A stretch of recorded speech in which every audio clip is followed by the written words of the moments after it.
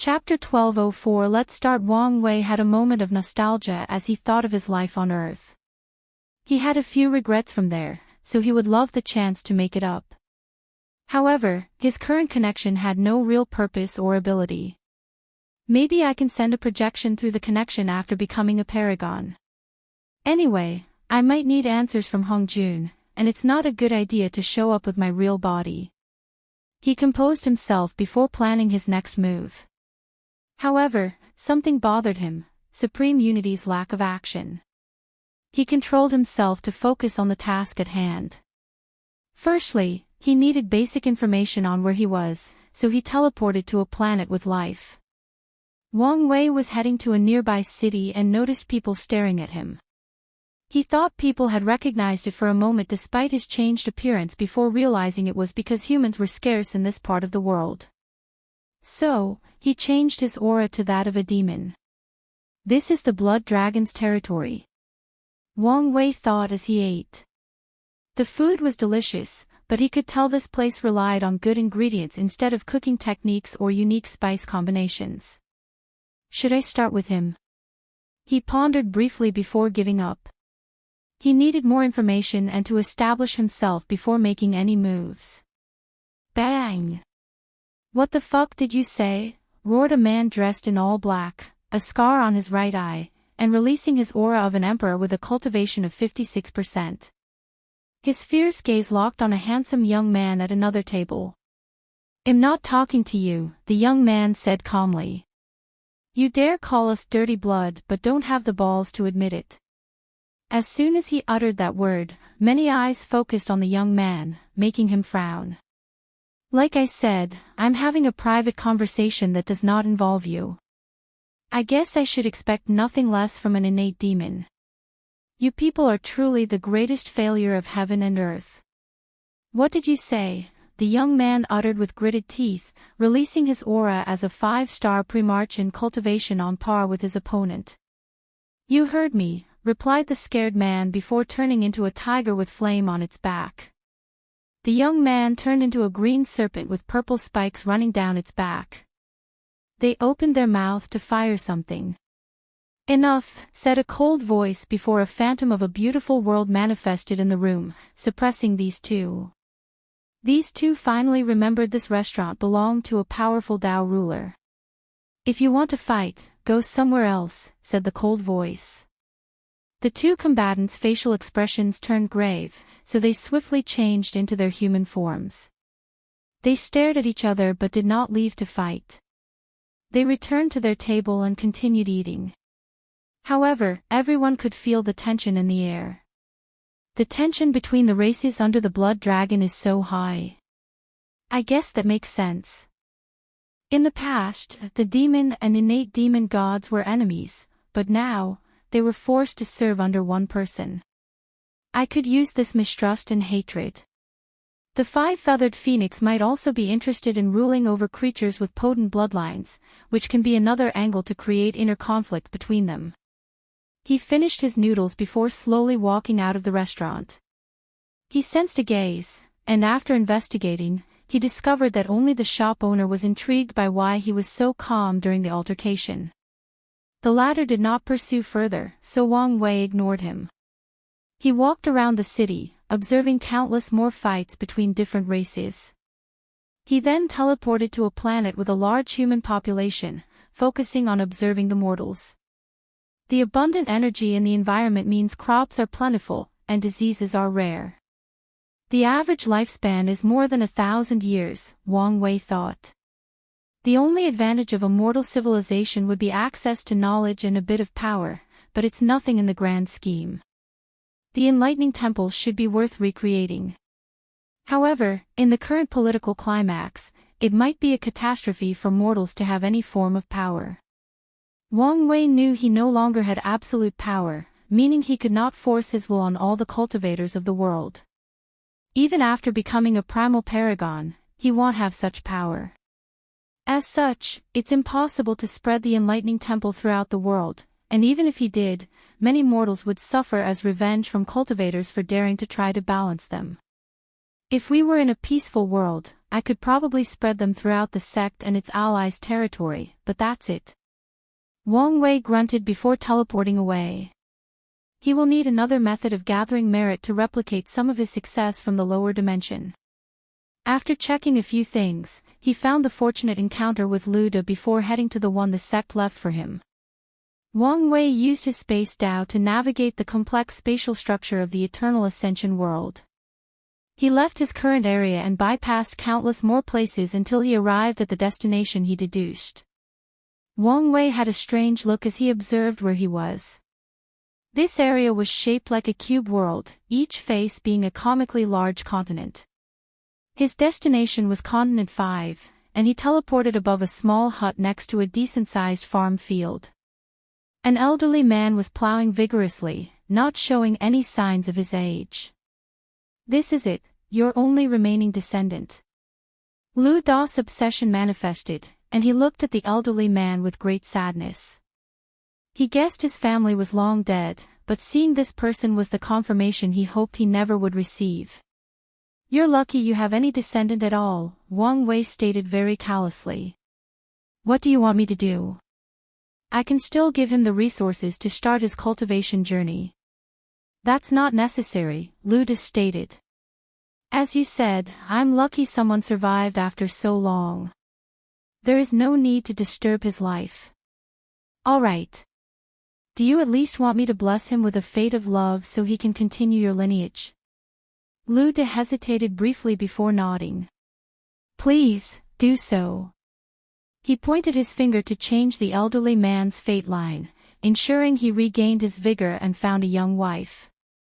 "Thank you," Lu De bowed before rapidly dissipating. Wang Wei took the key and activated it. A portal swallowed him, and he found himself in a special dimension, staring at a grand black and gold palace. Someone already been there. After scanning the area, he discovered all the rooms except one was empty. A group of array masters were trying to open the last one. Wang Wei sighed as he should have expected this given how long ago this thing would have been created. With the key, he bypassed the formation and directly entered the last room. Wang Wei saw an entire world full of a glowing blue stone the size of a palm and a formation hanging above the sky. "Are those Dao sources?" "And they are all second rank," Wang Wei muttered as he scanned this vast world. He looked at the formation. This Dao Qi conversion array must have been working non-stop for trillions of yuan epochs. Wang Wei smiled as he was now a very wealthy Empyrean. After so long, even if one Dao source took a lot of time to condense, there was still a world worth of it. With this wealth, Wang Wei can use it to cultivate or buy resources for himself or his faction. This is a good start. He waved his hand to put everything away before teleporting. His next destination was the Sect's secret realm. He had to rely on his luck to find the hidden dimension, which only delayed things by a small margin. "I feel I will like that they left for me," he muttered as he looked around. He was in a small room with a door before him. Before opening the door, he checked his surroundings for threats, and his eyes almost turned into money. This room was the same as the one he came from, full of Dao sources. The quantity was only 10% of the previous hall, which itself is a vast quantity, but this one was even more valuable because it contained purple stones, which are third-rank Dao sources that paragons used for their cultivation. "It's good to come from generational wealth," Wang Wei muttered with a grin. Without worrying too much about resources, he will be free to do as he pleases and not waste time. If this is just the first room, I can't wait to see what the other rooms contain. He walked to the second room with a smile on his face. The room was relatively empty, with only a seal and an information talisman. He checked, and it was a brief message. "With this Heaven seal, you can control the Mask Clan. They are a secret information agency of the sect with some fame. They are now yours to control and mold as you see fit. I guess I don't have to worry about the manpower for my new Fate Shadow Guards," Wang Wei thought. "If you find any errors, ads pop up, ads redirect, broken links, non-standard content, etc., please let us know to report so we can fix it as soon as possible. Chapter 1205 The Sect's Investment. Wang Wei walked into the next room, and he immediately noticed the 3 separate piles. He walked to the nearest one and saw countless artifacts and talismans, the weakest being immortal tears. Thousands of Emperor artifacts and hundreds of Empyrean artifacts, Wang Wei counted. And that's not counting the unrefined material. Wang Wei smiled as he now no longer had to worry about the material for his Proving Tao artifact. His gaze shifted to 2 things at the center of the pile. It was hard to ignore them, given how they were the only thing levitating or releasing any lights. He immediately recognized one of these items as an information talisman, and the other resembled a piece of thick gray glass the size of his palm. The power of fate, he thought as he sensed the glass aura. He did not hesitate to receive the information in the talisman, which was more extensive than he expected. Luckily, such information was only a small burden to his soul, and only because he absorbed everything at once. An encyclopedia of all the Eternal Ascension world's materials, ores, and spiritual herbs. It even includes unique materials in the Source Chi space and primordial chaos. Wang Wei nodded as this talisman once again saved him a lot of time. He also knew what the primary material floating before him was. Such a large piece of fate glass, the sect is indeed rich, he commented. Fate glass is a rare material created from condensing another rare material. Primal fate sand. With only this thing, I can elevate my artifact to the ultimate realm, meaning a boost of 2-fold. Although Wang Wei did not need the artifact to achieve a 10-fold battle realm, it would still be helpful, especially in the upper dimension, where powerful weapons or artifacts are even more valuable than before. Without Heavenly Daos limitation, a top emperor can survive or fight an Empyrean with a tier 11 artifact.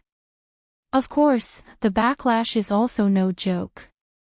Wang Wei has already planned to find a way for his Proving Tao artifact to be on par with Paragon so that it won't be a problem for him after achieving Taboo Realm again. He walked to the second pile, which contained pills of different varieties and levels.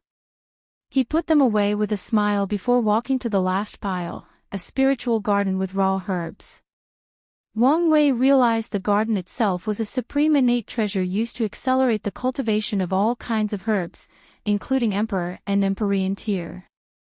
Wang Wei walked to the third room, which was a vast library with countless cultivation techniques. 34 items floated in the middle of the room, one of which was a note that read, "These bastards have complete control over the Myriad Temple record, so we left these cultivation systems for you in case you need them. We also chose the 33 best and most unique scriptures from our sect for you."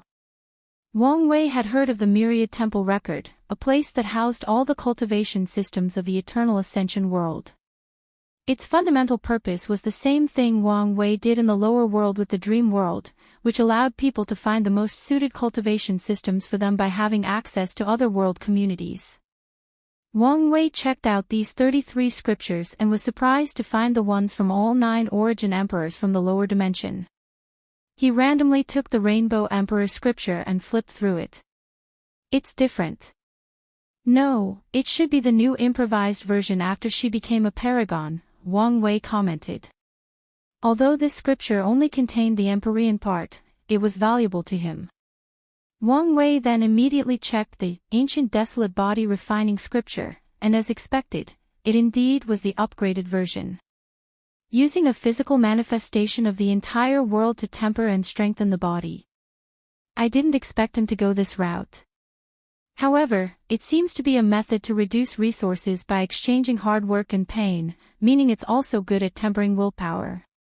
I could turn this technique into a cultivation bloodline technique. Wang Wei wanted to continue using bloodline for his body cultivation because, with the right bloodline, he only needed enough resources and time for him to grow. The new Desolate Body Refining will further accelerate the process. He checked all the other primary scriptures. As the note stated, they were all unique and worth learning from. So, he put everything away before walking to the next room. Whoever designed this place is a little dramatic. Couldn't they just place everything in one room? Wang Wei complained as he entered the fourth room. He looked around and saw 5 items, 2 puppets, 2 artifacts, and 1 talisman. The aura in these artifacts made his treasured eyes shine. He walked to them, found notes before these things, and read them. The first puppet is your Tao protector. Unfortunately, our sect is under intense gaze, so we could only provide you with a paragon puppet with 90% strength. However, it is designed to burn itself to increase its power in an emergency, so use it appropriately. Wang Wei looked at this puppet, and it looked indistinguishable from a normal human. He even checked with his divine sense, could not tell it was a puppet, and only noticed it after using other abilities. I can't believe I would have another Tao protector in my life, Wang Wei thought. He shook his head before continuing with the note. The second puppet is a death substitute puppet, a longevity treasure to save your life. They went all out, Wang Wei thought, genuinely surprised. He had his reservations about the sect's help for 2 reasons. Firstly, he worried they would not treat him so well because the ancestors were not there, and he was just an Empyrean from the lower dimension. He guessed they would treat him because of his talent and achievement, but not to this extent. The second and primary reason is the Tao opening sect's motto of not cuddling geniuses. He thought that with those rules, they would have provided him with the basics and left him to his own device. He turned to look at the first artifact, a small black gold armor with a metal ball floating next to it, all encased in a white ball slightly larger than his palm. This is the Black Dragon armor set, a supreme chaos treasure left for you. Be careful that the burden and backlash of using such a weapon is heavy despite being way less than any paragon artifact. Wang Wei's eyes shine. With this thing, I may be able to fight a weaker paragon for a short period. He smiled before focusing on the second artifact. So familiar, he thought as he looked at the turtle shell. This is the Boshian turtle shell, another supreme chaos treasure for divination. I believe this should work well with your Tao. Wang Wei smiled brightly, whoever designed this is very meticulous. He looked at the last item, the talisman. A tier 12 void-rushing talisman to run away against these parasites. I don't think I need to say this, but there is no shame in running away. Pick your battles since your life matters more than even this so-called destiny. And once again, use this with caution. Wang Wei put everything away before walking to the last room. This one contained a note and a talisman. Sadly, this is all the help we can currently provide. However, the situation is truly dire, and you have no more hope or options. You can return to the sect, and we will protect you, even at the cost of our destruction. We have held back ourselves and endured the humiliation ever since these people came to power. But if they push us too far, we do not mind dying in a blaze of glory. What a powerful will, Wang Wei thought. He could tell the person who wrote this note truly felt this way. Although it was not guaranteed that this was the whole sect's attitude, it was still impressive. Lastly, the talisman contained ways for you to contact us. You only need to leave a mark at these recorded locations, and we will find a way to bypass our surveillance and contact you. Wang Wei checked the talisman, and it contained many areas all over the world considered safe spots to initiate contact. I don't plan to drag you guys into this, so you may have hope of plausible deniability in case everything goes wrong, Wang Wei thought as he annihilated this secret dimension, leaving no traces. He then used his power to remove all invisible and undetectable traces before teleporting away. His next destination was to find the Mask Clan. He needed to know how capable these guys were and whether there would be any trouble by using them. Then, he would reunite with Wang Qi and the Fate Shadow Guards to start enacting his plan. If you find any errors, ads pop up, ads redirect, broken links, non-standard content, etc., please let us know and report so we can fix it as soon as possible. Chapter 1206 Who to Target First. Wang Wei's destination was near the Chu Divine Dynasty's area of control, which was the primary base of the development of the Mask Clan. However, as soon as Wang Wei landed, he immediately discovered an intense surveillance. Myriad invisible ghosts patrolled the area, keeping track of everyone they saw. This is on the fringe of their territory. I didn't expect them to have so many eyes, Wang Wei thought. From what he knew, this world was once divided into 13 firmaments that corresponded to the 13 overlords. However, after the rise of the 2 suns and 7 moons, the world was not divided into 9. However, even in the era of the 13 overlords, they could not completely control their territories due to how vast the world was. The situation of the 7 moons should have been worse as large stretches of their territories were unoccupied or left alone. The current area was one of them, meaning the Chu divine dynasty should not have had much influence. Are they desperate to find me? Or, just looking for anyone who opposes their power? Wang Wei calmly thought. No, the Blood Dragon's territory was not under much scrutiny, so this must be purely related to the Earth Emperor. Did he learn about my status as an Earth Emperor and is desperately looking for him? Wang Wei was not surprised someone purposely or accidentally revealed his titles and achievements from the lower dimension. He expected it and even allowed it to happen as it could be used for his plan to deal with the Earth Emperor. The more desperate he is to become a true Earth Emperor, the easier it will be to manipulate him, Wang Wei sneered before heading to his destination. Despite the current situation, the masked clan was well hidden in another dimension. Wang Wei quickly found them with the help of the Heaven Seal.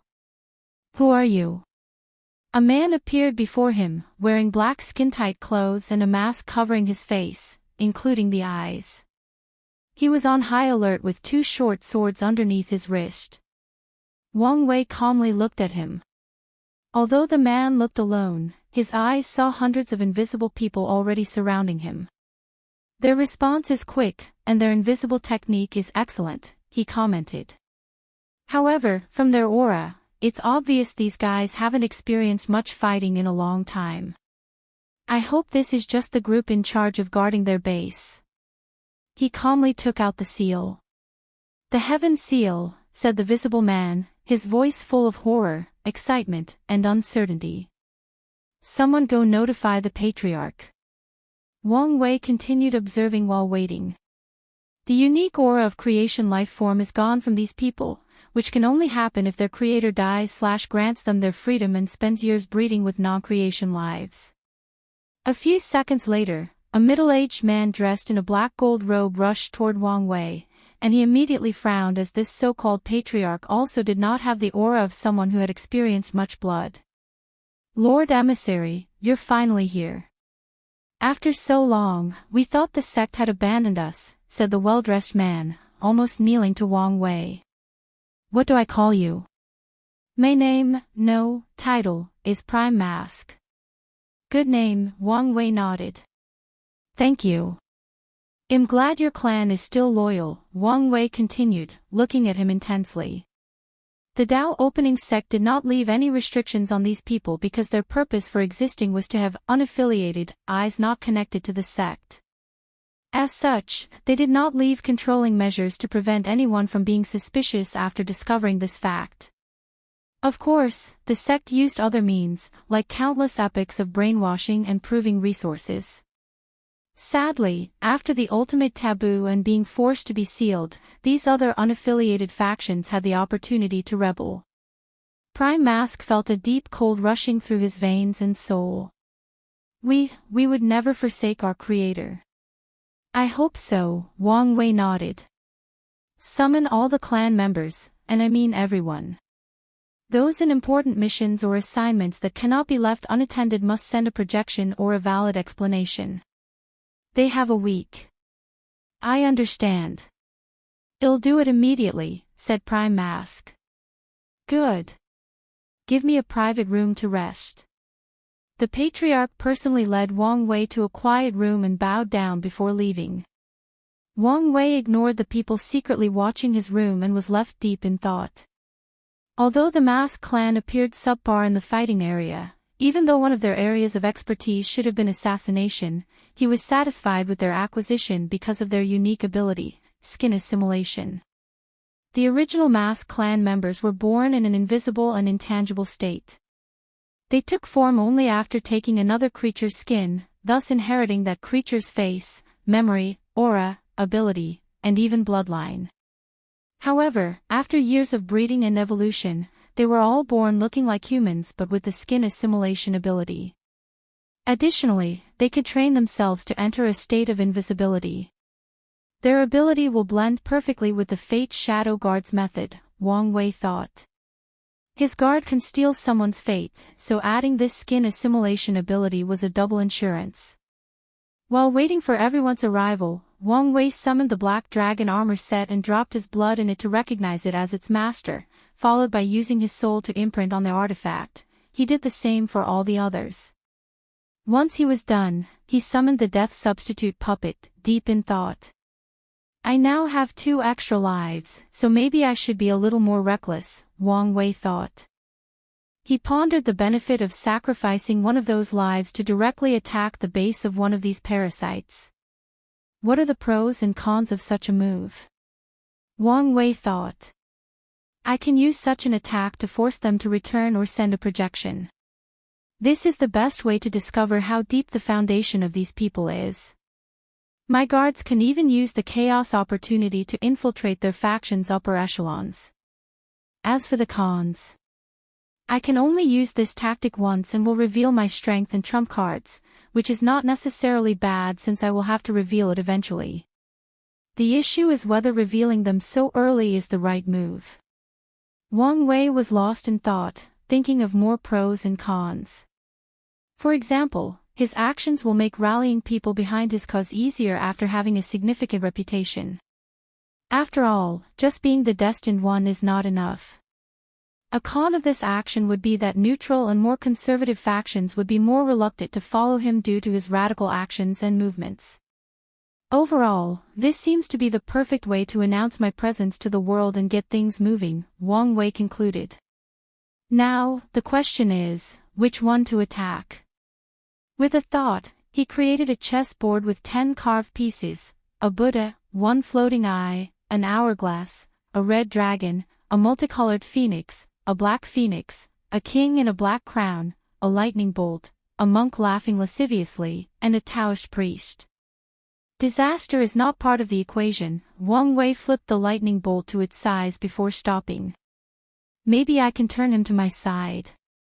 He put the lightning bolt to the side. He then separated the Buddha and I from the rest as they were not in consideration. He looked at the board for a while before picking up the hourglass. Time Eater is the greatest threat, making him an ideal candidate since I would love to strip off all that mystery. However, the only way I would have a chance to confront him would be to achieve Taboo Battle Realm and unlock all my soul powers and willpower. Wang Wei could now use his soul power and willpower for an extended period with his current cultivation realm and fleshly body cultivation. However, there was still something stopping him, karma backlash. Whatever he did in the void amassed him a severe amount of karma, which was not wholly washed off even after reincarnation. Let's eliminate Time Eater for now, he thought before putting the piece back. He observed the board for a while before sighing. He looked at the Buddha and the eye, focusing on the former. Ultimately, none of my plans are useful without knowing on which side she stands, Wang Wei thought. He could plan as he wants, but the game is over as long as one of the 2 sons interferes. Before anything else, I must meet Mithraea to gauge her personality, thoughts, goals, and allegiance. He understood that he was only alive now because of her protection. Although he did not like this fact, it was true. Despite knowing this, he also needed to know what kind of person she was and her possible motive. Otherwise, he might become a pawn she used to deal with these parasites and supreme unity. In that case, my first move is to talk to her, he thought firmly. If you find any errors, ads pop up, ads redirect, broken links, non-standard content, etc., please let us know to report so we can fix it as soon as possible. Chapter 1207 Revelations. Now that he had made a decision, Wang Wei needed to think how to approach her. He could try to hide in the source chi space and send a projection, but since he can navigate that thing, he did not think that a half-step transcendence could not do the same. Should I use the plan I have for supreme unity? No, this plan requires a lot of preparation, and I need more information to determine whether it can even succeed, Wang Wei thought. In the end, he decided to take the risk. The power difference was too vast, and his cultivation was weak, limiting much of his options. So, he must take the risk and enter the lion's den. As for how he will meet Mithraea, the answer was simple. He only needed to find a Buddhist temple and say her name. Wang Wei did not believe for a second these two did not have ways to contact or influence the world during their fight. That's why he stayed away from Taoism and left them as the last piece to dispose of. Wang Wei stood up, looking into the distance. If he could get Mithraea's support, he would have more freedom and less restraint on his actions. If she's his enemy and plans to use him as a pawn, he can prepare now. In the worst-case scenario, she determined him an unstable factor and decided to eliminate me, Wang Wei thought. If that happens, the only move I can make is to try to summon Hong Jun for help. Wang Wei grunted, not liking how he had to rely on others for his survival. However, his current weak self cannot be helped. In fact, he has other options, for example, accepting his status as a fate seed. As long as he does, he believes fate or even Grand Tao will somehow guarantee his survival. However, he would rather die than become their puppet. He no longer hesitated and teleported away. He needed peace of mind and to understand the complete picture of his situation. The sooner he does this, the more time he will have to prepare for all possibilities. It took him a few hours to teleport to his destination. That's how vast the world was. Of course, if he used the available teleportation arrays, the process would have been instant. However, Wang Wei was technically a fugitive and needed to be careful. He soon arrived at a monastery with a common name, White Lotus Temple. The abbot was an Emperorian, making this faction very powerful in the current political climate. However, Wang Wei did not feel the slightest danger, meaning they did not have any Paragon Array or Tier 12 powers, an indication that their temple did not originate from an ancient lineage and probably recently rose during this era. As Wang Wei looked at the temple, he thought, "Honger, this is the second time I'm risking my life because of you. The first time paid out, I hope the second time also does." His wife believed in Mithraea's innocence, and he believed in her. He quietly entered the core of the White Lotus Temple, where they preserved their luck-condensing artifact. The place was crowded with formations, but Wang Wei manipulated these formations into thinking he was their master and had full access. He found himself in a room with a silver Buddha statue and a white lotus artifact floating above its palms. Wang Wei took a deep breath before bowing. "Mother Mithraea, I humbly request a meeting." As soon as his words finished, time paused around him for a few seconds before a woman appeared in the room. Wang Wei's first thought was that she was beautifully ordinary. Her visage was indeed beautiful, even heavenly, but her demeanor, presence, clothes, and aura were all ordinary. These two opposite concepts perfectly blended with her and her very well-hidden noble or holy presence. "I've been waiting to meet you for a while now," Mithraea said with a smile. You are very guarded against me." "I can't help myself, Your Excellency. Your strength and, well, reputation are not exactly signs that I should not be guarded," Wang Wei replied, observing everything around him, including every single subatomic particle in this room. Mithraea chuckled. "I would never hurt you. After all, you're technically my grandson." Wang Wei's body paused. He understood the tactic of saying outrageous things to throw an opponent off guard, but wasn't this too much? Could it be her flawed method of transcending that fried her mind and made her crazy? No, it can't be. There haven't been any signs. "No, I'm not crazy," Mithraea said, making Wang Wei's lips twitch. He controlled his emotions. "Then, what does your word mean?" A thought came to his mind, but he could not believe it. "You should know what happened to me that led to the corruption of Buddhism in the lower dimension. I only only know that Li Bo used some means to divide your mind into two, your pure and devilish side. The consequences of those failures were more impactful than you can imagine, Mithraea stated. In the process, I lost control of many of my true avatars. That's possible. Although rare, it's possible under specific situations. Wang Wei grunted. Then, the escaped avatars knew of their status, and most tried to escape my influence. One was highly successful in this endeavor and became one of the prime Yama kings of the Eternal Ascension world. Wang Wei detected a hint of pride in Mithraea's voice. The way she cultivated involved experiencing countless reincarnations, and one of her clones was Mao Yu, your grandmother. Wang Wei was officially speechless. Is this why she was born with such an unparalleled state of mind? Why couldn't I sense my grandfather's reincarnation? That's correct. It seems she acknowledged the relationship with your grandfather and chose to train him herself. Our Wang clan is truly blessed, Wang Wei commented since he was still processing her words. Indeed, Mithraea nodded with profound eyes. It seems you have many questions. Ask away.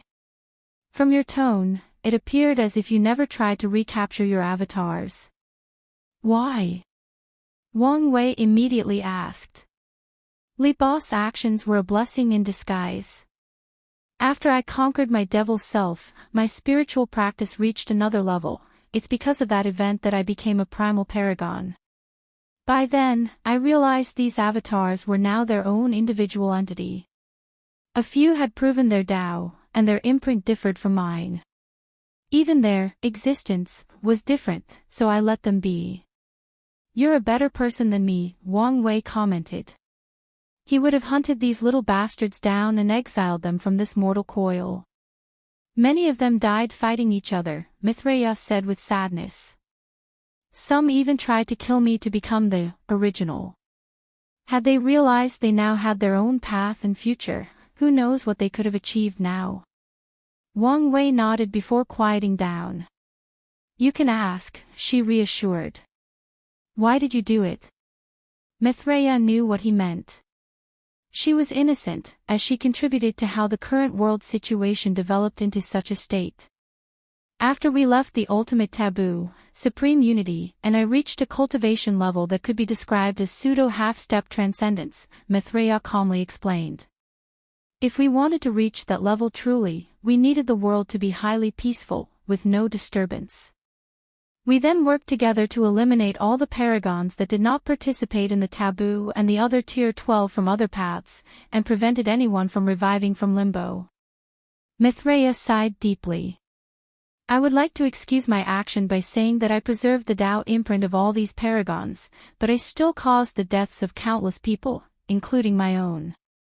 Wang Wei had many thoughts, but he needed a quiet place to organize and digest them. What about these parasites? Any reason they were chosen? Originally, everyone should have been killed. However, just as we were about to eliminate Time Eater, he convinced us that we needed stewards to keep the world calm and orderly. He suggested most of the others because they were weak and incompetent but ambitious, making them easier to control. We agreed and chose someone from our factions to be part of this new council before retreating. By the time we finished, the situation became like this. The worst part is that Supreme Unity's personality has changed. He became colder and more indifferent and reneged on our agreement. Agreement? We were supposed to reverse everything after the breakthrough, Mithraea explained. Allow our old friend to return and share our progress. Share? You're willing to share such a technique? Wang Wei asked. Of course, Mithraea replied without hesitation. I was stuck in the Paragon realm for a long time. Then, Wang Qishan appeared and told us about his plan. He organized the Second Origin War that summoned the ultimate taboo. Although there were some problems throughout everything, my newfound strength was the proof that the plan worked. I understood the need for communication and sharing ideas to walk further in the path of transcendence, so I never planned to hide the technique. But Supreme Unity did not share your idea, Wang Wei asked. He did not.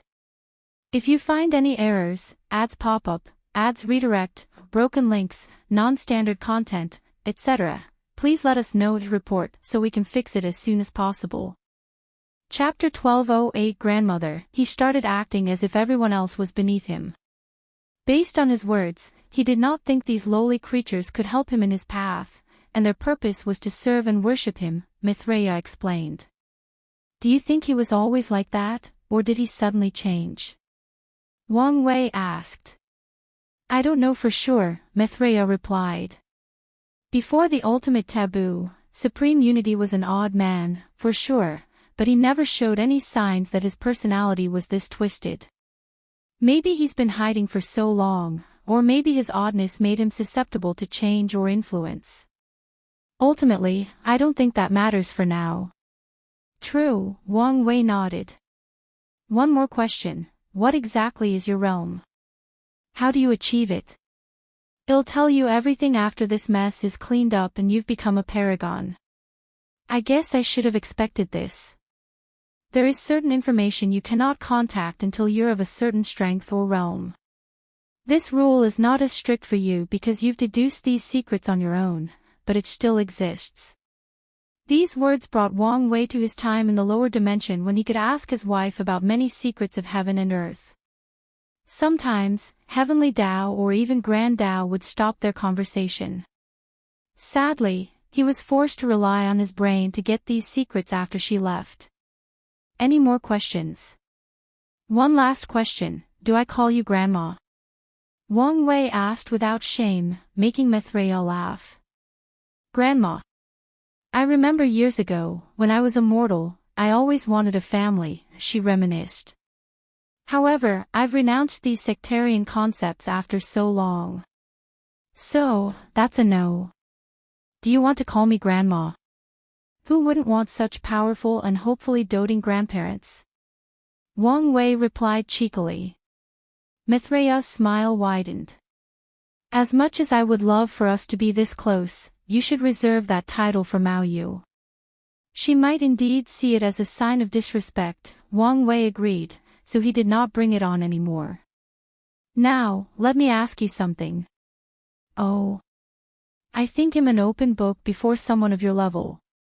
On the contrary, you're a mystery, Mithraea responded. How? For example, I'm still baffled about your birth. Wang Wei frowned, but he did not speak and listened. You were born with a paragon quality and quantity soul.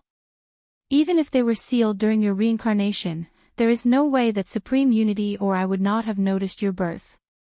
However, neither of us noticed until your final trial in the pagoda. Why? Wang Wei was genuinely surprised by this question. I actually never thought of that. The best answer I can give you is, fate protected me, but something tells me it may not be that simple. Indeed, Mithraea nodded. She opened her mouth to say something, and her body suddenly became transparent like a phantom. She looked at the sky. It seems we can't talk for much longer. A few words before I leave. First, Supreme Unity will be doing something significant.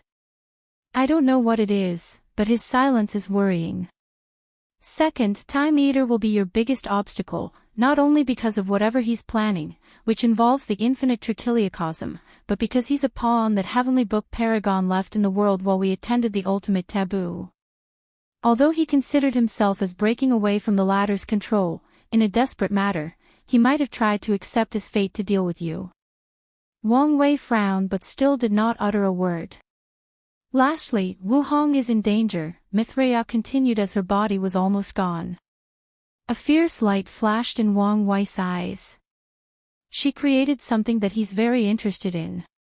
Adding her connection to you, eliminating her will deal a severe blow to you and kill two birds with one stone. After meeting you, I've confirmed that you two have an unparalleled destiny.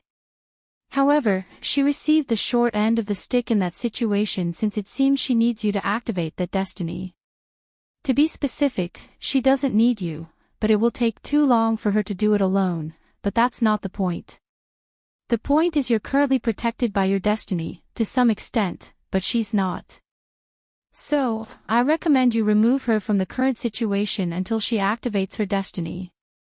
Mithraea disappeared, leaving Wang Wei alone to his thoughts. He did not wholly believe Mithraea, but for now, his intuition was telling him she was indeed on their side. He will still be vigilant and also double-check some things she said, but for the most part, he's reassured. However, he was concerned about what she said about Wu Hong. Unparalleled destiny. She's probably talking about the destiny to walk the transcendent path. If that is true, she was not entirely correct. Future Hunger changed the timeline by sending a clone in the past and, with the perfection method, activated my so-called transcendent destiny. So, I need to do the same by convincing her to establish the perfect foundation, which requires help from the dark truth that no longer exists. Wang Wei frowned. Wait, this might be the best opportunity to check if the dark truth is somehow related to my future self. His future self would find an opportunity to expand the dark truth to the upper dimension. The dark truth is not only the best way to activate her transcendent destiny but also hide and protect her during the current terrible situation. Once she succeeds, she will have a mild destiny protection from half-step transcendence, just like Mithraea suggested. Wang Wei had a bright smile on his face. Although he still needed to verify whether the dark truth was here, he was confident in his analysis.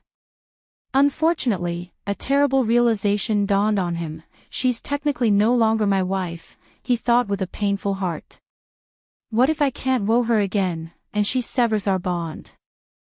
No matter how powerful things like fate and destiny are, nothing is set in stone for people of their cultivation realm.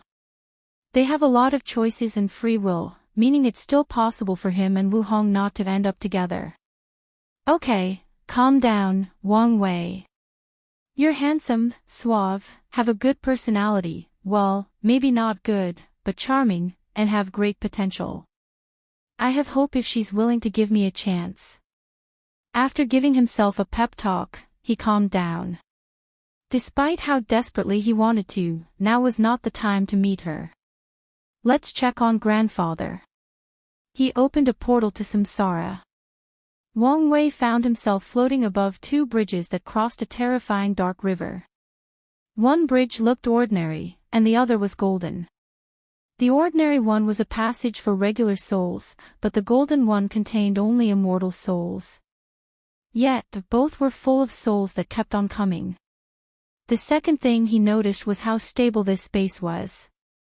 He was shocked as he realized his full strength could not tear the space in this place.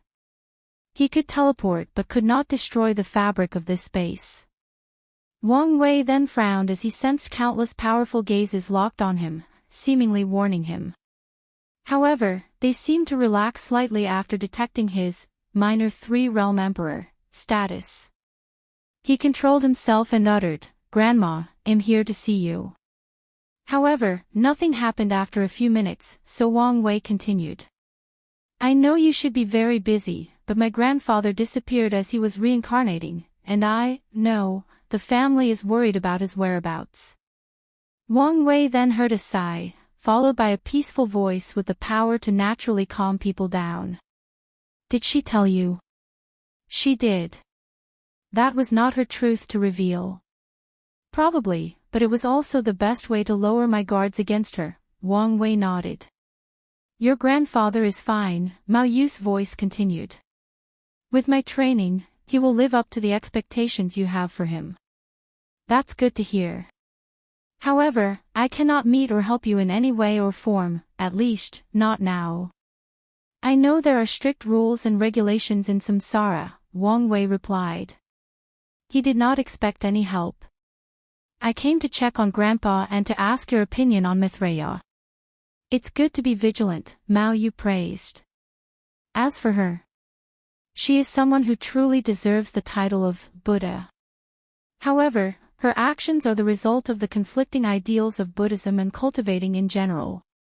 Buddhism requires a kind, peaceful, and non-confrontational mindset. Meanwhile, cultivation is all about power, a hierarchy, and the survival of the fittest. When presented with the opportunity to reach higher levels, Betrayal followed her instinct as a cultivator instead of a Buddha. Now, she's living with regret and paying the consequences of her choice. Wang Wei pondered. His grandmother's words perfectly encapsulated the character profile he made for Betrayal after their short meeting. If you find any errors, ads pop up, ads redirect, broken links, non-standard content, etc., please let us know to report so we can fix it as soon as possible. Chapter 1209. Another piece of the puzzle. Can I ask you something important? What Tao does Betrayal cultivate? Wang Wei asked. It's a unique Buddhist-focused Tao called Form/Formless Tao. Not Time Tao. No. I see. Well, thank you for the information, Wang Wei said. I'll be leaving now. Say hi to Grandpa for me, and welcome to the family. Wang Wei had a lot to do and many things to ponder, so he did not waste much time in the afterlife. He opened a portal, preparing to return to the world of the living. Wait, said Mao Yu's voice. This is for you. A small cauldron appeared before Wang Wei. This? A supreme chaos treasure called the Moon Cauldron. It's a soul protection treasure, Mao Yu explained. It seems you're used to relying on your soul's uniqueness for defense, but that won't work anymore in the upper dimension. Be careful since this thing is only for protection and not for battle. Are you sure? If you're going to be in trouble, no need for concern, Mao Yu replied. I can spin this as a reward for your achievement of a three-realm emperor. Twisting the rules. You're really my grandma. Mao Yu chuckled. Go and take care of yourself. When your father ascends, tell him to come see me. All right. Wang Wei returned to the White Lotus Temple with the artifact. He did not spend another second and instantly teleported to the masked clan since he had already been there and knew the spatial location. He sat in his room, pondering about his meeting with Betrayal. The greatest information I've pieced together from that meeting is that Betrayal used the River of Time for her transcendent path, Wang Wei thought. He concluded this for a few reasons. Betrayal's main Tao is Form Tao, and yet, when they meet, she stops time. Wang Wei reviewed the experience in his mind repeatedly and concluded it was not something she did on purpose or some utilization of law but an instinct. This is one of the missing puzzles. Paragon often uses the River of Time to navigate the vastness of primordial chaos or the source chi space. Their battle usually involved traveling to the past, eliminating their opponent when they were weak, and, on rare occasions, exploring the infinite trichiliachasm. Supreme Unity wanted Paragons or their breakthrough to affect the eternal ascension world, while Betrayal focused on protecting this world's branch of the River of Time. His eyes lit up. How to use the River of Time to become transcendent? Do you just absorb the enormous power from it? Or is it something like imitating its essence in our souls/sea of consciousness? Both were possible, but they could also be far from the truth. There is no point in thinking about this now. If she's telling the truth, I'll eventually know which method she used. An idea for achieving transcendence is one thing, and a concrete technique with specific instructions is another. Wang Wei then shifted his attention to what Betrayal said about his birth. He found another anomaly in his life, and now, he wanted answers. I can try to go back and experience it after becoming a paragon. This was the only way he could think of, but that might not work. After all, if a power is involved that can even slip through Betrayal and Supreme Unity's eyes, the chances of him discovering it are almost zero. Why is my life so complicated? Wang Wei complained before summoning the Moon Cauldron. Habit is a terrifying thing. I would have suffered tremendously had she not reminded him. Wang Wei was so used to not having to worry about his soul that he almost suffered a terrible loss before learning from this mistake. From now on, I must gather Paragon tier soul cultivation techniques and resources. He imprinted on the artifact before waiting for everyone from the Mask clan to gather. He spent his time reviewing all the clan's information and assessing their information-gathering capabilities. A month later, Wang Wei stood before a large field with countless members of the Mask clan kneeling before him. He glanced at the prime mask at the front. Is that everyone? Yes, Lord. But from what I know, this is only 70% of your clan. It's like this. Wang Wei raised his hand to stop him. He looked in the distance, and with a thought, a countless karmic thread manifested from his palm. He tugged them, dragging countless more members into this dimension. Their leader was a confused woman baffled by how she suddenly returned to the clan against her will. Why did you betray the clan? Wang Wei asked. Who are you? She asked.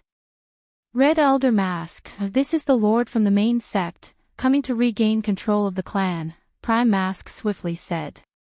A slight surprise flashed in Red Elder Mask's face, but she remained stoic as she stared at Wang Wei. What are you doing? Quickly acknowledge your mistake. The Red Elder Mask remained unmoved. I see, Wang Wei uttered. You're an ambitious individual, so you resented that such an incompetent person was chosen as patriarch instead of you. She gritted her teeth. Our assassination branch performs the most demanding tasks with a low survival rate while these bastards stay comfortably in their position. Yet, we are looked over for the patriarch position every generation. Don't talk nonsense, yelled Prime Mask. No, let her speak, Wang Wei said. We simply refuse to be overlooked anymore, she finished. Wang Wei's eyes suddenly became profound, as if the fate of all sentient beings existed in them. Red Elder Mask's face turned pale. With that single gaze, she felt so tiny and weak, it was as if she was a bug facing not a human but a towering dragon. Her first instinct was to activate her inner world to resist, but her battle senses as a Dao ruler warned her that she would die faster if she did. As she was about to explode from the pressure, it suddenly dissipated. Wang Wei smiled. I like ambitious people, but only when they are competent. Luckily, your group is the only one I consider barely competent in this clan. He raised his palm, and the fate lines of all the Mask clan members wrapped around his finger and palm. A rune emanated from his soul and fused with the line. Your fates are now mine, he declared before fixing his gaze on another Elder of the Black. This one was the Yellow Elder Mask. Have a problem with what I did? The Yellow Elder Mask's body trembled, and he swiftly lowered his head. You didn't have a problem when the sect supported you for who knows how long. Didn't you already know your fate from the day of your inception? No one said a word, so Wang Wei focused on the group at large. As I said, only the assassin squad is barely competent, meaning you'll need to undergo training, Wang Wei announced. From now on, you're members of my Fate Shadow Guard. I'll advise you to abandon all ideas and notions about your previous life. Do not cling to your former status and power since they are meaningless. This is the mindset you'll need to survive, grow stronger, and regain your honor and dignity. Do you understand? Yes, sir, everyone replied in unison. That's the spirit. Go prepare, he ordered. We will leave here in a few days. Wang Wei walked away, waiting for Wang Qi's arrival. Red Elder Mask looked at his back, deep in thought, maybe this is not a bad thing. All she wanted was an opportunity to display her talent and receive the power and honor she deserves. The Mask clan's corruption blocked her path, but she might have a chance with this new leader and system. 3 days later, Wang Qi arrived at the Mask clan and was directly teleported to Wang Wei's room. You're late. He contacted Wang Qi a month ago as soon as he arrived. Patriarch, you don't understand how chaotic the situation is, Wang Qi replied. Everyone is looking for you. There are random checks in almost every territory, so it was difficult to get here while hiding my identity. Is that so? Wang Wei muttered. It seems we will need an independent transportation system. That is a must, Wang Qi swiftly nodded. Otherwise, our work will be 100 times more challenging. We can create a subspace system for our people to travel. Like the ones we build for mortals. Exactly, Wang Wei nodded. The only issue is how to hide it from everyone else. If we had a space chaos supreme treasure, we could use it, even adding the heaven-deceiving array. However, such treasure is rare. Wang Qi's eyes suddenly lit up. Should we ask the sect for support? No need to involve them, especially since we have a better option. Better option? You mean our base and the former residents of the Dao burial ground? Exactly. We used the ascending treasure Qi you provided, evolving the treasure from chaos to supreme innate treasure. However, it's a long way to the supreme chaos treasure tier. If you find any errors, ads pop up, ads redirect, broken links, non-standard content, etc., please let us know to report so we can fix it as soon as possible. Chapter 12:10 First Contact. We can feed the Dao burial ground more ascending treasure Qi until it becomes a top supreme innate treasure, Wang Wei commented. There are only a few ways to elevate the rank of innate treasures. The most common is to have someone of a higher cultivation nourish it. In the case of a chaos treasure, someone of rank 11 would need to nourish it before it evolved into a supreme innate treasure. Empyreans and Dao rulers need to use the pure grand Dao source nourishment, but the most effective baptism is from an earth pre-march. However, if we want it to evolve to the next level, we need a unique rank 12 Qi. Wang Qi smiled wryly. Sect Master, where in heaven will we find something like this? Instead of doing something so pointless, we might as well search for a supreme chaos treasure. Although the Dao burial ground's primary attribute is hiding, making it perfect for a subspace system, it may not be worth all the trouble. Wang Wei shook his head. You're limiting your thinking. We don't have to do everything as long as we have the right allies. The right allies? You mean the celestial race, Wang Qi stated, having figured out his sect master's intention. Indeed, if a faction with such a unique Qi exists, it would be them. The issue is convincing them to part with such a heavy gift. Whether they give it or not can also be a test of how much they are willing to invest in our cause, Wang Wei added. We need to know in advance whether their clan will stay in hiding and do the bare minimum to contribute to the end of this era or invest fully. What choice do you think they'll make? Wang Qi asked. I cannot say for sure, Wang Wei replied as he looked in the distance.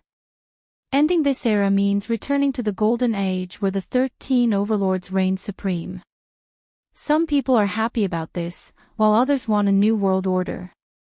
From what I know, the Celestial clan used to be an upper-lower member of the Myriad clan union, one of the 13 overlords. Maybe they want to use this opportunity to climb the political ladder in their faction, or they simply want to return to the old times without much desire. We'll have to see. Wang Qi sighed, feeling how inadequate he was at looking at the overall situation compared to his sect master. Alright, let's not talk about this anymore. I'll contact the celestial race only after settling our base and start expanding the Fate Shadow Guard, Wang Wei stated. Now, tell me of the current situation. This is the information you want, Wang Qi said as he handed him a jade talisman.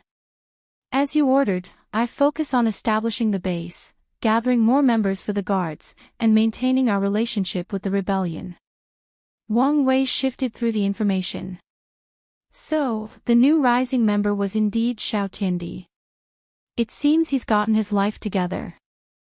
Did my words get to him, or did something else happen? And Purple Chaos Emperor. Did he choose Chaos Dao? With his talent, it's fitting. He's an interesting character, Wang Qi commented. Many people still talk about his so-called redemption even today. A disappointing genius that finally shows its brilliance is worthy of gossiping about, especially since his master has such fame, Wang Wei nodded.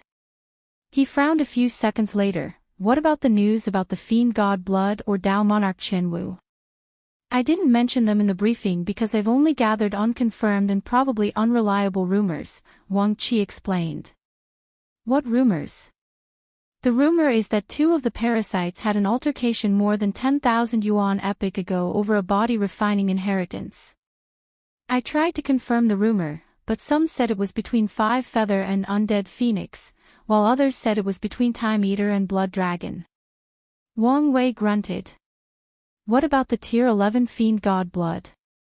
This rumor has more substance, Wang Qi replied. There is a chance that the treasury of the Divine Chu dynasty has some in reserve.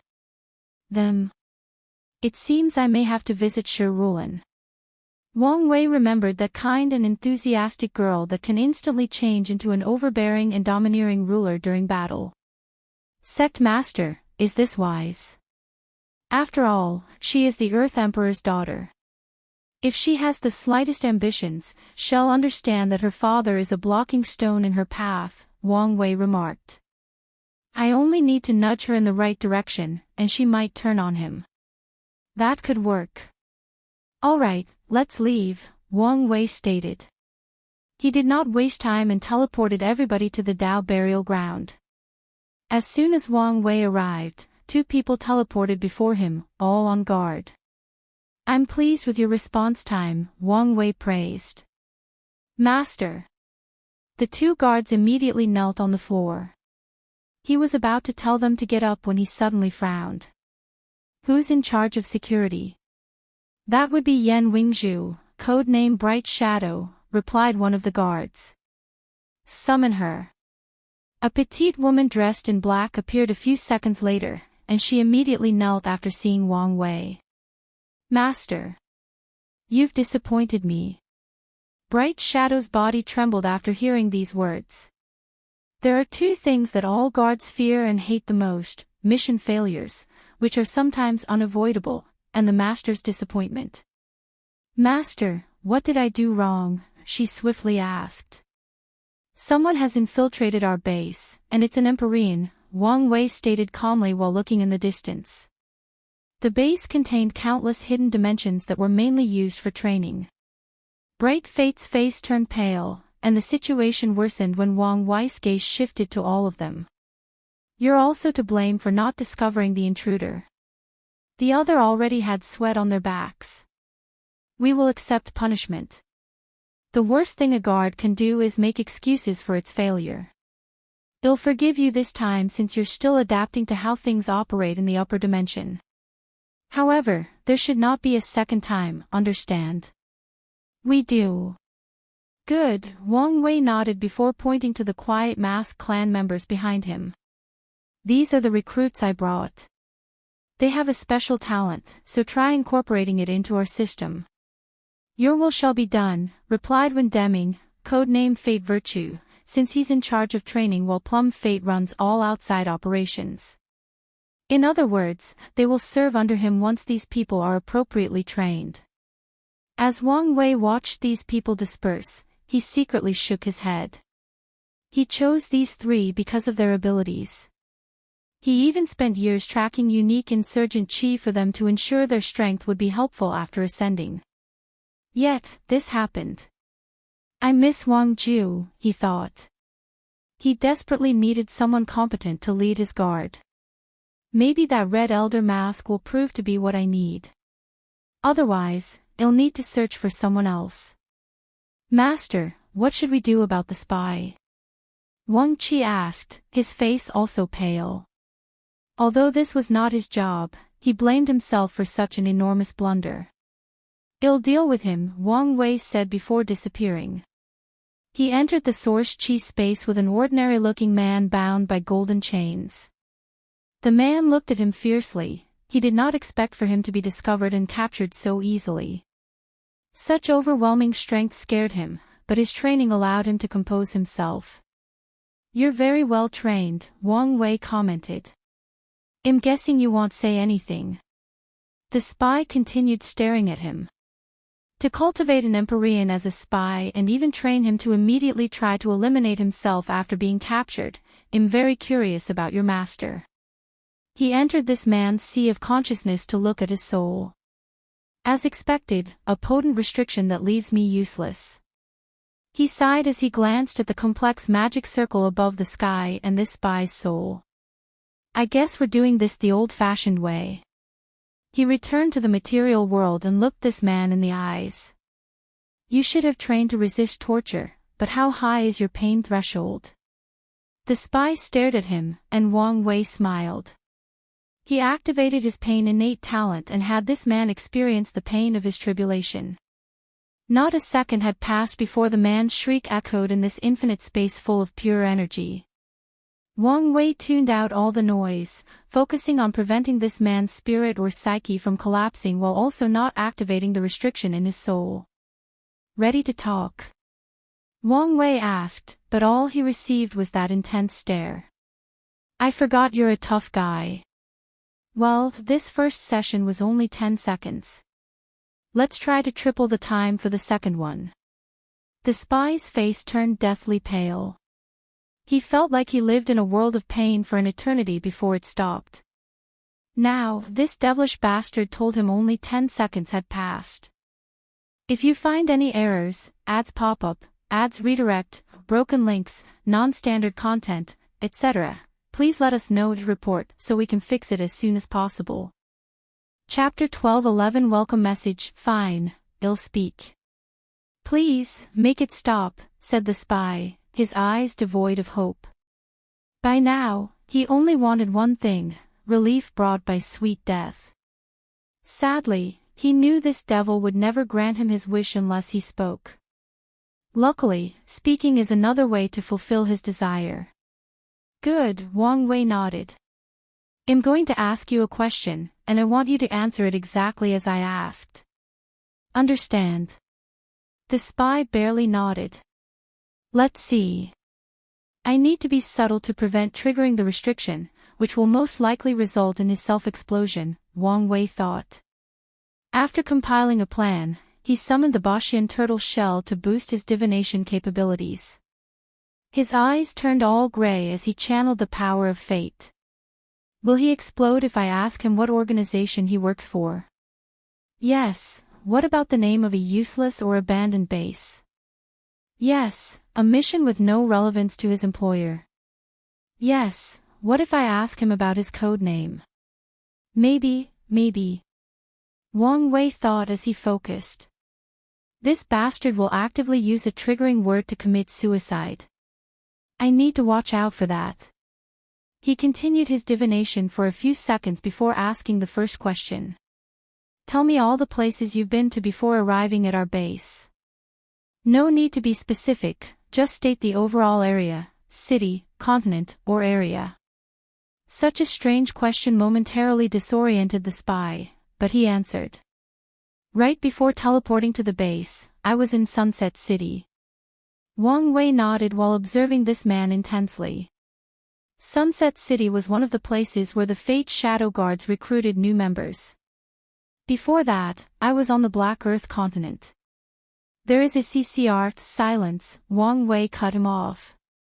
Do you want to experience it a fourth time? The spy's body trembled as he shut his mouth. He hesitated for a moment, but he saw Wang Wei's eyes. He told the latter of the last two places he was in before arriving here. If I follow his trajectory, he came from one of Taoism's territories. Is he from a faction under the Seven Cauldron? Or directly from Supreme Unity's core power? Wang Wei was deep in thought before asking the second question. Recount verbatim how a typical conversation with your subordinate usually goes. No need to mention any classified information or phrase. The spy was again puzzled, but he followed orders. It was odd to reenact a conversation, but whatever prevented him from suffering. So, his status was that of a vice commander, Wang Wei analyzed from the retelling. And there are more than one. How many Empyreans have you met in your life?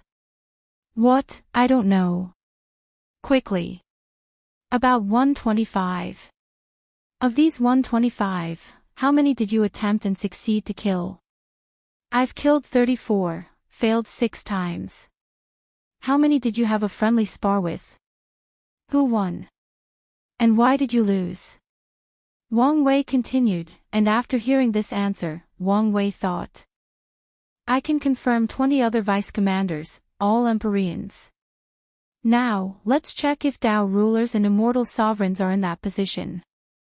He asked more questions about the other paths, about people the spy respected dearly without any specifics, and many more. About 33 vice-commanders and 5 commanders, with a few that are likely everlasting, Wang Wei thought. Let's see if I can deduce their organizational structure from him. Wang Wei opened his mouth to ask something but stopped himself before uttering a single word. He looked in the distance, already here. They are faster than I anticipated. He glanced at the spy, and without hesitation, he chopped his head and extinguished his soul. Wang Wei disappeared, leaving the headless body on the ground. A group of 5 individuals dressed in all white appeared.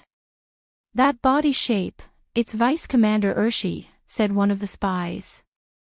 Their leader, the only one whose clothes contained stripes of black, 24 to be exact, calmly observed everything. I can't believe he died so horribly. Wasn't his mission to investigate news about the Destined one? I can't believe that was his end. The people from the Stargazing Pavilion should have done a better job warning of the mission's difficulty. Vice Commander Urshi is an upper middle moon commander, losing him is a great loss. Their leader frowned as he looked at the body. He suddenly felt something was wrong but could not pinpoint what exactly. Quiet, he ordered, stopping this nonsensical chatter. Someone go verify if his Tao imprint still exists. Yes, Vice Commander Ursi. I'll get to. Bang chains suddenly manifested out of nowhere, capturing everyone but the leader. A shield appeared around him, blocking Wang Wei's attack. It's you, Ursi declared after seeing Wang Wei's true face. He also understood what his intuition was warning him. His men are originally better trained than this and should not be discussing the organization's news so openly, even if they were in a safe space among colleagues. So, it's obvious someone used a spiritual influence technique on them to influence them to talk and reveal more information. So, you know me, Wang Wei said. The leader was correct, as he had gathered significant information from their conversation. Number 24. He should be a lower upper moon. If the person with the number 24 has the same cultivation as me, the strongest, number 33, should be a peak Empyrean. Wang Wei's gaze then shifted to this man's shield. It was not Ursa's strength that saved him, but a potent talisman. I pity you, Ursi suddenly declared after calming down. Do you know the fate of anyone who goes against our supreme ruler? Believe me when Wang Wei did not listen to him as he clenched his hand, releasing a power that broke apart the shield. Ursa's face contorted as he mobilized his 5-element Tao. Sadly for him, Wang Wei sealed him with a thought. A ruthless light flashed in Vice Commander Ursa's eyes, and it followed a small sword that left his head and immediately released a brilliant golden light that wiped out all energy/chi in the surroundings. Ursi immediately knew something was wrong when he realized he was alive despite his severe injuries. His suicidal endeavors should have taken his life as well. He looked at the perfectly intact Wang Wei. What kind of monster are you? He knew the Destined One should have just ascended, so he could not fathom how he was already this strong. You'll know soon, Wang Wei replied before using his technique, Fate Puppet. His fingers released gray strings attached to Ursa's body. He did not touch his soul but isolated it while controlling the body. Let's send a welcoming message, Wang Wei thought. He found the karmic link between Ursi and his Tao imprint in the Grand Tao source, leaving his true will on it to remove at the correct time. His next step was finding his Tao imprint, which took a little time since he died. Luckily, he died before activating his motion, so Wang Wei was able to find him after using Karma Tao, divination, and the zoning of his Tao will. After properly killing Urshi, he checked the souls of the regular members with no success. He'll need to do something about these restrictions. However, I'm surprised Supreme Unity left 7 Cauldron in charge of making these restrictions instead of himself. Did it think it was beneath him? He probably thought such secrets were beneath him to protect personally. Wang Wei could see that only a few things would warrant the Taoist tyrant to place a restriction personally, and it should probably be something he genuinely wanted to hide from Mithraea. Wang Wei activated the restrictions and watched how these regular members exploded. He then disappeared, and immediately following his departure, the only survivor, Ursi, began to fly away desperately, his aura decreasing with each passing moment. A few minutes later, another group found him in the source chi space. "Hurry, important news, Destined one is," Ursi muttered before passing out. The group was shocked and quickly fed him a healing pill. However, he did not wake up, so they returned to their base, hoping to wake him up to get the information he had acquired. Boom! Ursi's body exploded the moment they teleported to their base. The explosion was intense since he was an Empyrean, after all. However, the damage it created was zero. The people carrying his body were severely injured, but no one died. The reason is that the Paragon formation in their base immediately activated and isolated the blast. In fact, Wang Wei expected this outcome. That's why Ursi exploded instantly after arriving. He knew there would be a formation to detect that he was controlled. Regardless, he did not care since his purpose was to send a message and confirm that these people were part of Seven Cauldrons' forces, which he did after sensing the blast's location. Once that was done, he removed Ursi's Dao imprint before returning to his base. If you find any errors, ads pop up, ads redirect, broken links, non-standard content, etc., please let us know to report so we can fix it as soon as possible. Chapter 12:12 Recruiting, unedited chapter. It took Wang Wei a few minutes before he could return to his base, and that's because of the new location. After detecting the spy, he immediately changed the Dao burial grounds location. He did not know how much information Urshi had already reported, so he must be careful. After returning home, Wang Wei served himself some Longjue tea to soothe his mind and think. They probably found us through divination. Taoism was excellent at divination and calculation. Although they could not calculate Wang Wei, they could do so for the people around him. I need to upgrade our anti-divination abilities, Wang Wei pondered. Not just that, I also need to improve their training method and how they operate. He realized that his Fate's shadow guards were not the only ones who needed to change and adapt to how things operated in the upper dimension. It seems like there are too many things to do with very little time, Wang Wei thought as he sipped his drink. No, I feel this way because my mindset hasn't changed from the lower dimension. This war will not end in a few thousand years or even a few million years. This battle could take epochs, and I need to accept that and take things slowly. Wang Wei calmed down, readjusting his mindset and his plan. Once he finished the tea, he summoned Wang Qi. Sect Master. Go ask the rebellion for their information on Seven Cauldrons Spy Agency. No problem, but Sect Master, wouldn't this be a good opportunity for you to contact them?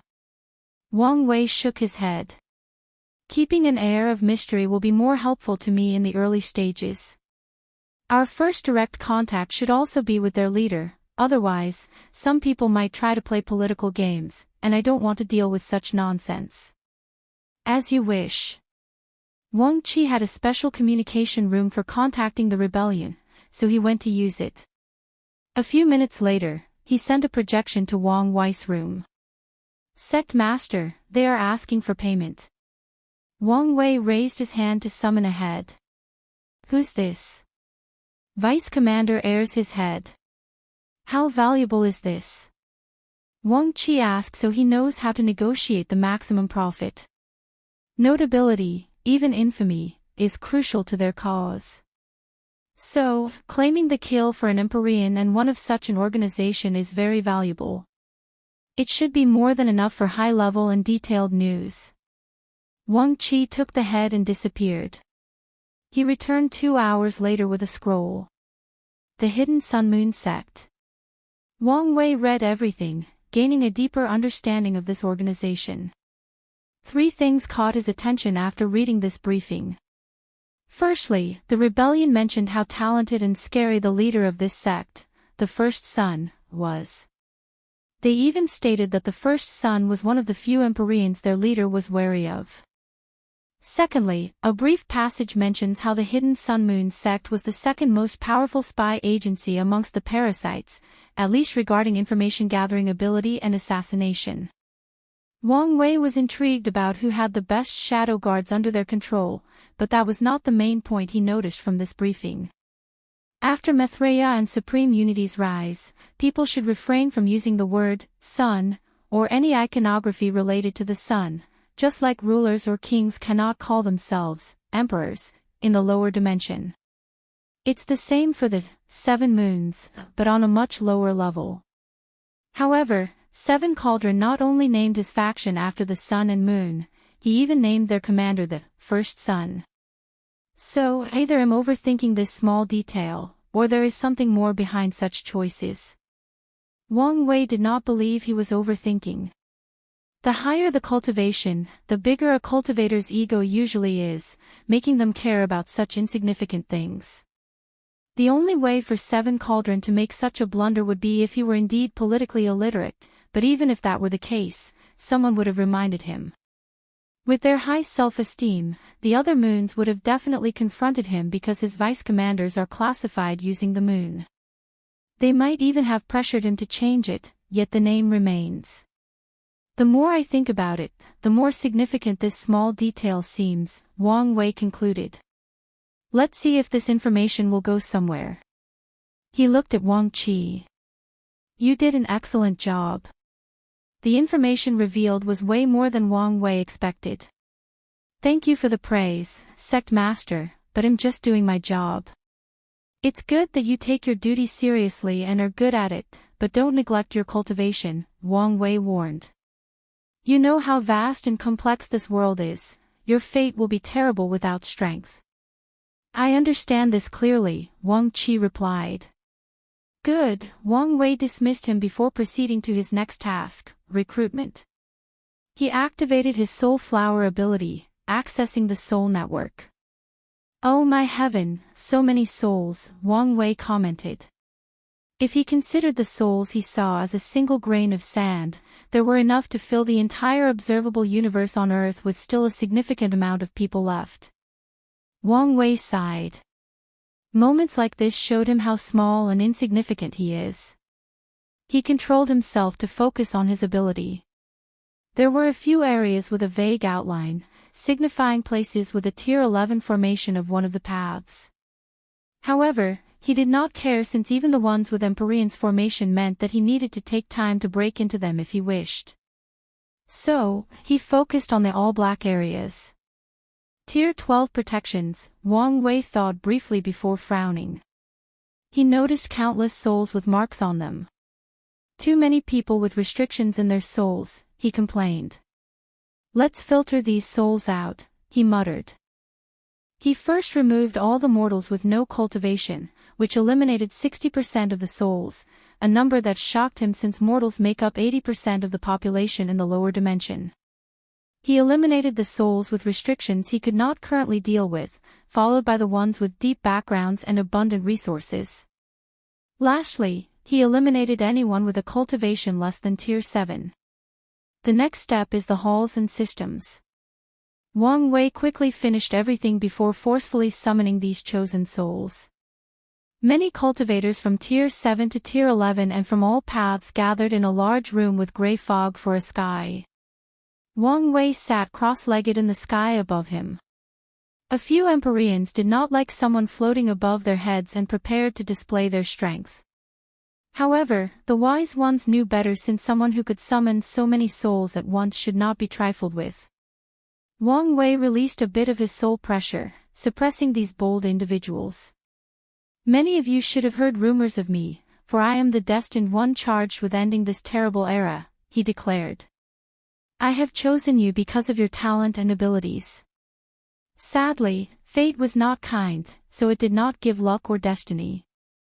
You've come so far without any reliance and background. The people listened attentively. I come with an opportunity, Wang Wei.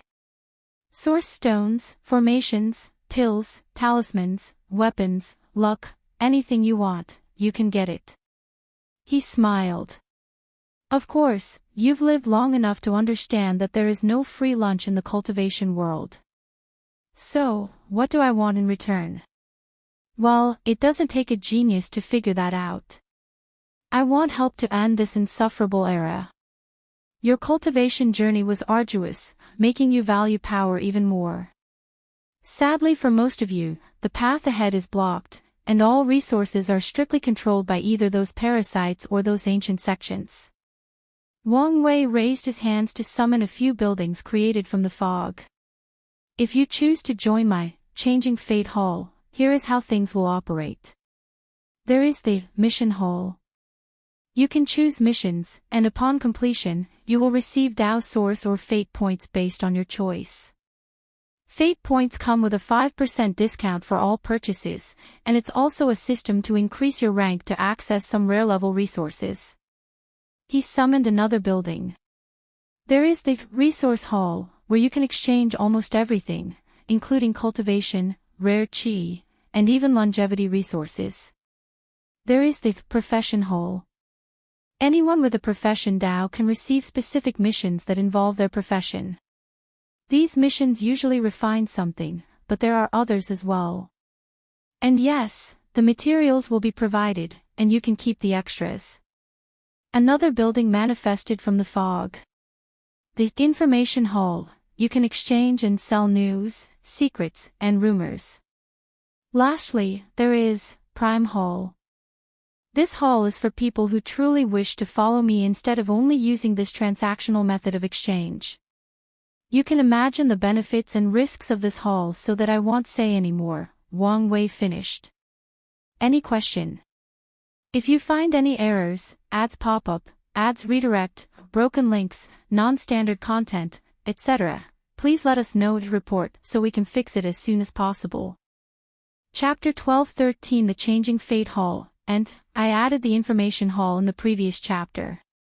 Empyrean White Cloud was an old man dressed in all-white robes with golden cloud patterns. His long hair was white, along with his beard that reached his chest. He calmly listened to this person's words. There is no way for him to be the Destined One, he thought. Many information agencies have deduced that the Chosen One is from the lower dimension. However, the person in front of him was an Empyrean. No matter how talented and blessed that son of an era is, they could not have become an Empyrean in a barren place like the lower dimension or the short period after ascending. I don't care whether he's some ambitious tyrant who wants to use the Chosen One's names to build power, White Cloud thought. I care about what benefit he can provide me. The Limitless Exchange Hall was forcefully scattered into smaller parts, making life for loose cultivators harder than usual. So, it might not be bad if someone else takes its place. The room was quiet, and everyone left to their thoughts. Finally, after more than 2 minutes, someone asked a question. How may we address you, Your Excellency? Asked a woman in a purple dress. You can call me Empyrean Wang or Empyrean Fate, Wang Wei replied. Wang was both a common and rare name. Many people had that surname, but 2 families who reached the peak of this world also had that name. So, they could not tell whether he was part of those families or just someone with that name. However, using the title, Fate, implied that it was his Dao, which was significant information since it was an outlaw Dao. You said this was an invitation. Correct.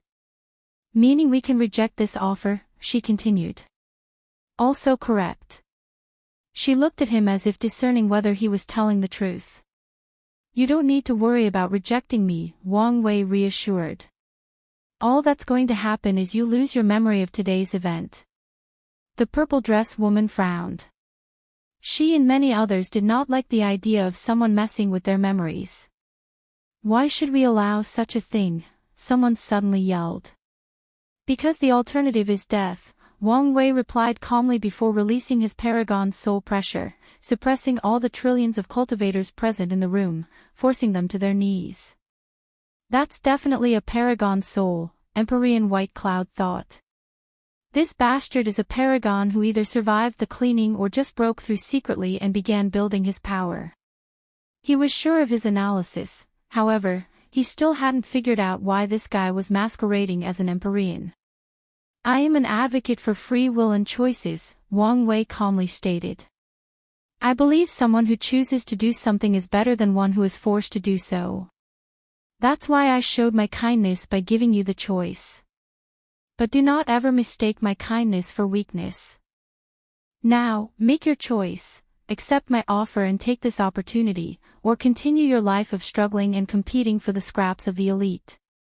After hearing that sentence, many of these cultivators felt a fiery light flash in their eyes, as it was too close to home. They had no choice but to fight for their resources, but in this era, said resources were the things these top lineages did not want or care about. The Limitless Exchange Hall was the only faction amongst the 13 Overlord dedicated to loose cultivators. However, after its founder disappeared in the ultimate taboo, this era's rulers almost destroyed their headquarters. They forced all the branches to operate independently, thus drastically weakening them in the process. After contemplating, many people chose to leave for various reasons, mainly because they didn't want to face the 7 moons and 2 suns. Although the current situation showed things were not looking good for them, they still did not want to be the enemy of these cruel and heartless bastards.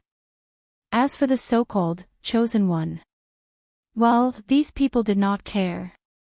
Throughout history, there have been countless sons/daughters of Era who died horribly before achieving their destiny or had it stolen by others. Wang Wei did not say anything more to the people who chose to leave.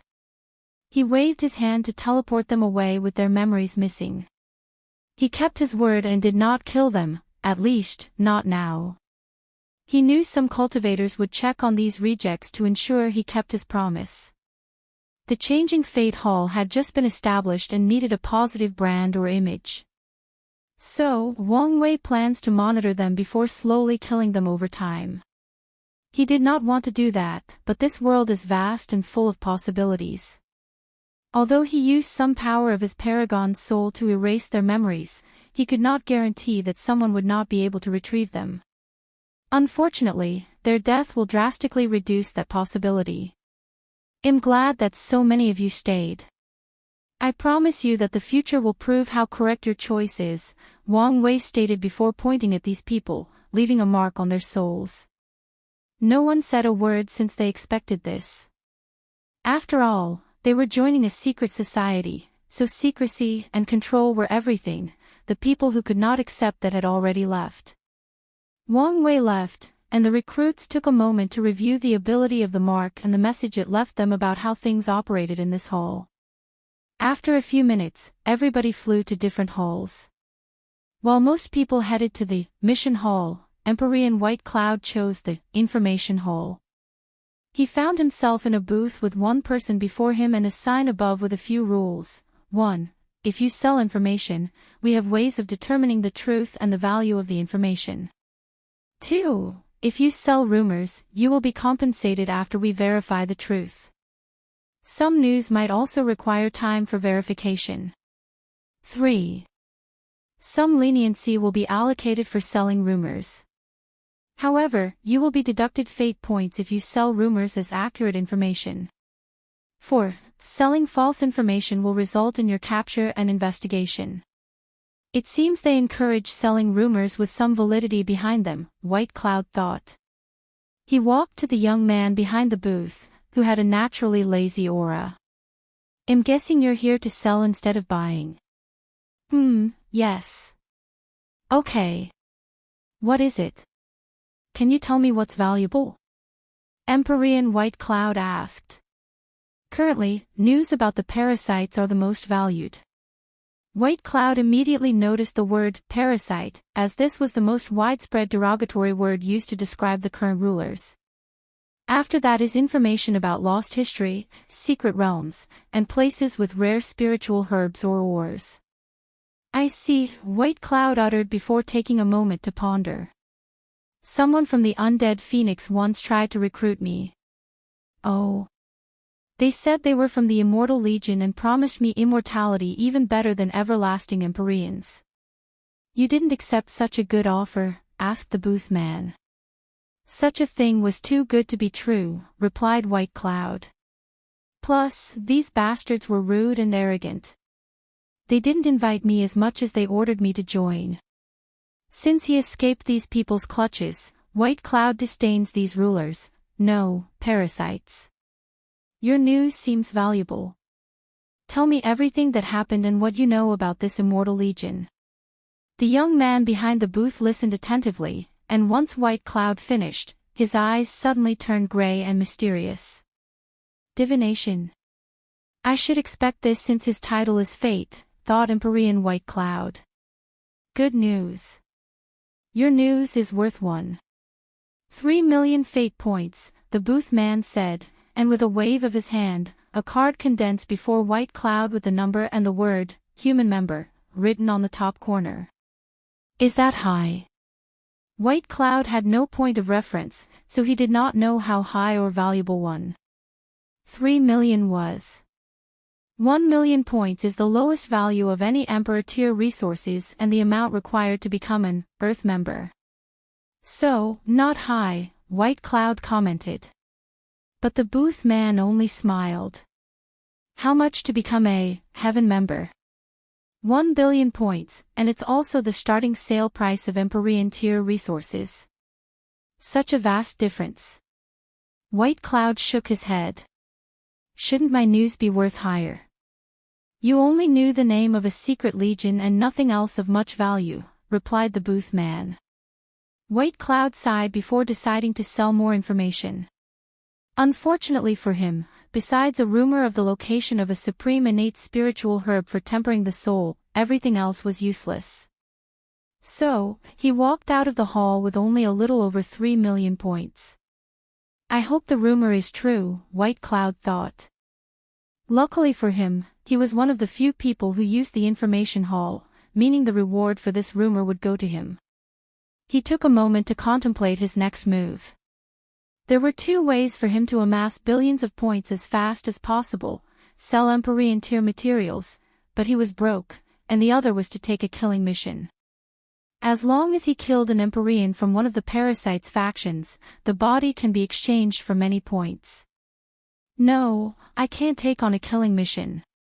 I'm relatively weak in my realm, so the best move is to gather points and slowly raise my strength. Then, I can take on killing missions. If you find any errors, ads pop up, ads redirect, broken links, non-standard content, etc., please let us know to report so we can fix it as soon as possible. Chapter 12-14 Source Chi Space Navigation. Wang Wei floated alone in an isolated space, observing everything happening in the hall. I've established the foundation, but there are a few problems. The first issue he had to deal with was the lack of people. The Fate Shadow Guards were still training, and he did not have access to trusted talent to oversee the hall for him. As such, he had no choice but to use his spirit particles to create clones to control the hall. An easy solution should be creation lifeforms, Wang Wei thought. Now that I'm in the upper dimension, the tribulation should no longer be impossible. Creation lifeforms was the easiest way to deal with some of his manpower shortages. The second problem is the mission hall is not properly organized because I don't have enough information to create a variety of missions. As he gazed at the hall, he could tell most of these missions were purposefully vague. Luckily, this will change as he develops his spy network. The third problem is the lack of heaven will. Wang Wei did not worry about the training resources for immortals since the sect provided him with ample. He also recreated many training methods or dimensions from the lower dimension, like the Dream World's Battle Tower, Willpower Tempering Method, Samsara Dao Heart Refining, Spirit/Soul Training, Time Acceleration Array, Immortal Chi Gathering Array, and many more. However, he is missing one crucial thing: heaven will. Most mortals joined for a chance at receiving one. Wang Wei priced it at 800 million fate points with other requirements to buy time.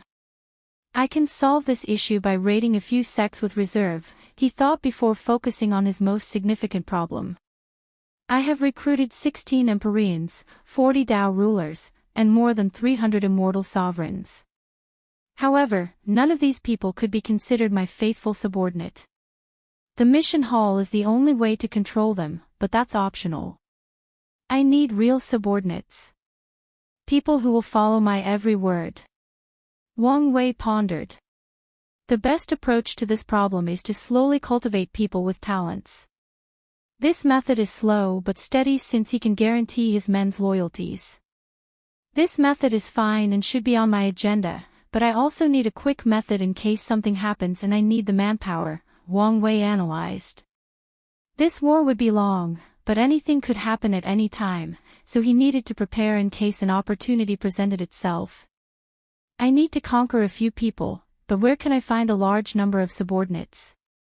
He asked himself, and he immediately had the answer, the Lawless Zone.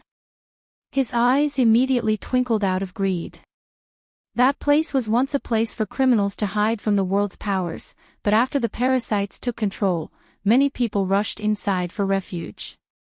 It's decided. My next main goal is the Lawless Zone, he decided. However, he still had a few more things to do. He looked at the space around him. My soul network ability is the perfect way to build a transportation system. He did not expect his ability to spread to almost every corner of the Eternal Ascension world, so he never considered using it as their system's foundation instead of the subspace. However, I still need to turn the Tao burial ground into a subspace, he concluded. He did not want too many people to know about his ability, thus lowering the possibility of discovering it. There is no absolute in this world, and he did not want to risk someone knowing about it and developing a way to notice it. Additionally, he still wanted to turn the Tao burial ground into a supreme chaos treasure. The subspace will be our primary method of communication and teleportation, and the soul network will be our backup plan in case something goes awry. As the saying goes, a crafty rabbit has more than one hiding spot. Wang Wei returned homeland and immediately summoned Fate Virtue and Plum Fate. Master, they knelt. Fate Virtue, you should have trained a few batches since you've arrived, correct? Yes, Master. Where are they?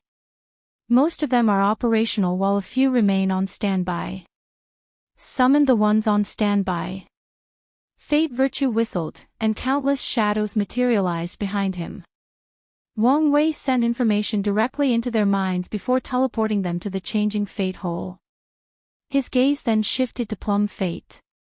I have a mission for you, Wang Wei said before pausing. His eyes turned all gray as he manipulated the fabric of fate itself. He condensed an information talisman that he handed over. This is a list of sects with secret reserves of heaven wills. Some have no affiliation with the parasites, so you only need to steal theirs. You can eliminate everyone else. It will be done. Wang Wei dismissed everybody, leaving Wang Qi alone. Why are you here?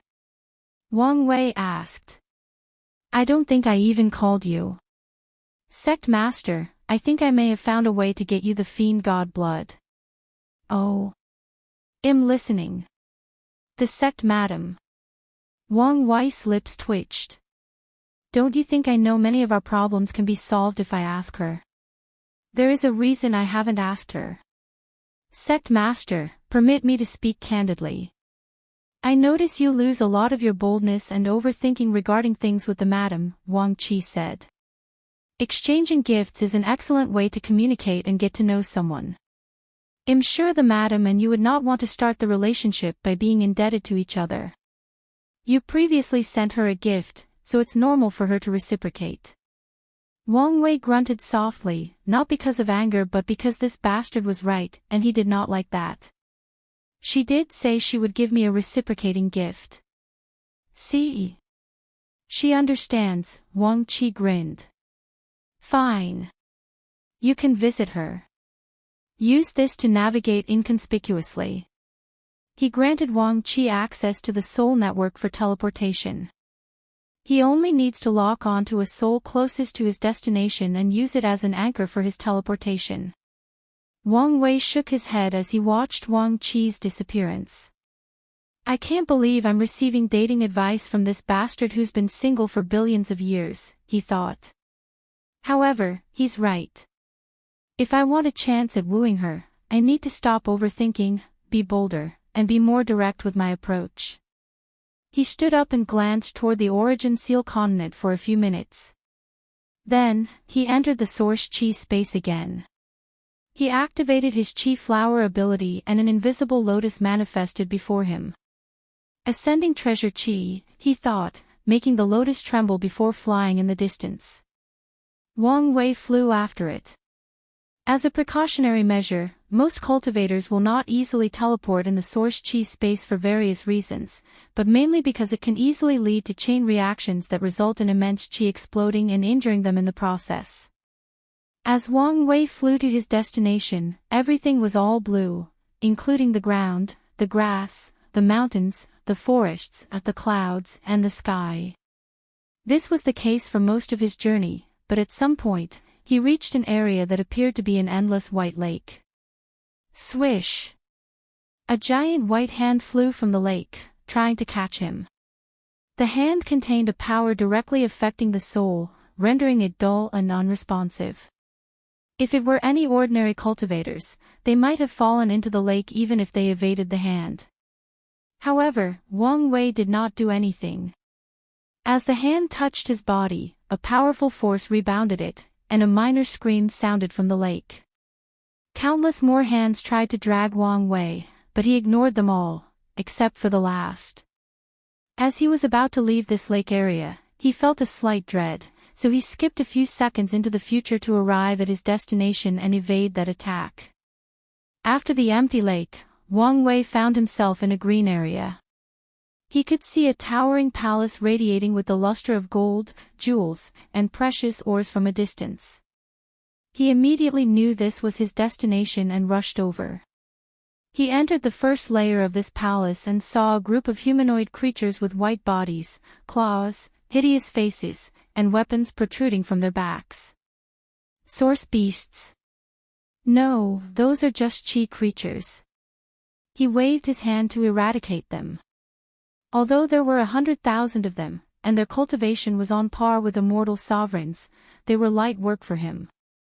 He headed to the second layer and found no creatures, just traps involving weapons. The subsequent layers were the same, involving being attacked by weapons of various strengths. By the time he reached the final layer, Wang Wei had to fight a spear with its own ego and the strength of Empyrean with 80% Grand Dao source.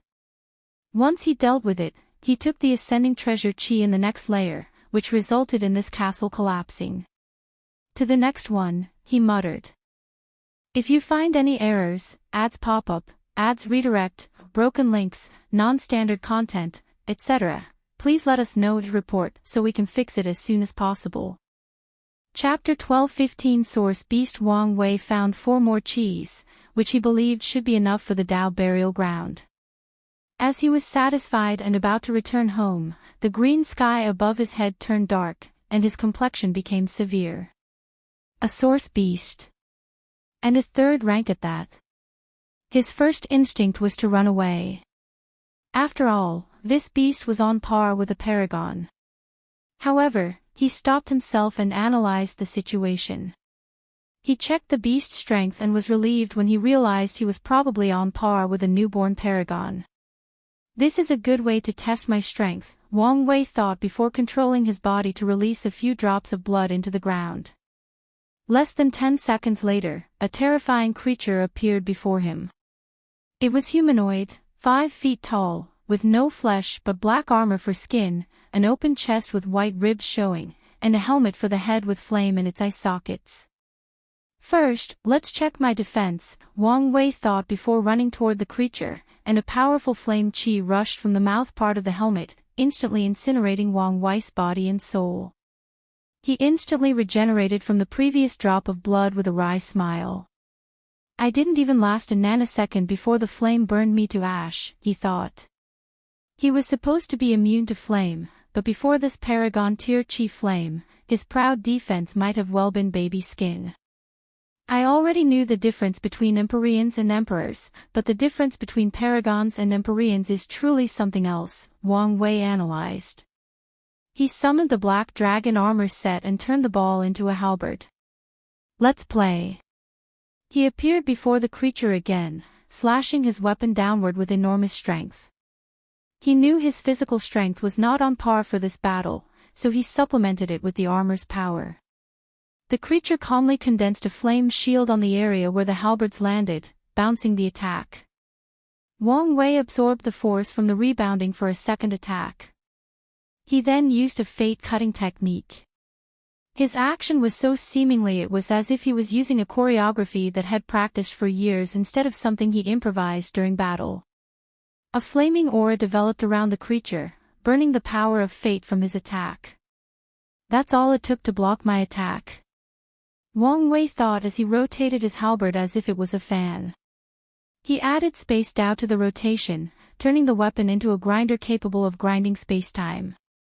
Such an attack was enough to turn every life, atom, and energy in the lower dimension into fine sand. A laser rushed from the source beast's eyes with tremendous heat and force, stopping Wang Wei's weapon. The beast then released a fluctuation from his mind, which agitated the energy in the surroundings. Wang Wei suddenly felt a slight weight in his mind. Energy domination. Wang Wei analyzed. Immortal Sovereign can use this ability to influence lower-tier emperors, but it's useless against people of the same rank. However, insurgent Immortal Sovereigns can also use it to affect Empyreans. However, this ability does not influence an Empyrean's Dao as it does for emperors. Instead, it targets their soul, reducing control over their Dao. If I didn't have a Paragon soul, I would have been in terrible shape, Wang Wei analyzed. However, where did it get so much energy? I haven't detected an immortal mansion or chi storage organ. Wang Wei observed his surroundings and immediately found the answer. The source chi space was the beast's chi storage organ. It can draw energy from the environment and has an infinite amount, its only restriction is the amount its soul can bear. The coldness of fate, is fate cold? Yes, and in every sense of the word. The universe is full of pain, suffering, and atrocious tragedies, and the main culprit behind these things is fate. It ruthlessly created certain lives and gave them such fates. A terrifying chill, even worse than the coldness from hell, rushed from Wang Wei's halberd. He used the creature's opposite element to attack it, which should have worked. However, the creatures manifested a cold blue flame with the same characteristic. The worst part was its flame rapidly absorbed Wang Wei's coldness. Shackles of fate, Wang Wei appeared behind the creature, releasing a gray chain composed of strings. The beast tried to burn it, but it bypassed him and entered its body. The creature's fate was rapidly changed and reduced to a pinnacle rank 2 source beast. Wang Wei took this opportunity to sever this creature's death line, and instantly killed it. Unfortunately, the bones from its back rushed out and hit him in his stomach before his attack even landed. Even my fate shackle did not last long enough to attack. His battle instinct took in, and while flying away, he used a soul attack, Soul Sword. As the invisible soul sword rushed to the creature, it finally moved from its spot since the beginning of the battle. Wang Wei already rained on his body and ran toward his opponent. He focused on a double attack approach. He would distract his opponent with his physical attack while the killer moves would come from his soul. Of course, he would also mix in a few potent physical attacks. Unfortunately for him, the beast was now aware of his soul's potency and had already wrapped its soul with a soul flame protection technique. So, the two fought for a few days before the beast left after giving him one last glance. As he stood alone with his armor and weapon, Wang Wei muttered, "This was disappointing." In this battle, he found so many flaws in his current strength. All my techniques have not evolved since my time as an emperor. It's no problem dealing with my peers since they were so good in the first place, but they are completely inadequate for fighting above my realm, Wang Wei thought. I have no experience soul fighting with people on the same level as me, let alone more powerful individuals. Lastly, I thought I had adapted to fighting methods rank 11 and above, but I was wrong. The Source Beast did not have a Grand Mistful world as part of its fighting arsenal, but if Wang Wei were fighting a genuine paragon, he would have to worry about that. He squinted. All the previous issues are primarily because I'm too young, and despite my decent cultivation realm, I haven't been an Empyrean for long. He knew he could remedy most of his flaws after a long cultivation retreat. However, I still haven't figured out how to make up for the Grand Mist Wheel. His current application and utilization of the Grand Mist Wheel might be sufficient for his realm but far from enough to fight paragons. This battle was a wake-up call, Wang Wei sighed. He realized how much he had underestimated these parasites and the paragon realm. Although he despised these people, his feelings did not change the fact they were paragons and had access to the world's resources for countless yuan epics. Even a pig will become genius or wise after leaving for long enough, let alone these people who were not stupid, as proven by the fact they became paragons and ruled over the world for so long. Wang Wei exhaled before returning to the Eternal Ascension world. As he calmed down to drink his tea, he muttered, I need to meet Shi Shangyan, then Jinbiyu before I go to the Lawless zone. Once those things are done, I should have a decent foundation. I can then stop and calm down to focus on increasing my strength. Wang Wei looked in the distance. I wonder how Wang Qi is doing. Origin Seal City, the Origin Seal continent existed in its own dimension. However, there was a physical location in the Eternal Ascension world for people who wished to enter. Usually, he would teleport to the city and utter the Empress name, and if she wanted to see him, she'd teleport him. However, as soon as he arrived, Wang Qi noticed a disturbance. A group of armed cultivators floated outside the city, facing the city's mayor. The Phoenix's people. Wang Qi. He noticed that most of these people were from the demon race, and their armor contained a symbol of a phoenix in 5 colors. Why are they causing trouble here? He observed around, and after seeing many people snooping, he followed suit. Why are you being unreasonable? Asked the army leader, a woman with purple eyes but no pupil. She was also the only one without a helmet. I'm just following the Empress rules, replied the mayor, a petite woman with pink hair and wearing a white hanfu. Are you aware that you're committing treason? Asked the commander, but the mayor's response was a gentle smile. What if I insist on entering? According to the Empress words, do so at your own risk. Are you threatening me? I am, so what can you do about it? The smile did not leave her mouth. If you find any errors, ads pop up, ads redirect, broken links, non-standard content, etc., please let us know to report so we can fix it as soon as possible. Chapter 12-16 Gifts. The army leader took a deep breath to calm down, which was challenging for her since most people would bow down to her when she showed up anywhere. However, dealing with these ancient lineages was usually infuriating, and the Origin Seal continent was the worst since their leader was alive and a potent threat despite her current state. We are only searching for a criminal. Once we find out that you're not hiding it, we will leave, she persuaded.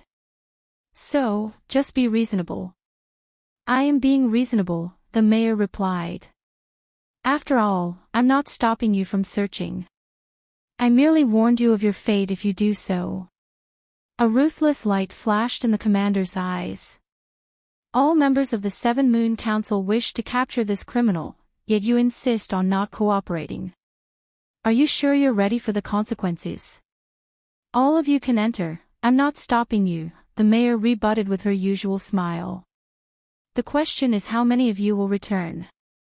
The commander clenched her fists so hard that sparks flew due to the friction of the metal from her armor. The council ignored the Origin Seal continent because of this fear. Even if all of them besieged her, many of them would die in the process. One of the Sun rulers also placed her on the protection list, meaning that Twin Flower would never fight against her. The Hidden Moon was too cowardly to make an enemy out of her. Lastly, the others would not want to risk their lives to eliminate her, so they just ignored her as long as she didn't go too far. Unfortunately, over the years, the Origin Seal continent has become a symbol that their power was not absolute. You'll regret this, the commander declared with raging eyes. She ordered her man to retreat, and a formation manifested above their heads to teleport them away. The mayor sneered before returning to her mansion. As expected of the Sect Madam, Wang Qi muttered. I can't wait for the Sect Master to have this level of power. I bet he'll be even more domineering. Is that so? Wang Qi was shocked, and before he could react, his surroundings had changed.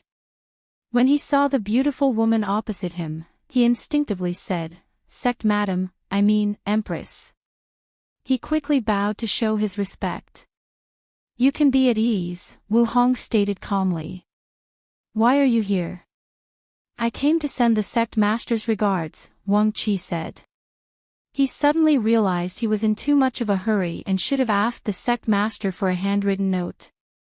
However, it was too late, so he decided to improvise.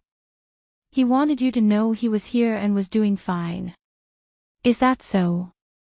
Wu Hong muttered. She thought briefly, and as she was about to say something, she sensed something outside the cultivation room. She sighed mentally before opening the formation. What do you want? I sense someone with the sect's luck has arrived. I thought the kid came to see you, Yan Hai replied. Ancestor, Wang Qi said in surprise before bowing even deeper. If his worship of Wu Hong was more out of fear for her strength, this one was out of respect for his sect's founder. You can stand up, Yan Hai nodded. I don't recognize you, but you have Turtle's aura. The Turtle Shell Emperor was the one who gifted my immortality. Since you're alive, I'm guessing you did not abandon your role as guardian. I would never, Wang Qi quickly said. The Sect Master needed some talent, and he chose me. That's good, Yan Hai nodded. How is that boy Wang Wei doing? Has he contacted the sect? In a manner of speaking, Wang Qi replied. The Sect Master doesn't want to get the sect too involved, but they've provided resources as a starting fund. Not getting the sect involved. That's something Brother Qishan would have done, Yan Hai muttered. Did they treat him well? Or do I need to intervene? Yes. The Sect Master was very satisfied with the aid. Don't beat around the bush and speak. Yan Hai had dealt with enough of these slimy advisors to know what they were thinking. Well, the Sect Master is looking for unique resources for his body refining. I tried to convince him to ask the sect for help or even the Empress, but he was being stubborn, Wang Qi explained. Body refining. Is he looking for Dao Monarch Qianhua's inheritance? He doesn't need to hurry and should take this time to open the gate of power. He's already done that. What? Yan Hai was genuinely surprised, especially since she knew the plan was for Desolate to guide him through the tribulations. Yes, and he's also an Empyrean, Wang Qi added. Seriously? Yan Hai said, and even Wu Hong showed a surprised look.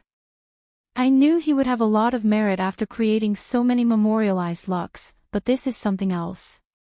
He's probably the youngest Empyrean in history, even with time formation. No, not just the youngest Empyrean, but the youngest person to achieve Tier 11 in both paths. Wang Qi wanted to brag about this Sect Master before the Sect Madam but decided not to be too obvious. Anyway, the Sect Master's accomplishments spoke for themselves. Yan Hai turned to look at Wu Hong. Why are you looking at me? He's your husband, and I'm currently using all my Tier 11 body refining resources. He's not my husband, she corrected. Husband, husband seed, preparatory husband, husband-to-be, all the same. Wu Hong wanted to curse. She did not know how long she had wished that her rigid time nexus was not a husband but a pair of sworn brothers like this lucky woman, especially after learning about the man's identity and how complicated seniority would become. Wu Hong sighed before summoning 2 boxes with runes engraved. She opened the first one to reveal a clear drop of blood containing the cosmos. Wang Qi immediately felt a terrifying pressure weighing on him. He might have been forced to kneel without the box's suppression. This is from an adult fiend god with space primordial law. And the second one is from an elder fiend god with life primordial law. I have nothing related to fate, so those must do. No, I know, the sect master will appreciate it, Wang Qi swiftly said. Do you want to give him the 11th and 12th revolution you've created? Wu Hong asked. No. Let him create his version. Then, we can compare and maybe fuse the best parts into a supreme technique, Yan Hai replied before focusing on Wang Qi. I can't let you go empty-handed. I don't want that boy to start saying his ancestor is cheap. Yan Hai summoned a small tree on her palm surrounded by a golden light. This is a peach tree of wisdom, its function is the same as the Bodhi tree, and its rank is tier 12. Tell him I'm not giving it to him but lending it since the tree is not mine but the sect's public property. She took this thing to ultimate taboo to help her understand if they found a transcendent method. As such, she never had a chance to return it. I will tell him, Wang Qi nodded as he carefully put the tree away. Anything else? Yan Hai asked. If he needs any help, you can ask now. I think that's it for now, Wang Qi replied. The sect master has a plan and is executing them. So, I think everything will be fine. That's good to hear, Yan Hai nodded. If he can kill these bastards, our people can return, and we can work together to find a way to kill or exile Supreme Unity. Things can return to normal again.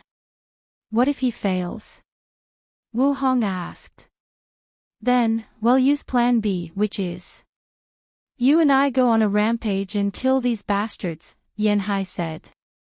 We might die, but it will be worth it since the others can find a way to revive us from limbo. You make it sound so simple. Isn't it? Most of us had our existence damaged, so even reviving, our strength will be weakened, Wu Hong explained.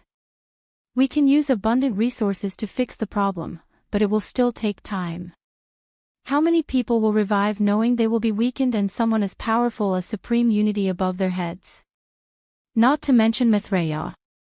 You might believe her, but many others won't. In their eyes, she might be as bad as him. The problem was never these 8 parasites, but the other 2. You may be correct, but you also can't disagree that removing these 8 will make the situation much less complicated, especially that slimy time eater, Yan Hai replied. I don't know what he's planning, but my intuition tells me I won't like it. Wang Qi stood silently to the side, wondering whether he should be listening to these things. However, he realized this was significant news he could bring to the Patriarch. If you find any errors, ads pop up, ads redirect, broken links, non-standard content, etc., please let us know to report so we can fix it as soon as possible. Chapter 12-17 Divided Love. Why are you still here? Yan Hai asked, making Wang Qi smile wryly. Ancestor, I can't leave by myself, he replied. Plus, I would like to ask the Empress. And the ancestors if you have any words you would like me to pass to the Patriarch. Just tell him to be careful. This world is way more dangerous than the lower dimension, Yan Hai answered with a frown. It was like she thought of something unpleasant. Maybe I should give him some of my sword slaves for protection. No, his life can't be too comfortable. Otherwise, he'll turn into a waste. Yan Hai made her decision, so she looked at her old friend. Tell him we'll meet at Su Zhenyo's banquet, Wu Hong replied briefly. Wang Qi's body suddenly visibly paused. Is there a problem? No, no problem, Wang Qi swiftly said. I'll make sure he gets the news. Wu Hong scrutinized him for a few seconds but did not say anything. She waved his hand, and he disappeared from the room. You were actually thinking about lending him your sword slaves? Wu Hong asked. Since when were you so soft? The sword slaves are, without a doubt, the Dao opening sect's greatest military power. Yan Hai gathered people across the globe with swordsmanship talent and trained them herself. However, that's not why they are so influential or renowned despite the terrible name. Countless lineages will pay the Dao opening sect an excessive amount to allow their swordsmen to experience the sword slave training. Additionally, whenever someone challenged Yan Hai for the sword Dao position, she would force that person into the sword slave if their strength did not meet her standard. The Sword Path League, one of the 13 overlords, hated and loved the sword slaves. They were supposed to be the lineage with the most potent sword cultivator or army, yet all these accolades went to Yan Hai, the Sword Empress. The sword slaves only listened to Yan Hai, and throughout the Dao opening sect's history, she has never used them to protect one of their talents. She rarely deployed them unless something significant occurred. It's because of something Qishan said at the end of the ultimate taboo, Yan Hai explained. Oh. In some way, he predicted this kid's arrival, she continued. Wu Hong squinted her eyes. What did he say? He said he reached the end of his destiny. He brought the world to the age of half-step transcendent but went about it incorrectly, thus cutting his path forward. Destiny was no longer on his side.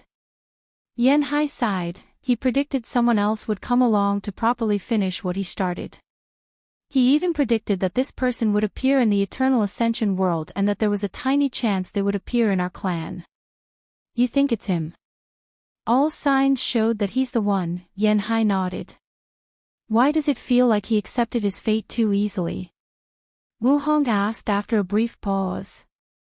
That's what I said to him, Yan Hai said. His response. Following the trend of the universe will make his life easier, so why not do it? A fierce light flashed in her eyes. Luckily, the person who inherited his legacy is from our clan. Otherwise, we would have had a problem. Wu Hong nodded. Alright, let's not talk about this anymore. How is your injury?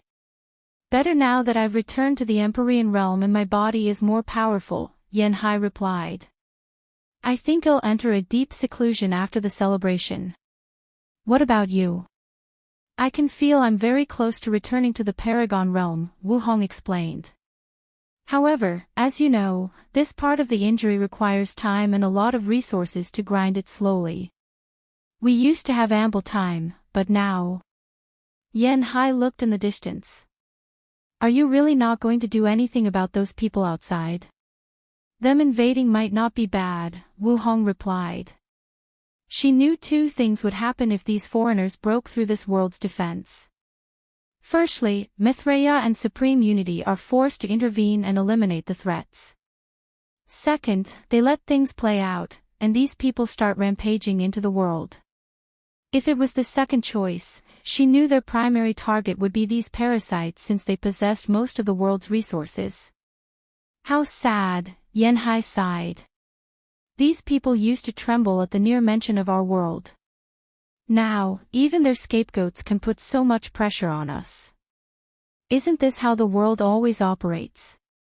What goes up must go down. Their era was a gilded age, and now, they must return to the ground and start over if they want to wish the previous height or higher. All this talk is making me depressed.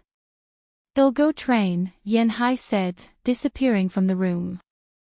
Wu Hong shook her head. She gazed in the distance before returning to her retreat. Sect Master, I have good and bad news, Wang Qi said as soon as he returned. Oh. Tell me the bad news first. I think it would be wise for you to hear the good news first, Wang Qi stated, and before Wang Wei could answer, he continued. The good news is we received gifts. Gifts? As in plural. You'll never guess what happened. The ancestor was there, and she also sent something. Ancestor. The Sword Empress. Yes. Wang Qi handed the items while explaining what they were. Wang Wei's eyes lit up after learning about the Peach Tree of Wisdom. With the power of his Bodhi tree, his Tao comprehension speed will drastically increase. It would even be better if he could raise the Bodhi tree's rank. tell me in detail what happened? No problem. Wang Qi recounted everything he experienced from the moment he landed in Origin Seal City. A ruthless light flashed in Wang Wei's eyes after hearing the Five-Feather Phoenix's actions. Then, he immediately calmed down when he realized the Phoenix was the one in trouble for making an enemy out of his future wife. Of course, he also took note of this disrespect. He'll use it when it's time to deal with her. Wang Wei listened attentively. His heart ached when he heard her say he was not her husband, but he had already expected this. Thankfully, the ancestors support this marriage, a win in his book. We already knew the Time Eater would be the most significant threat out of the 8. But for the ancestors to say such a thing, Wang Wei muttered. He knew how powerful the intuition of swordsmen was, and for the Sword Empress, out of everyone to say that, he decided to raise Time Eater's threat to a higher level. Their conversation also reminded me not to have tunnel vision and focus on the larger threat, supreme unity. Wang Wei knew he should not underestimate the parasites, or he would suffer horrendously. However, he also needed to keep in sight of the real enemy. Countless thoughts flashed in his mind in a short period. Then, he focused on Wang Qi. So, what is this bad news you've been avoiding? Well, the Sect madam said you can have your first meeting during Su Junyo's celebration. Are you serious? Wang Wei asked with wide eyes. Yes. Shit, he swore. So, I was right. Wang Qi asked. About what? About the fact you have a secret relationship with a woman called Su Junyao. I know she's beautiful from what people are saying, but you bastard, Wang Wei flicked his finger, releasing a small air shock that hit Wang Qi in his forehead. The thing had no power, but it was excruciating. Don't talk nonsense. If him speaking nonsense, why did you react like that after hearing the news? Wang Qi asked while in pain. Sect Master, I love and respect you wholeheartedly and would die for you. But I won't help you cheat on the Sect Madam. What a strange line to draw, Wang Wei said. Anyway, why are you so adamant? Isn't it normal for a man to have a harem of beauty? Shouldn't a powerful and successful man like me have a harem of 3,000 beauties? Then I would secretly despise you, Sect Master, Wang Qi replied. How can someone claim to love someone else but divide that love into many? So, you believe that someone cannot love more than one person? That's right, Wang Qi nodded as he felt the pain disappear. If you do, you don't love your companion as much as you think or say. Or worse, you do love them, but you gave in to your lustful desire, and such a person does not deserve respect. Your view on marriage and relationship is too black and white, Wang Wei shook his head. However, I would love for you to meet Li Jun and say these words to his face. I'm sure Liling would love you. Wang Qi wanted to roll his eyes. He would never say these words to the Li clan patriarch. He only did so with Wang Wei because that's the person he serves. Sect Master, don't change the subject. What's your relationship with that woman? If you find any errors, ads pop up, ads redirect, broken links, non-standard content, etc. Please let us know and report so we can fix it as soon as possible. Chapter 12:18 The Path to 11th Evolution. You only need to know there is a karmic bond between us, and I need to meet her to remove it, Wang Wei explained. That's it. Why do I feel you're not telling me the whole truth? That's all you need to know. Wang Wei stared at him, and Wang Qi gave up asking for more information. Well, I believe you. I hope you don't antagonize the Sect Madam for this woman during the celebration. Wang Wei waved his hand to dismiss him and left to his thoughts. His first meeting with the future wife might be disastrous if it happens at Su Junyo's celebration. Did she know about our connection? Logically speaking, this should not be possible. However, Wang Wei once theorized that his Wu Hong left memories for this one, meaning she might not know him more than she let on. If she does know, why do this? To test me. She should know how I feel about Su Junyao. Is it to see if I've changed since she disappeared? See if I can resist the temptation of the most beautiful woman in the world. Wang Wei felt stressed and wanted to pull his hair. Wait, why am I stressing about this? I didn't do anything wrong, and I had no plans with her. So what if all three of us meet? It won't change what I want, so I should not be this overworked over anything. He exhaled to calm down. Now that had figured this out, he was more excited than worried since he got to see her after so long. Wang Wei smiled before heading to his cultivation room for a brief retreat. He activated the formations before summoning the space fiend god blood and studying it. He lost himself in the essence of this blood to find its mystery. After an unknown amount of time, he opened his eyes. It seems Ancient Desolate took inspiration from the fiend gods for the higher levels of the Ancient Desolate body refining scripture, Wang Wei muttered. In this retreat, he figured out how to evolve his bloodline to the 11th evolution. Indestructible Empyrean's cultivation focused on three aspects: strength increase, Tao immunity, and will body fusion. The strength aspect is the primary cultivation focus, measured by the number of heavens in the adult fiend god realm. Tao immunity is what Wang Wei and a few talented body refiners achieved as they opened the gate of power, limit indestructibility. All indestructible Empyreans must achieve a limit indestructibility, by the time they reach the 10th heaven to open the gate of flesh. Body refiners usually recreate the tribulations of the previous true power Tao realm on a much larger scale to increase their immunity to whatever Taos their gate used to contain. Increasing their strength can passively increase their immunity, but long ago, when the body refining path was in its infancy, the people felt it was insufficient. So, they began actively training these defensive capabilities, primarily by absorbing rare resources, and eventually created techniques to accelerate the process. Sadly, heaven and earth restricted this path as a way to divide people into a strict hierarchy based on their foundation and achievements. For example, body refiners are limited by the number of tribulations they survive. The minimum requirement to open the gate was 1267, meaning such a body refiner can only increase the immunity to these 1267 Taos, and not anymore. People who survive the 3,800 Tao tribulations have a second chance at achieving true, limit indestructibility, but most failed the second attempt and can only condense a pseudo-one. The third cultivation aspect of indestructible Empyreans is the most important, the will-body fusion. As the name implies, body refiners must increase their willpower before fusing it with their bodies. Once that process is completed, they'll meet the requirements to open the gate of flesh and acquire the ability that granted inextinguishable paragons their titles, will immortality. As long as an inextinguishable paragon's willpower remained solid and unbroken, they could not be killed.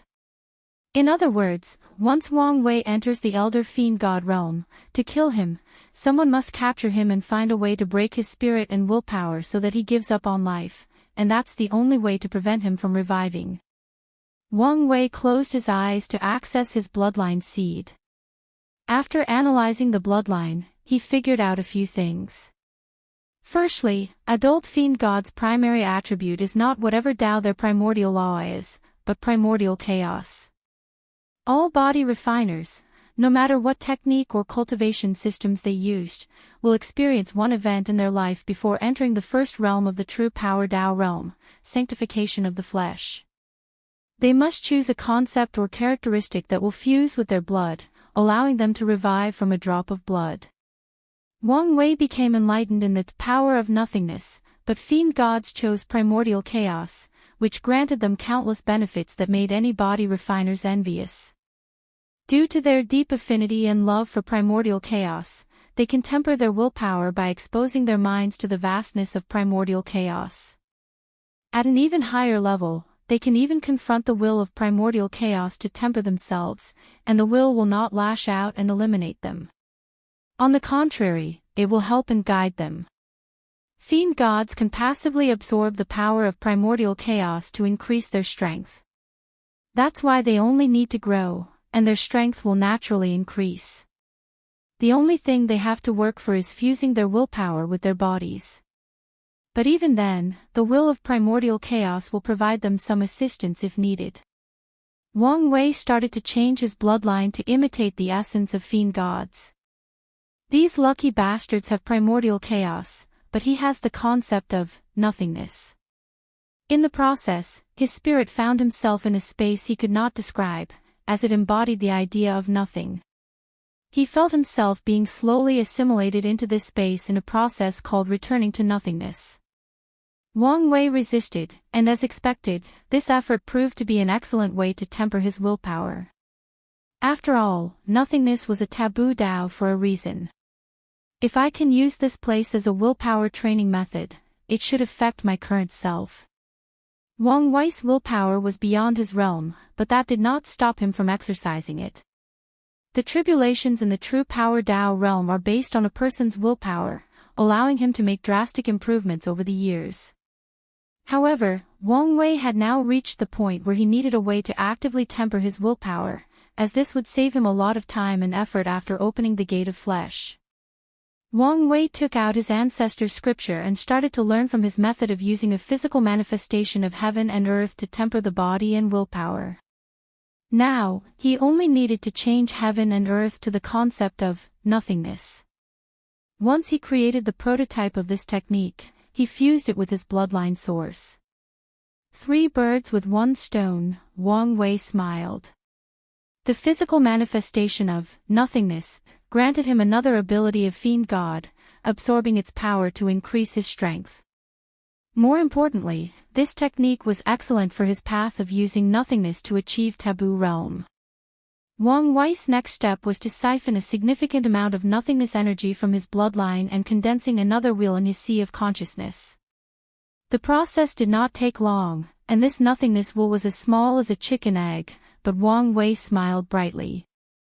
The nothingness wheel will be the key to his achievement of the taboo realm. The idea is his body may have a limit to the amount of power it can contain before it is assimilated, but the wheel, a foreign object linked to his soul, does not. Once the will reaches a certain level, Wang Wei can use it to break the limits on him. Now is not the time, Wang Wei commented as he saw the small wheel. He prepared for an extended retreat that may last Yuan epoch sometime after Su Zhenyo's celebration. During that time, he can try his plan to accelerate the growth of the nothingness wheel. He shifted his focus to his bloodline. Not everyone from the clan will be able to face nothingness, so their bloodline must contain the ability to manifest whatever characteristics they've chosen. Wang Wei frowned. He hadn't developed this ability to modify and make it so universal. Then, there is their advantage of the primordial chaos will. Do I need to recreate that? I could leave my willpower in the bloodline to serve the same purpose, but I don't want these guys to rely too much on their bloodline. Yes, it's better if they don't have to rely on any help. These people's bloodline was already potent enough, they did not need any more advantage. The human race became one of the most powerful races in the chaos universe because of their spirit of hard work. They were born weak, so they work 100 times harder to reach the top. Meanwhile, top innate races like fiend gods require heaven's help to balance races like humans to prevent them from outshining them. Wang Wei moved on after making a decision. Lastly, I need my bloodline ability to become passive. Once that happens, he must survive an immemorial tribulation, and his bloodline will complete the last step to achieve the 11th revolution. Wang Wei exhaled, stood up, and left the cultivation room. If you find any errors, ads pop up, ads redirect, broken links, non-standard content, etc., please let us know to report so we can fix it as soon as possible. Chapter 12-19 New Leader, 30,000 years passed. Wang Wei muttered. I wonder how much time has passed in the lower dimension. His theory was correct. The time difference between the upper and lower dimensions drastically changed as soon as he ascended. As such, he would not be surprised if less than a week had passed in the lower dimension. Wang Wei did not focus too much on this and closed his eyes to access the changing fate hole. He first checked the mission hall records and nodded in satisfaction after seeing the number of missions completed in this short period. It seems these mortals were motivated, Wang Wei nodded. Many people have exchanged a heaven will, meaning his guards did not disappoint him a second time. The casualty is a little high, Wang Wei noticed next. Many people died during missions, including from being captured and the restrictions he placed on their souls activating. It won't be long before I need a second round of recruitment, he summarized before checking on the news gathered. With so many people selling information and the newly trained Fate Shadow Guard, he now had a decent spy network. It was far from good, or even at the level of unparalleled in the lower dimension, but it was decent, especially considering how long they started. There were many pieces of news or information that Wang Wei found vital, so he reviewed all of them. Firstly, the guards did an excellent job of slowly killing the people who rejected his offer. They made most of them look like accidents or the result of disputes with other loose cultivators. More importantly, no one has suspected anything so far, including the people who checked on these individuals to see if Wang Wei was telling the truth. Wang Wei nodded in praise at the result before continuing to sift through all this data. Is that where Zhenbiu is? Wang Wei held a piece of paper with a pondering look. He put it aside before continuing his work. His eyes finally focused on a piece of news from the Lawless zone. This place was usually a place for people to hide from the world, but one of the members accidentally discovered a merchant running away from the Lawless zone. Out of curiosity, they saved him and brought the merchant to this place, and the Fate Shadow Guard protected them because the information was valuable. Why is there no detailed information about the Lawless zone? His men should have interrogated the merchant and learned more about that place. Wang Wei searched for the answer and soon found it. The merchant was an unlucky individual. He went to the Lawless zone to work at the Azure Sky Pavilion, and he wasn't there for a week when he accidentally learned something he should not have and had to run away while being hunted. It's unfortunate, but I guess I can get detailed information once I'm there, Wang Wei thought before finishing his duty. He opened his eyes in his room and summoned two people, with Wang Qi being the first. As he waited, he checked the status of the Dao burial ground after absorbing more than 4 ascending treasure qi. It won't be long before it reaches a peak supreme innate treasure, Wang Wei thought. After knowing this, he hoped his meeting with Shi Shangyan would be productive. Wang Wei focused in the distance as he noticed a few familiar faces. Sect Master. Anything significant happened during my absence? His gaze shifted. Nothing extraordinary except the fact that the world has become quiet because of how much these people are searching for you, Wang Qi replied. Even the rebellion had reduced their activities due to the high security in all these parasites' territory. Wang Wei nodded. It was indeed wise not to antagonize these people in the current state. One of the reasons Wang Wei chose to hide himself is because he feared his presence might force one of them to return from the front line. One more thing, Wang Qi added. You must prepare a gift for Su Junyo's celebration and fight for an attending spot.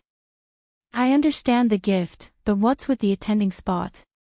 From what I gathered, everyone is welcome to this celebration, but if you want to be in the room present with her, you must have a VIP card, and there are 3 ways to get one: personal invitation, a battle ring to display your strength, and lastly, spend lavishly to receive one. I see, Wang Wei nodded. However, there is no need to fight for one. I'll contact Xiao Tiandi, he should provide one. Given your history, will he? I can be very persuasive, Wang Wei replied, making Wang Qi secretly pray for Xiao Tiandi. All right. You can leave. However, Wang Qi did not leave. Is there something else? There is, but I don't know if I'm being too cautious or if there is something wrong, Wang Qi said. Tell me, and I'll decide. It's like this. I contacted the Ascending Emperors and Immortals without connection or association with a powerful lineage to see if they would work for us, and many accepted the offer. However, I haven't found the demon-suppressing emperor, Wang Qi revealed. During the process, I learned that many of these people were captured to get information from you, and I fear the same might have happened to her. Of course, there is also a chance she found an excellent hiding place. Wang Wei's eyes turned all gray as he checked on her. He soon frowned before summoning his Boshian turtle shell. No, something did happen to her. Her fate is odd, it's a perfect balance. What does that mean? It means things could go exceptionally well for her or extremely bad, there is no in-between. Can you tell where she is? Unfortunately, no. Only Paragon and above power can block your divination. Does that mean she's really captured by these people? Wang Qi asked. It looks like this. Luckily, it seems she has a hope of turning things around, Wang Wei commented. Forget her for now. If we have the chance, we'll free her. Honghua is a human and heavenly emperor, meaning she has a lot of potential, and Wang Wei does not want to give up such a talent. Come in, Wang Wei said out loud, and a shadow appeared before him, kneeling on one leg. Red Mask Fate at your disposal, Master. So, you're the new head of my guard, Wang Wei commented. As expected, the former elder of the Mask clan proved her talent and was now in charge of the Fate Shadow Guards. Thank you, Master, for this opportunity, she replied. No need to thank him.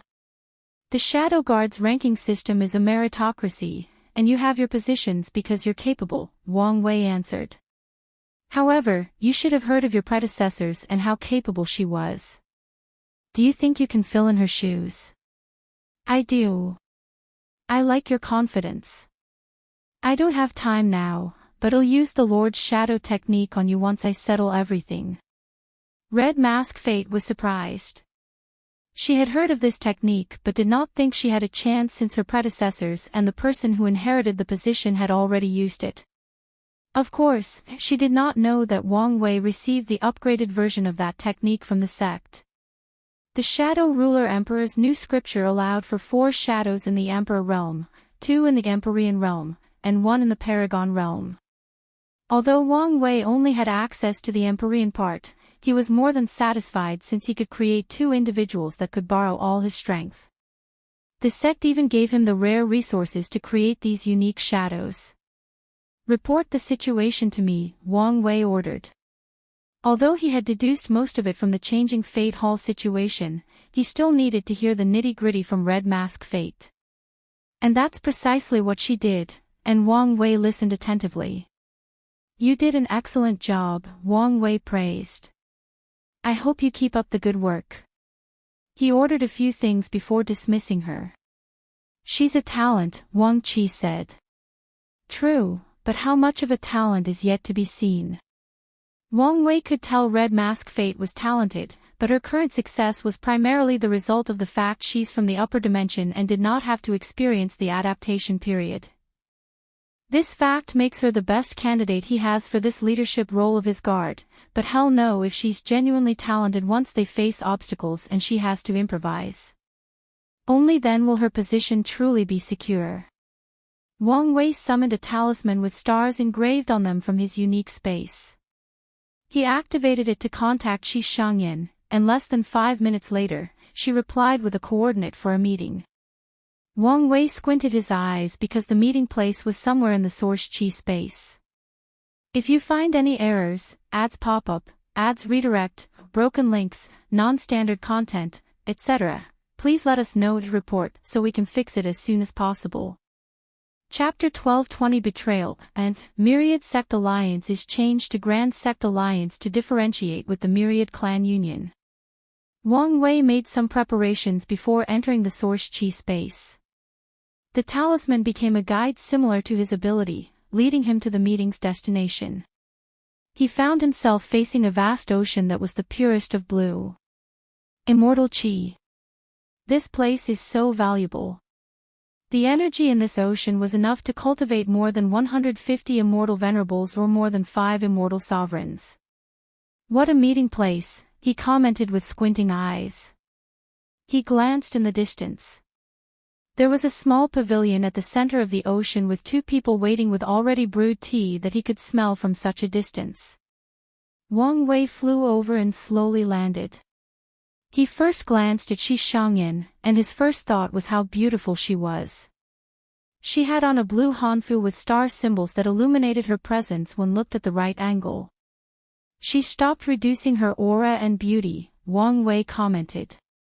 Shi Shangyan's beauty was on par with Su Shi, if not better. However, her reputation in the lower dimension paled compared to Su Shi because she actively lowered her aura and beauty. Wang Wei glanced at the second person. It was a middle-aged man. He looked ordinary compared to Shi Shangyan, but in the depth of his eyes, there was a light more brilliant than any star. This is our celestial clan patriarch, the cosmic earth Empyrean, Shi Shangyan introduced.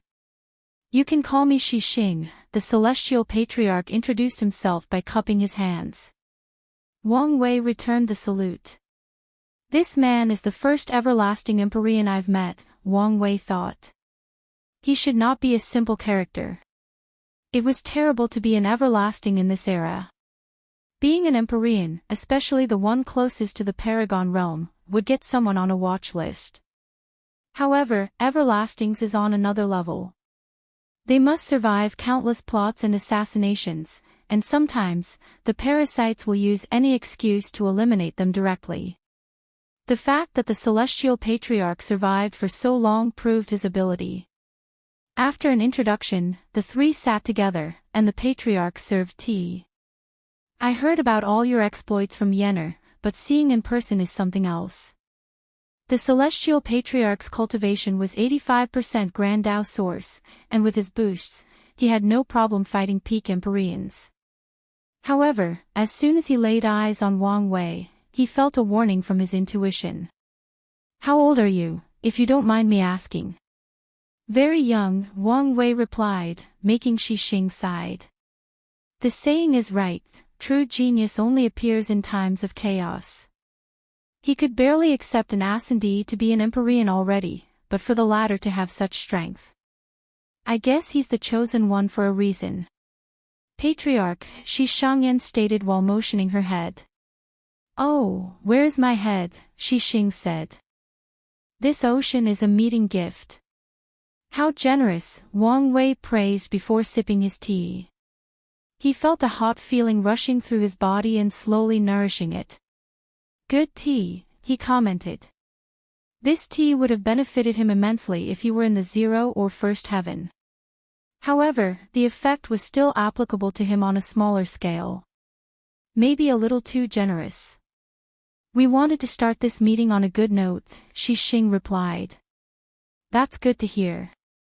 Yenner told me you like to do things directly, so let's do that, Shi Xing stated. Have you come to garner our support?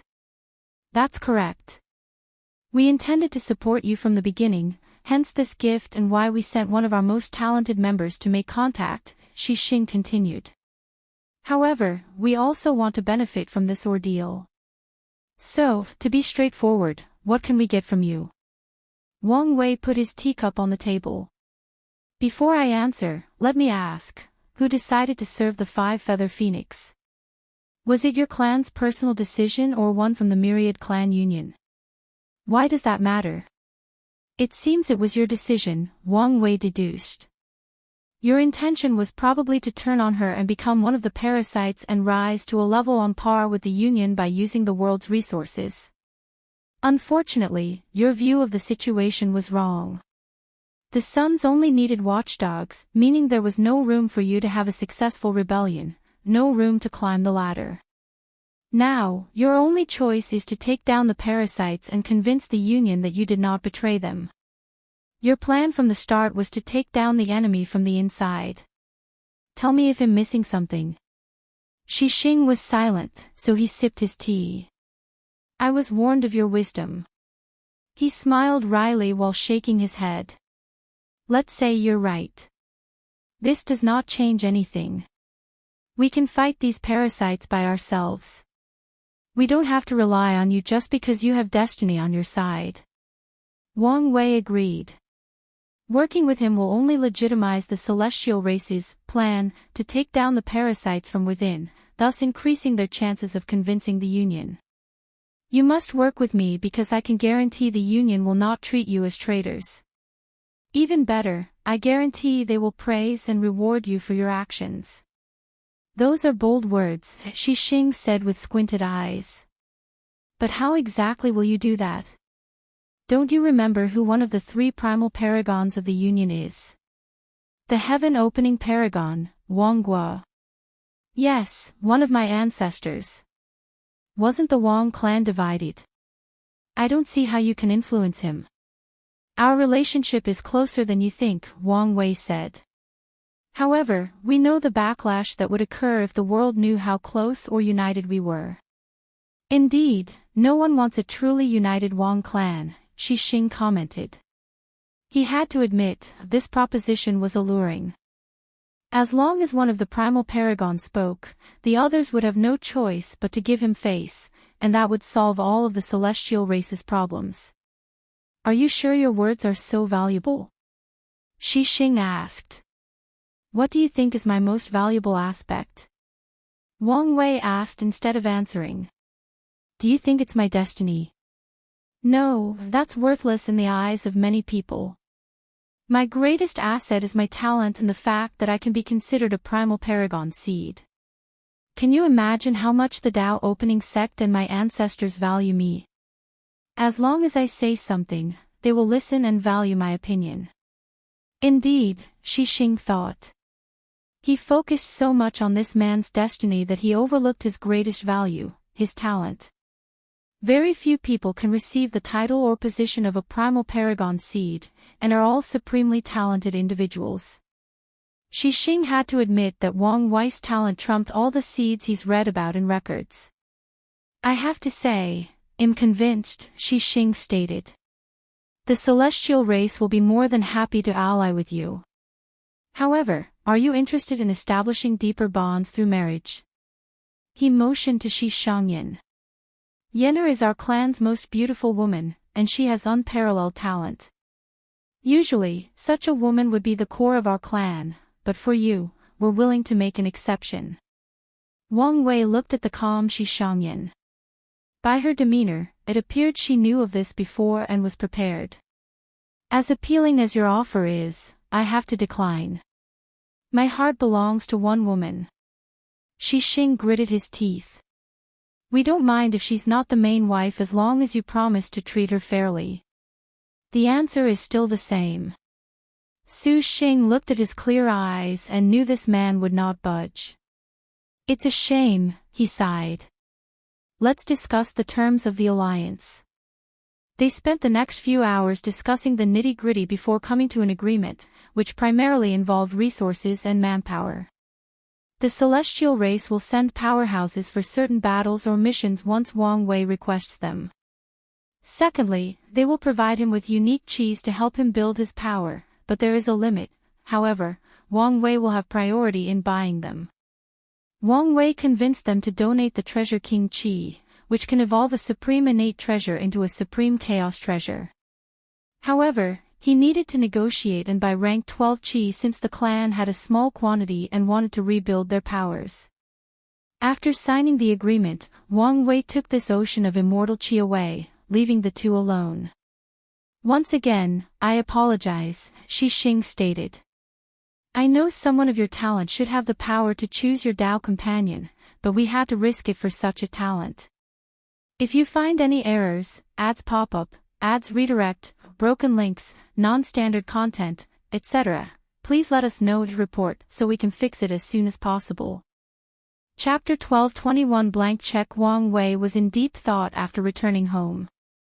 He had technically written an empty check for the celestial race. His relationship with the heaven-opening emperor was not so close. He now knew the man wasn't as bad as history, or he believed him to be, but that was the extent of their relationship or communication.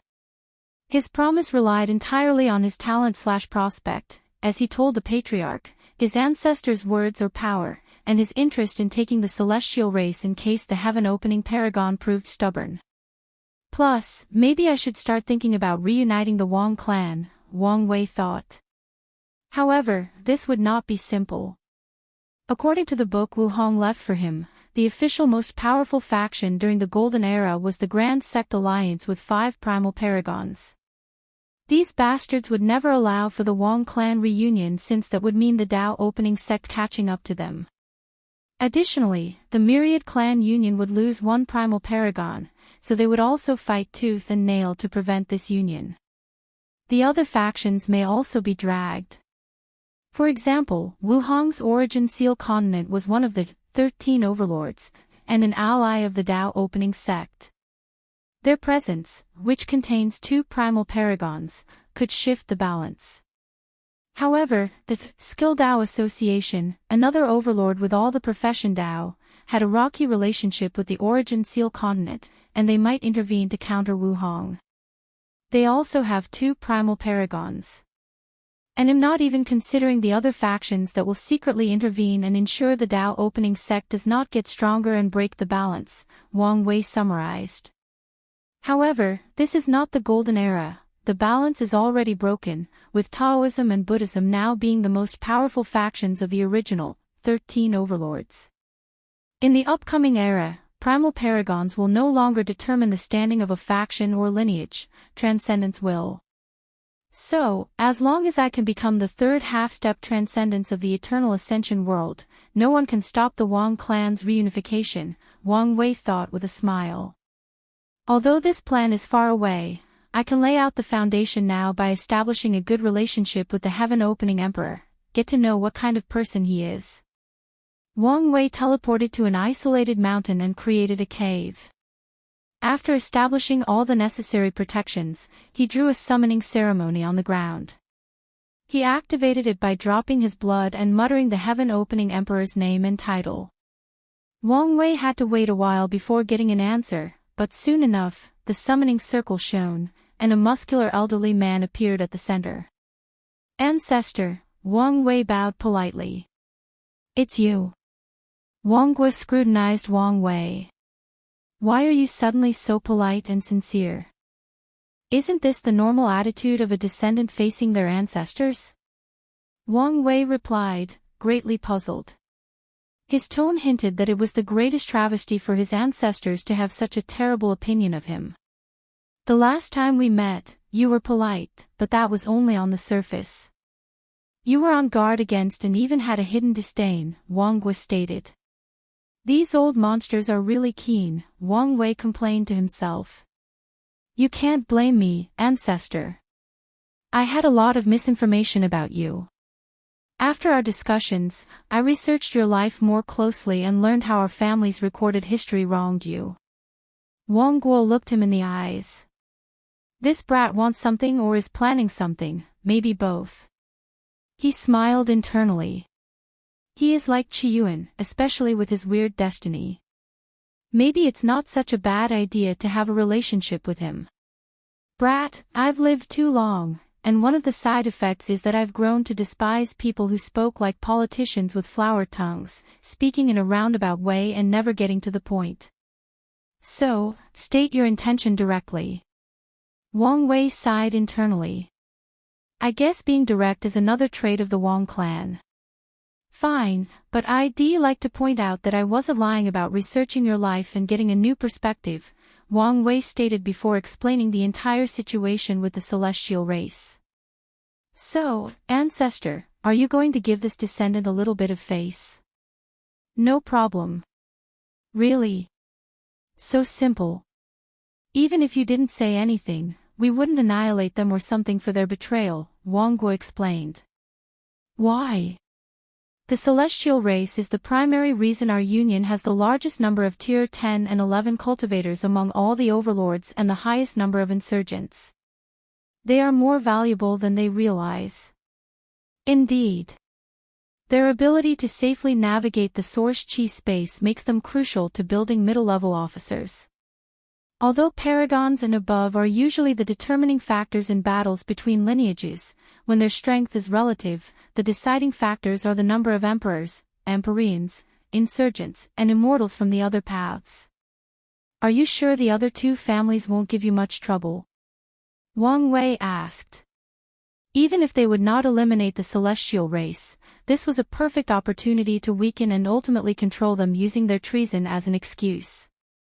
Your interference will prevent that. You don't have to worry about that, Wangguo replied. He knew how to get them to agree. The Yi clan is the only non-human amongst the three, which makes them wary of the Wang and Shao clan. As long as Wangguo approaches them, they will accept his offer, as they'll see this as an opportunity to weaken the bond between the Wang and Shao clan. Of course, Wangguo will only see them if the Shao clan does not want to give him face. Okay, now is my time to be direct, Wang Wei stated. Your unilateral cooperation is suspicious. Even the political implications behind Wangguo's actions cannot wholly explain why he agreed so readily. Wangguo chuckled. You can think of it as a way for me to repay you. Repay me? For what? For the human fiend god bloodline, Wangguo revealed. It is an excellent way to push the Wang clan's bloodline to another level. Another bastard that stole my idea, and this time, without me even knowing, Wang Wei thought while sighing. I guess I should be glad it remains in the family. I guess that makes sense. Is there anything else? No, but we can have tea if you want. I'm a dead man, where can I enjoy tea?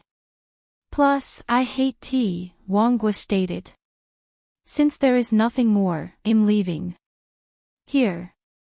He raised his hand to condense a necklace with a blood-red crystal. What's this? It's to hide your bloodline fluctuation, Wangguo explained. We don't want others to notice its uniqueness and have ideas. As far as these people are concerned, they only need to know our Wang clan's bloodline is unique, nothing more. Although he knew not everyone had the knowledge, capabilities, and luck to elevate their bloodline to be on par with fiend gods, Wangguo did not even want these people even to have the thought. Wang Wei's lips twitched. The bastard stole his idea and wanted to protect him from others stealing. Wang Wei took the necklace while secretly complaining. He wished the patent system he created in the lower dimension would apply to the upper dimension. No, he wanted it to be even more strict. Thank you, ancestor, Wang Wei said as he put the necklace on. You're welcome, and clean this mess up as soon as possible, Wang Wei added. Being dead is not a fun experience. I will.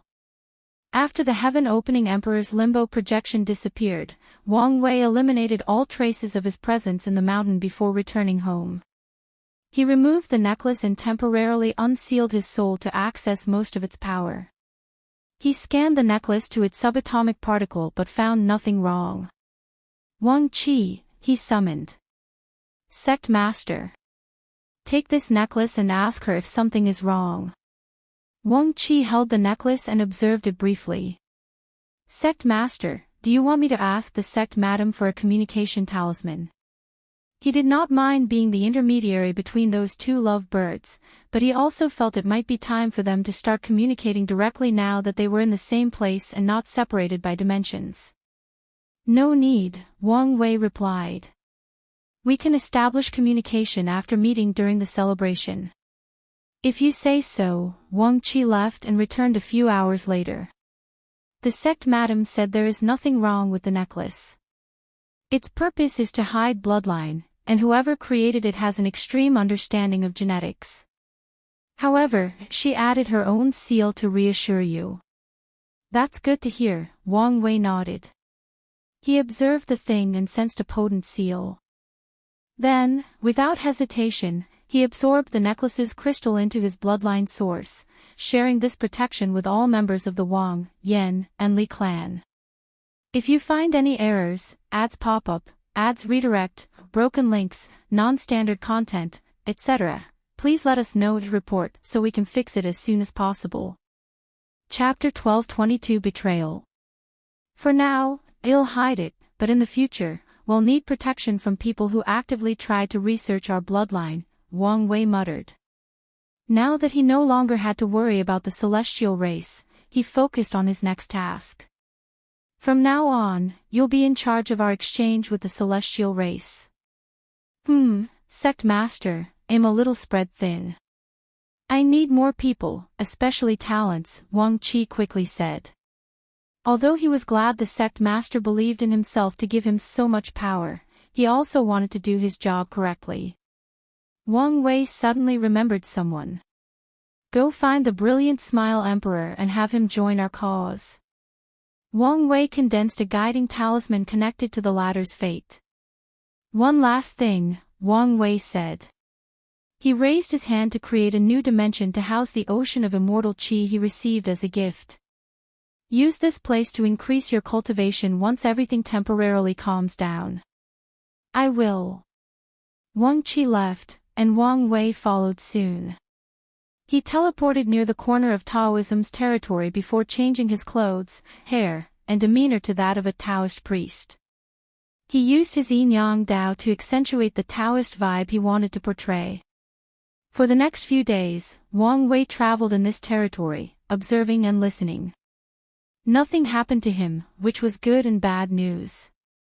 The bad news is Supreme Unity's lack of action, despite gallivanting in his territory, made him wary.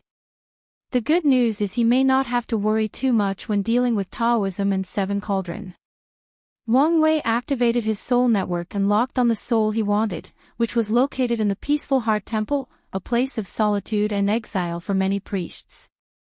He did not immediately interact with it but observed the surroundings.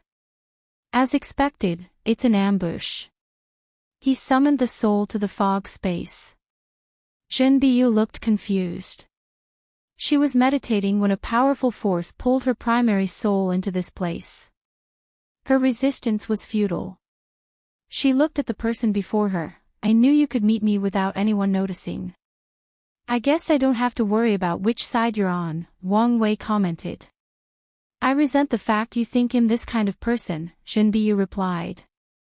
Tell me what happened to you. Wang Wei changed the environment into two cushions facing each other. After I ascended, I started doing missions for the rebellion to understand the situation and gather resources, Zhen Biyu explained. I used the talisman you gave me to track Emperor Five Heart and eliminate her. She had a bright smile while mentioning this. Without that obstacle, her state of mind reached a higher level, and she perfected her Tao heart. These achievements made her more joyful, and her cultivation speed increased significantly. Then, two people from the Five-Element Balance Palace came to see me. They asked me why I didn't return to the sect, and I told them I had personal matters to attend to. They wanted me to return immediately, and one of them was even rude about it. Luckily, I had prepared for this. I told the rebellion of my background, and they suggested I become a double spy, so they gave me something called a false mind pill, which would allow me to hide my thoughts and lie to an Empyrean. They even helped me clean up my aura. Wang Wei nodded as he understood what she meant. Zhen Biyu proved the Tao in the upper dimension, and with the proper method or person, it's possible to determine this fact from her aura. I told them about you, Zhen Biyu continued. I didn't tell him any important information, but enough for them to have some understanding of your personality and capability. It was the only way to get their trust. Don't worry. I understand, Wang Wei reassured. Zhen Biyu sighed in relief. I'll hand over Emperor Five Hearts artifact to you. No need. This thing has no destiny with me, so you can keep it. You can repay your debt later on with something else. Are you sure? I've come to learn that this thing is valuable. Oh. How valuable? It's a Supreme Chaos Treasure embryo, Zhen Biyu explained. Although its power is only on par with a Chaos Treasure now, as long as you provide it with enough resources, it can grow to such heights. Moreover, you don't have to feed it unique resources, just a certain quantity, and it will condense into shape. That's indeed valuable. So, have you changed your mind? Not at all, Wang Wei replied calmly. Your personality is indeed odd. What makes you say so? You're obviously greedy, but you can also give up on such a rare item without hesitation. What can I say? I'm an enigma, Wang Wei shrugged. This artifact had a similar effect as the Dao burial ground, so there was no point in having it now. Additionally, his intuition told him the best use of it was with her. Tell me about your Sect situation or Taoism in general. Heavily divided, Shen Biyu answered. A small and new faction supported by the Supreme Ruler and Seven Cauldron ruled the Sect, while the majority faction, which originated from ancient times, is very dissatisfied with the current situation. I haven't figured out exactly why the old faction is unhappy, but my deduction is something to do with the restrictions that there can be no paragons born in the world. And from what I gathered, most other Taoist lineages are similar to ours. Wang Wei pondered. He could deduce the source of these people's dissatisfaction. Supreme Unity and Maitreya killed all their previous paragons and prevented them from reviving or creating more. Additionally, the resources they used to control were not drastically reduced and were in the hands of Seven Cauldron. It would be weird if these factions were not dissatisfied. Why are you in this place? Wang Wei asked. It was a big deal after you ascended, so I approached the Sect and said I owe you karma, and there is a chance you may contact me. They agreed to this ambush operation, but I just wanted an opportunity to contact the outside world. You have something you want me to pass to the rebellion?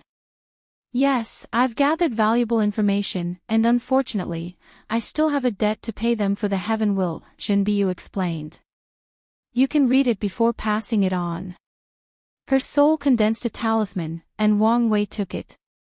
You don't have to worry about them. I'll pay your contract, so from now on, you report directly to me, Wang Wei said. That's fine. Shen Biyu would rather deal with Wang Wei than the rebellion because he knew what kind of person the latter was. However, the rebellion was an assembly of all types of individuals, many with different ideals and goals from their primary cause. If you want to contact me, leave the Sect to an area not covered by a paragon formation, and I can reach you anytime and anywhere, Wang Wei added. I understand. I'll give you a parting gift. Wang Wei condensed his soul network ability into a seed that manifested as a lotus flower on his palm.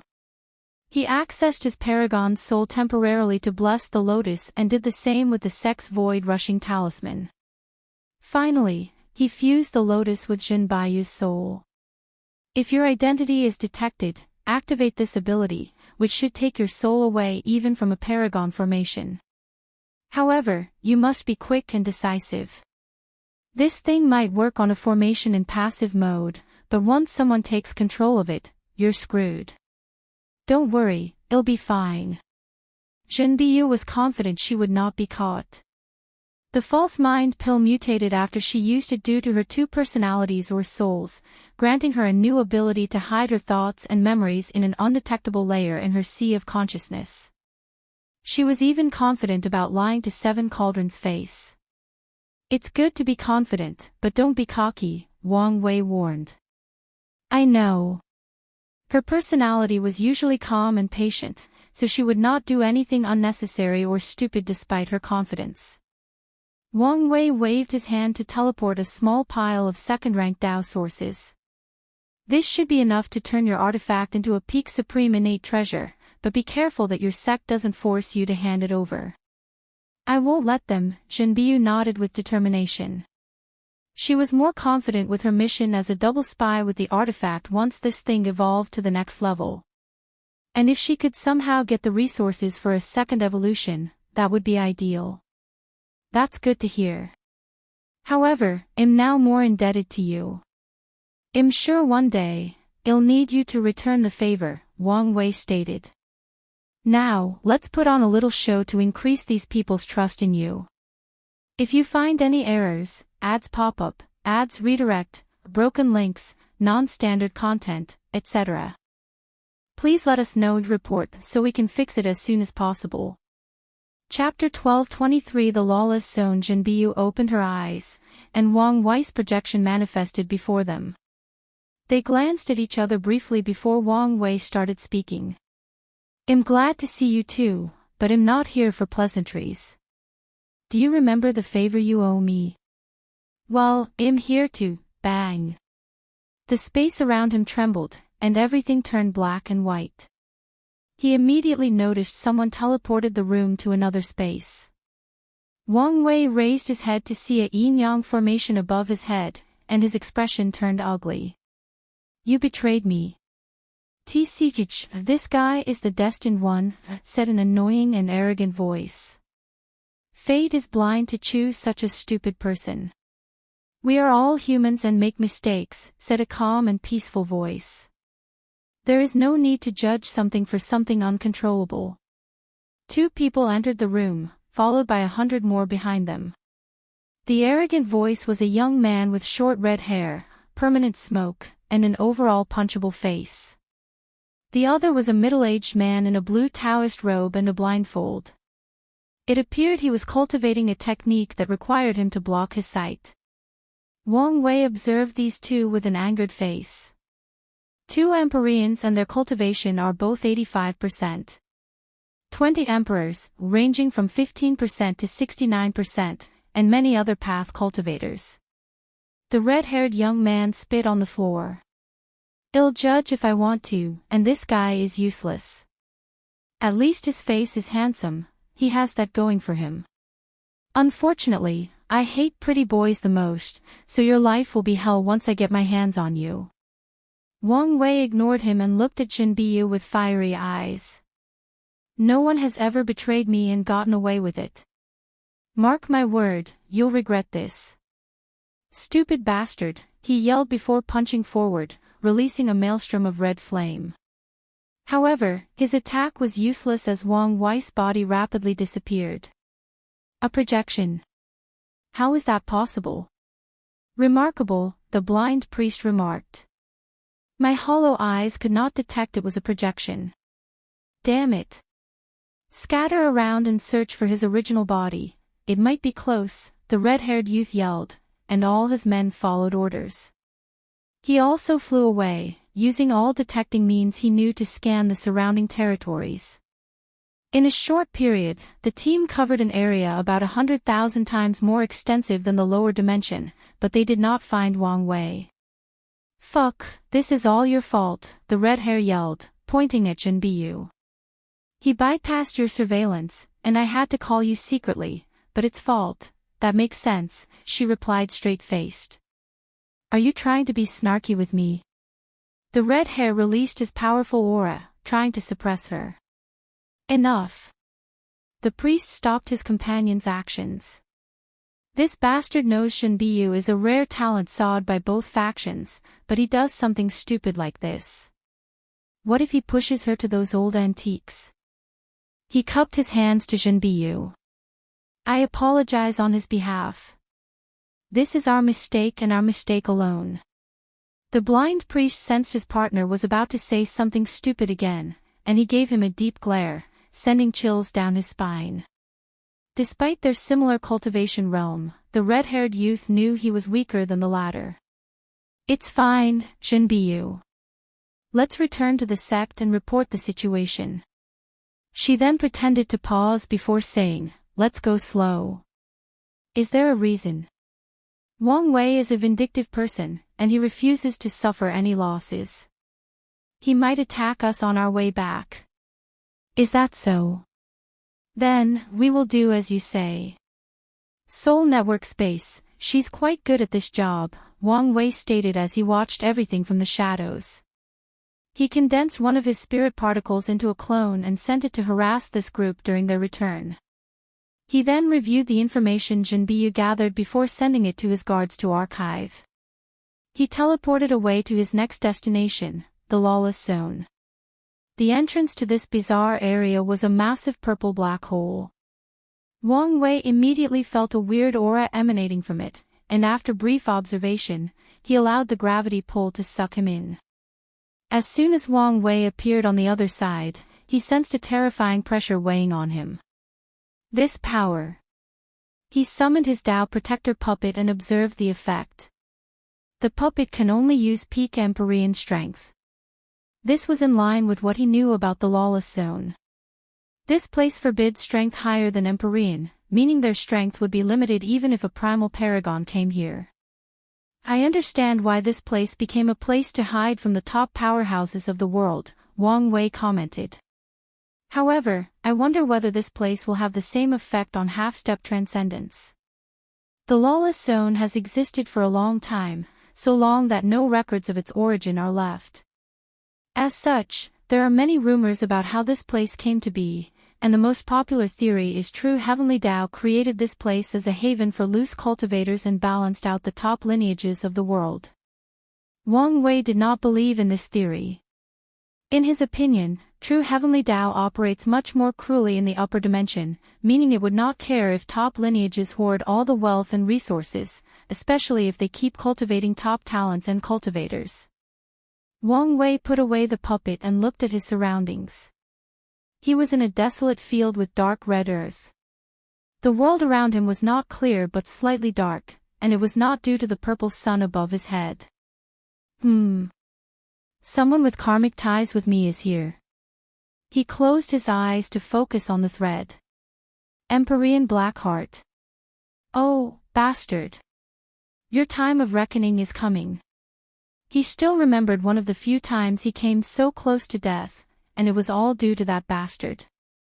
Previously, I had to rely on someone else's name to deal with you, but now, the situation will be reversed, Wang Wei sneered.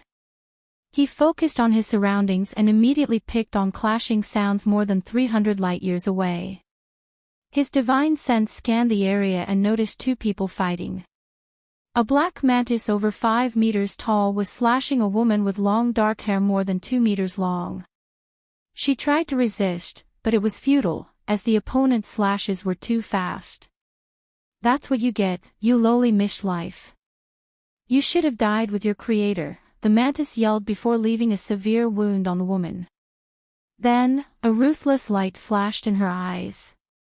The Grand Mist Gang will not perish, she roared. Her hair turned into snakes that bound the mantis before exploding herself, taking him out with her. Wang Wei calmly watched everything before shifting his gaze to a dozen more battles in his vicinity. A chaotic place indeed, Wang Wei thought. He changed his appearance, reducing his aura, making his face more fierce with a scar on his left eye, and transforming his clothes to appear more ordinary. He raised his hand to summon an ox demon that had just won a victory against another creation life form from the Grand Mist Gang. Wang Wei searched his soul and learned two important pieces of news. He was from the Bloodline Gang and was in the midst of a war with the Grand Mist Gang. Secondly, if he wanted to get detailed news of the Lawless Zone, buying it from the Dark Cloud Pavilion was best. Where to go next? Wang Wei calmly eradicated the ox demon, who was only on par with a saint, before teleporting away to an enormous city floating in the void. He frowned as he pondered whether to enter through the regular entrance or secretly break through the formation covering the city. After hesitating for a few seconds, he decided to stay low-key. He rushed to the entrance and waited in the short line. Less than 10 minutes later, it was his turn. 2 Dao rulers stood guard at the gate, and one had heterochromia. He glanced at Wang Wei and frowned. After a few seconds, he motioned to his partner, who asked for the lowest fee. Wang Wei paid the Dao source before entering. The first thing that popped into his mind was a city of sin. 90% of mortal cultivators he saw were full of karmic sins, and the only reason it was not the same for the others was because they were immortals and had higher immunity to karmic sins. Even then, some had a red cloud hanging above their heads. Wang Wei headed directly to the city center. Flying and teleportation were prohibited, so he had to pay for more than 5 teleportation arrays to reach his destination.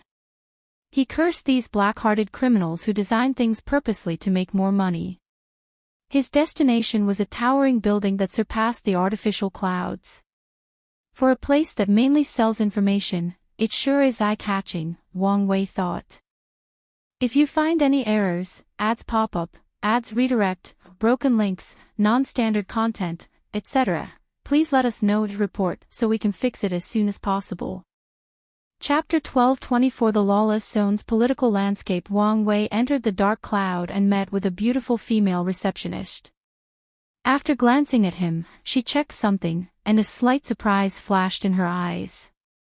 "A noble guest," she said with a bright smile. Their pavilion treated all Empyreans with the utmost respect.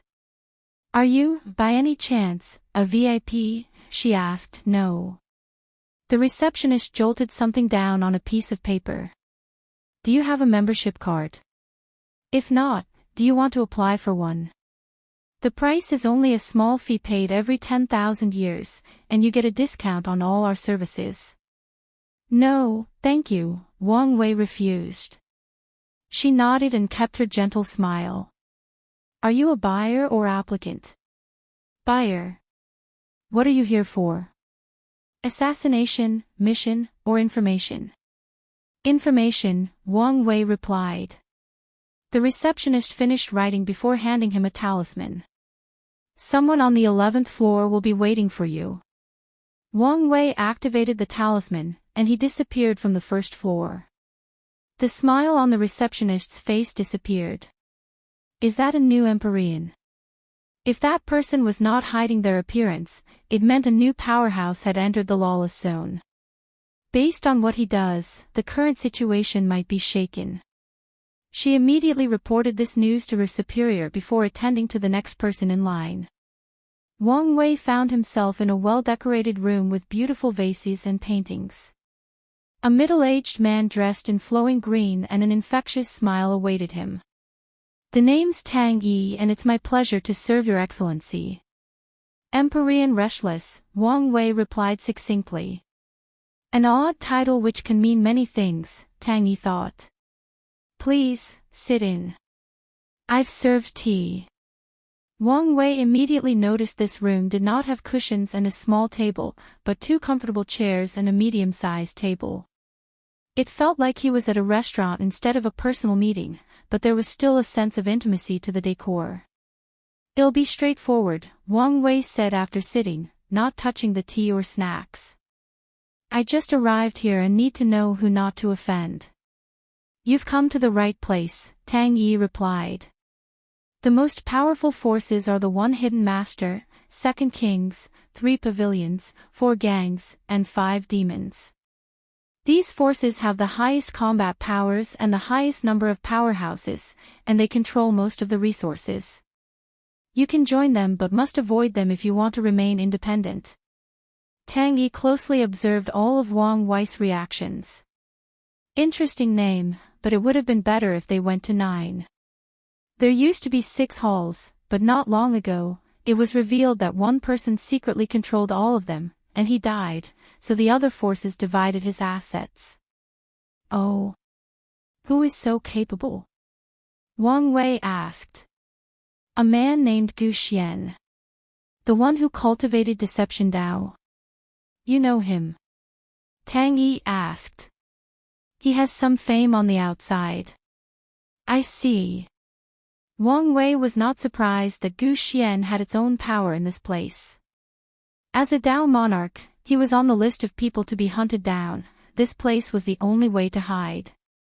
He even knew that Gu Xian had left his treasure for recultivation in this place. However, he did not know the exact details of Gu Xian's power since Wang Wei only had his partial memories. "How much do I need to pay for detailed news on information about these factions?" "How detailed are we talking about?" Tang Yi. "The highest level your pavilion is allowed to sell." "That will be costly," Tang Yi replied, rubbing his hands. "I'm good for the money." Tang Yi pondered briefly before mentioning an absurdly high price. Wang Wei did not hesitate to pay, no bargaining whatsoever. This sucker must be a nouveau rich, spending money like it means nothing, Tang Yi thought. Little did he know that Wang Wei did not care about the money because it would return to him 100-fold after conquering this place. "Excuse me," Tang Yi went to a back room and returned with a talisman half a minute later. Wang Wei used his divine sense to receive the information it contained. His first major observation was how little information about the Dark Cloud Pavilion this thing contained, which made sense they would not sell themselves out. His second observation was about the hidden master. Why is there so little known about this hidden master? Wang Wei asked. There were no pictures, information about his realm, or even his Tao. The only information was that whenever the Time Eater came to this place to clean it up, the hidden master would appear and band everybody together to deal with him. Afterward, he would disappear and never show his face to the world. I'm sorry, but this is the only information that our pavilion is willing to sell about the hidden master, Tang Yi swiftly replied, his face showing genuine regret. Their pavilion did not even have much information about this person, so there wasn't much to sell in the first place. Wang Wei nodded. What about independent powerhouses? Is there anyone I should be wary of? There are a few. Although they don't have a large force behind them, their fighting prowess is top-notch, said Tong Yi. Do you want news about them? Yes. A moment. Wang Wei then paid an exorbitant price before receiving the talisman. He stood up. Well, thank you for your service. Wait, Tong Yi said before handing him a purple card. This is our VIP card. Next time you arrive, someone from the 12th floor will serve you. Additionally, the card comes with a free mansion. Wang Wei took the card and received the information it contained before calmly putting it away and leaving. His new house was in a prime area near the pavilion, meaning he did not have to travel too far. The card served as the control center of the mansion's formations, so Wang Wei took control of them. They should have done a better job monitoring this place, he thought. He removed all the flaws in the mansion's formations and the ones on the VIP card. Wang Wei found a room he liked and settled down. Let's get some more information. He used his Boshian turtle shell to divine more information on these factions and their leaders, especially for the Dark Cloud Pavilion. The effect of my divination has dramatically decreased in this place, Wang Wei complained. But even so, it's odd that I found nothing about this hidden master. He was not satisfied with the result of the divination, but it still provided him with crucial details/information. The best place to start is with either the Second Kings or the 5 Demons, Wang Wei thought, and after analyzing everything, he chose his first target, the Barbarian King. The man is simple and lives his life by the creed that strength is above everything.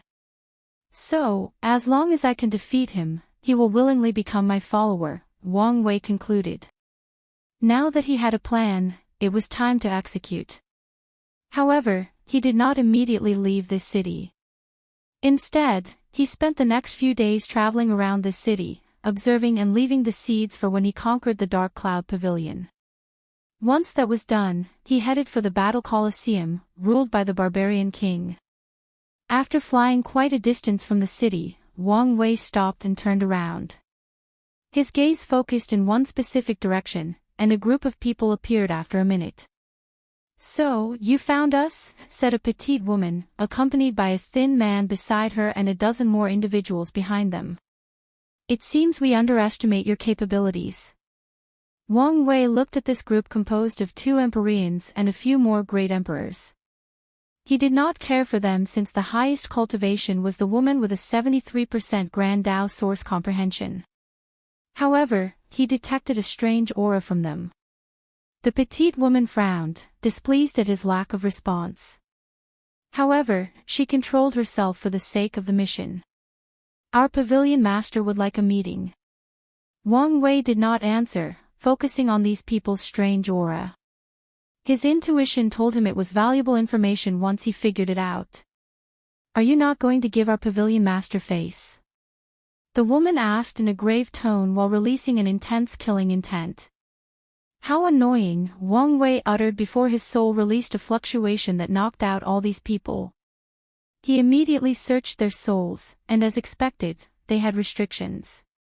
However, by all standards, these restrictions were subpar in quality despite containing the power of a peak Empyrean.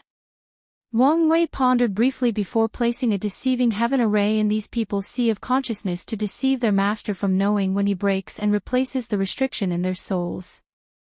Once that was done, it was easy for him to search their memories before enslaving all of them.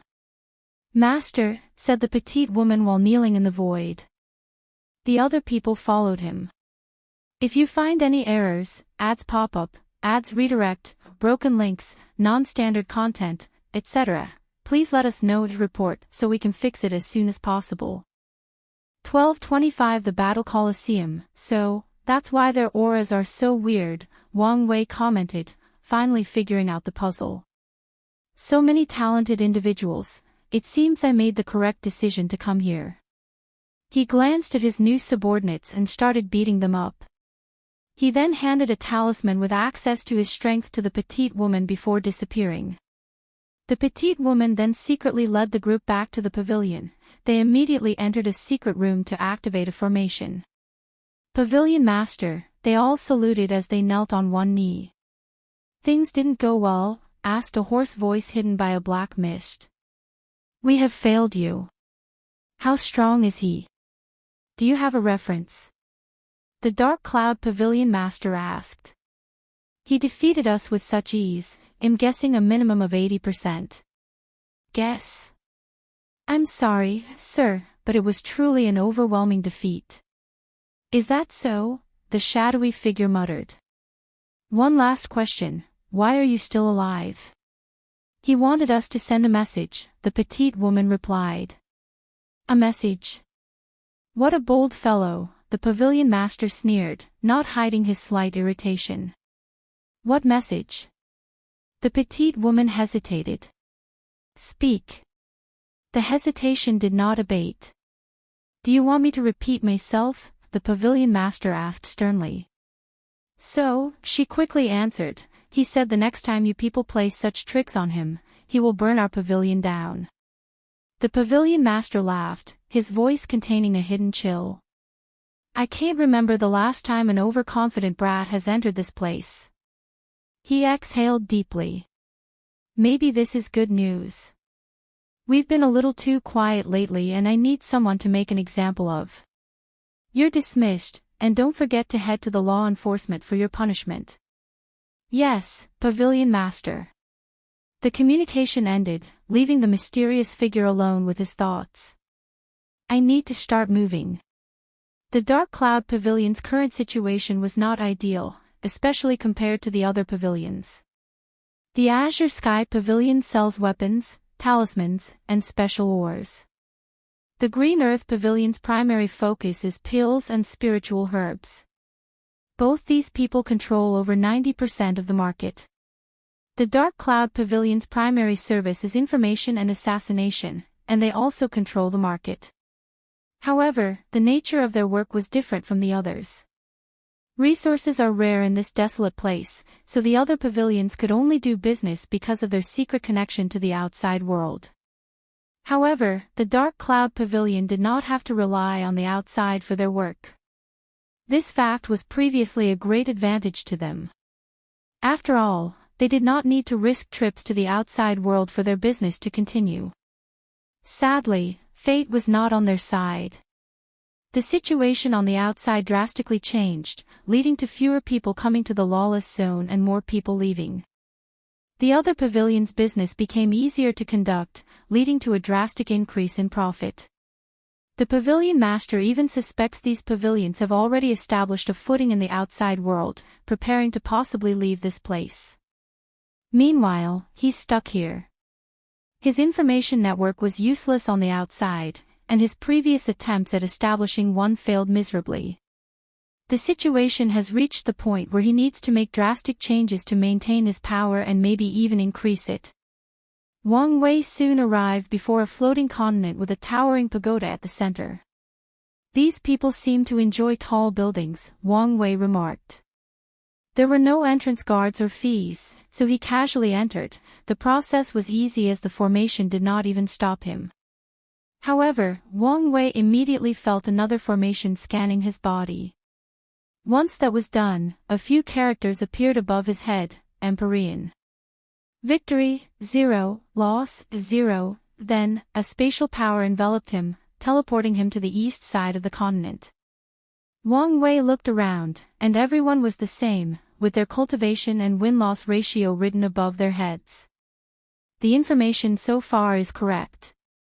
The east side is for immortal cultivators, and the west side is for mortals, Wang Wei thought. He suddenly took a deep breath and inhaled. The energy in the environment can accelerate healing, but it also makes it easier for people to be violent and start fights. This barbarian king truly worshipped the art of combat. "Hey, you over there." "Yes." Wang Wei replied. "I like your clothes." "Give them to me," said a middle-aged man with a lion mane for a beard. Wang Wei looked above his head, Empyrean.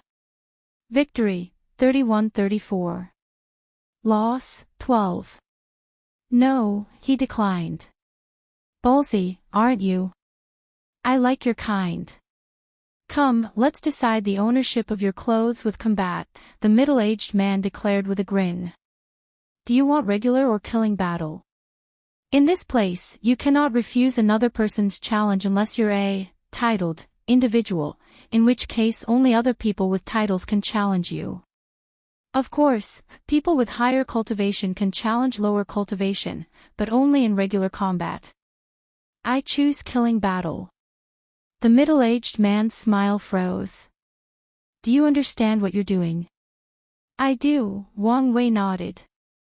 "After killing you, I can inherit everything that belongs to you, including your house, wives, and resources, and even your dead body will now be my property." The middle-aged man turned red. Most people will choose regular battles unless they have deep animosity. He only wanted to take this bastard's clothes as a welcoming ceremony to this place. He did not expect to meet a madman. Where does his confidence come from? He thought with gritted teeth. No matter. I'm confident in my victory, and I'll make sure he regrets his choice. Anyway, it's not like he can decline this fight, especially since he's the one who initiated it. Fine. As soon as he uttered these words, the surroundings changed. A force suddenly appeared and teleported them to a desolate world with a red sun and no life in sight. The middle-aged man rushed toward Wang Wei immediately after the teleportation process ended, using his knowledge and experience in this place to his advantage. Boom! Wang Wei slapped him, and a loud cracking sound echoed in the sky, followed by a large explosion as the middle-aged man crashed on the ground. Wang Wei appeared next to him, looking at him with cold and indifferent eyes. Mayor, sorry. No problem, but you must be my follower from now on, Wang Wei bargained. Oh, okay. Wang Wei pointed at his forehead before releasing a blue light. However, he soon frowned. A restriction. Moreover, it's odd. Although its power is only at the Empyrean level, its essence is much higher. What's more, this one contains a slight innate aura. Is the restriction from a heaven primarch, or maybe, a supreme chaos treasure? Wang Wei analyzed the situation swiftly. He looked at the middle-aged man. Why did you surrender when you already belonged to someone else? I do. You didn't know. The middle-aged man shook his head. It seems the barbarian king was not some brute that only cared about fighting. He must have been secretly building his power to ensure his position in this place. Please, don't kill me. Don't you have any pride? Wang Wei suddenly asked. What is pride worth? There is hope for me as long as I'm alive. I forgot these cultivators in the upper dimension don't have as much pride as the lower dimension because of how accessible the Emperor Path is, Wang Wei commented. Alright, I'll spare you. Now, hand over the key to your house and access to all your resources. Thank you. The middle-aged man handed him a space ring, and after checking it, Wang Wei nodded. His surroundings changed again, and they returned to the Colosseum. His victory increased by 1, and Wang Wei flew away. He fought 4 more people to check their souls, and 2 had secret restrictions. He headed to the center of this continent, where the pagoda was located. The middle-aged man was less than 2,000 victories away from meeting the requirement to enter the pagoda. Additionally, he was strong enough to buy housing close to the tower. Although it was not as good as those people with 4,000 or 5,000 victories who could live directly next to the pagoda, it was decent. After entering the house, he found more than a dozen women waiting for them. They were slightly surprised by his presence, but that was the extent of their reaction. "Master," they bowed to him, speaking fluently without hesitation. One of them stepped forward. "What is it you desire today?" Wang Wei observed her, and he could immediately detect a strong emotion, worry. She must have been the favorite, and now, she's worried whether she will lose her position. He took a moment to think about what to do with these women. Releasing them would only mean they would become someone else's property. Let's just keep them until I take over this place. Then, I can fight for a better way for them to survive. How many of you know how to cook? And I mean, truly know how to cook, he asked. A slight majority raised their hands. Cook me your best dish, you can use the best materials around. Join my Discord to have many discussions about the story and so on. Here is the link, Novel Cole Discord. GG/PrincessTPY Lazy Sage DAO. If you find any errors, ads pop up, ads redirect, broken links, non-standard content, etc., please let us know in report so we can fix it as soon as possible. 12:26 Long way to go. A few hours later, Wang Wei was casually eating these women's food. He did not care nor had any expectations. He gave them a task as a way to psychologically comfort them since he knew they would feel useless if he ignored or completely dismissed them. And in this terrifying place, being useless meant they would be killed, discarded, or even worse, traded as goods to someone else. Wang Wei uttered after taking a bite in one of the dishes. He focused and ate even more. This is delicious even by my standards. He added the meat to the rice and took a bite. They perfectly combine, and the taste even elevates each other. He drank the soup next, and his eyes shone even brighter, a three-piece combination meal.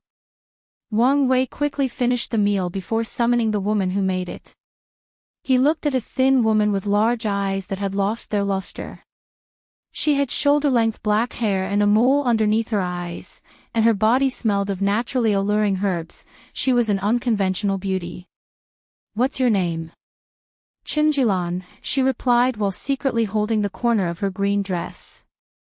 "Where did you learn to cook like this?" I cultivate food Dao." Wang Wei shook his head. "You're only a quasi-emperor, so even with such a unique Dao, it's impossible for your cooking to reach such a level unless you're an unparalleled genius." "Are you an unparalleled genius?" Chinjilan lowered her head. "You can tell me the truth," Wang Wei reassured. "Unlike your predecessor, I have no desire to take advantage of the weak." "Are you going to abandon us?" Chinjilan quickly asked. Such a fate might be worse for them. Their previous owner might be a bastard, but he was not one of those sick bastards who used them to fulfill his demonic desires. "No, you'll find a better and more peaceful life for the rest of you," Wang Wei reassured. "However, if any of you have talents or abilities I appreciate, life will be much easier for you once I leave this place." Chinjilan was silent for a few seconds before saying, "I understand. Can you answer my question now?" She still briefly hesitated before telling the truth. "I had a master who was, in fact, an unparalleled genius. With his food Dao, he became an everlasting Empyrean in record times. His skill even reached the level where he could make food beneficial to paragons as long as he had the material and enough time." Chinjilan became teary. "I'm guessing fate was not kind to him," Wang Wei said as he waved his hand to manifest a handkerchief for her. Sadly, she nodded. The moons heard of him and came for him. Some wanted to eradicate him, while others wanted to use his gift. In the end, the blood dragon took him away, and I've never heard from him since. She's not an immortal, and her lifespan is limited, so this should have happened recently, probably between 1,000,000 to a few billion years. Wang Wei leaned on the latter because the main events that occurred in the past few million years mainly involved the lower dimension. If anything had happened before, his guards should have records of it. "What happened to you afterward?" Many of the master's apprentices died or scattered during the confrontation, Qinjilan explained. I was one of the lucky ones who escaped. She wiped out her tears. Life was hard after that, but with my cooking, I could live a decent life even in hiding. Unfortunately, I was caught by slave traders and brought to this place, and... I understand, Wang Wei nodded. Well, you don't have to worry anymore. It'll even help you find your master. Thank you for the offer, but I doubt he's still alive. She's not that bright, is she? Wang Wei thought. Maybe just ignorant.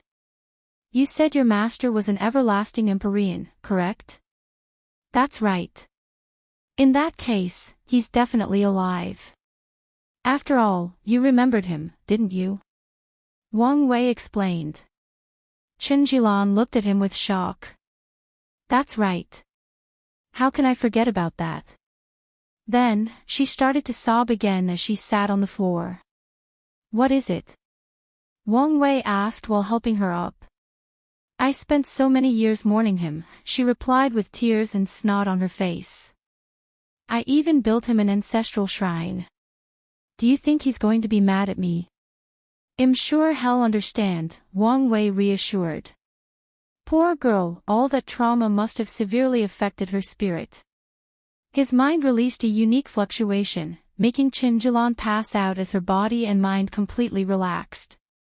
Then, her body flew to her room. What a strange girl, Wang Wei shook his head as he walked to his room. However, he suddenly stopped. I did something on a whim but found a pair of talented master disciples with a rare food Dao. Is my luck this good? His essence flower ability required him to consume delicious food, which was a welcome surprise. However, Wang Wei felt something suspicious.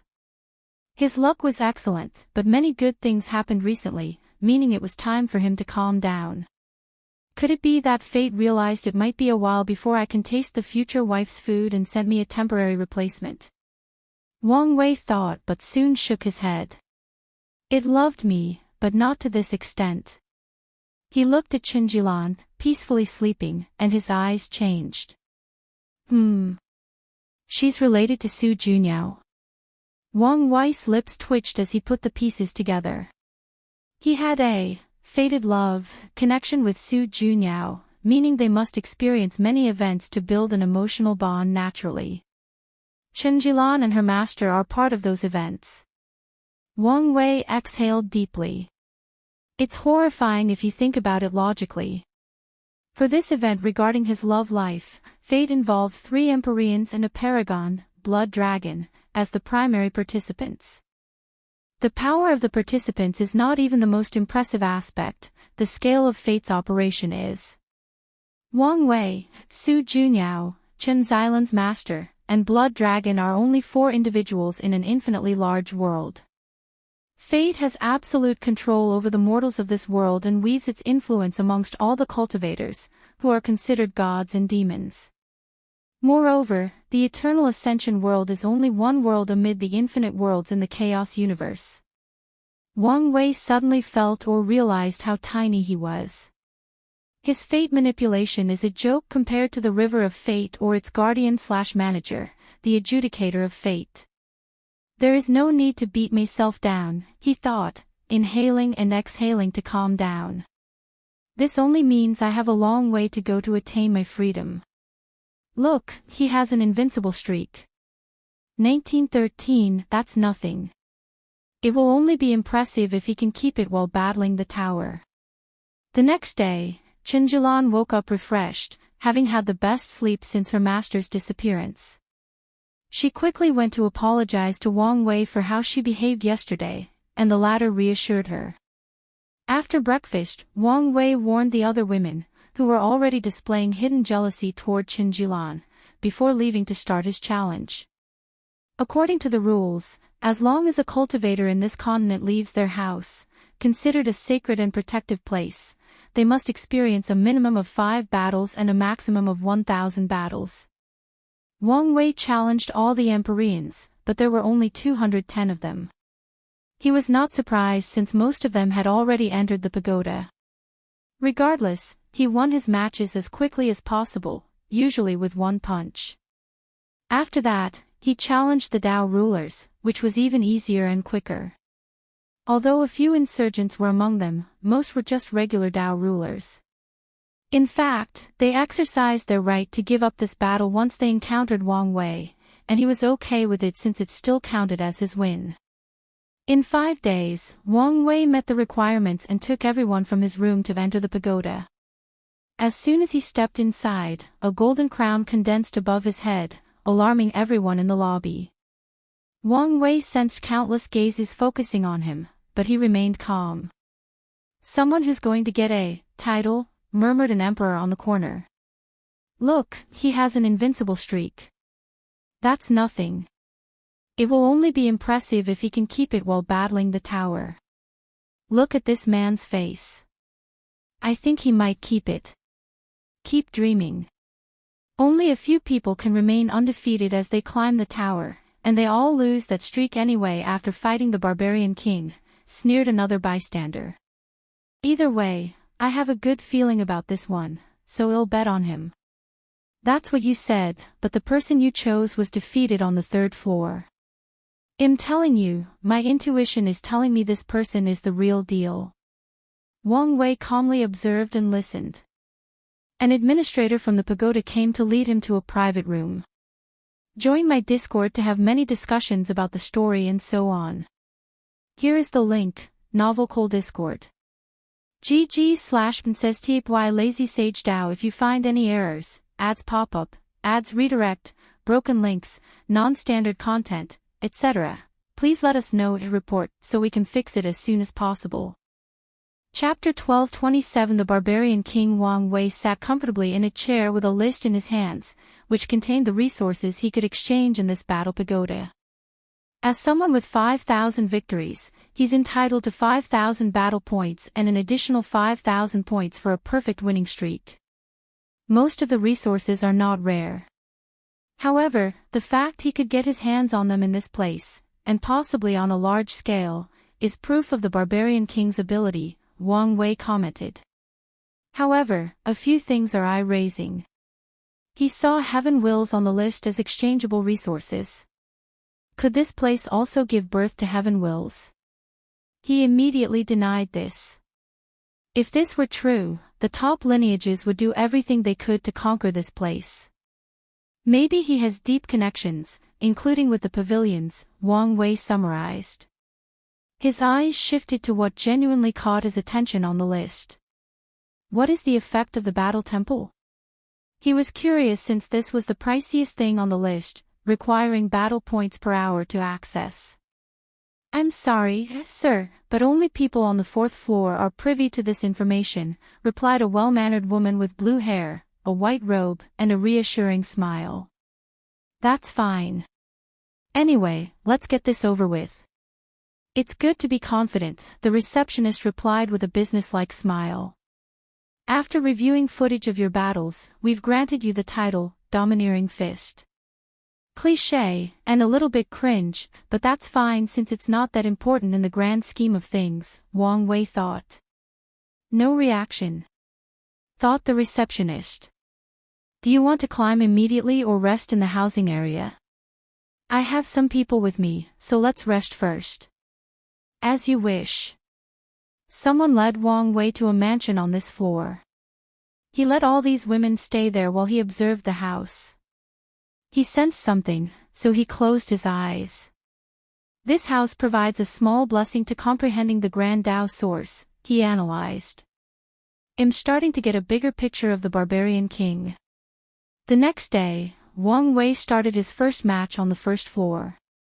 According to the rules, he might have to experience one or multiple battles to determine whether to ascend to the 2nd floor, and the exact criteria are unknown to anyone. Although this seems unfair, Wang Wei had no complaints.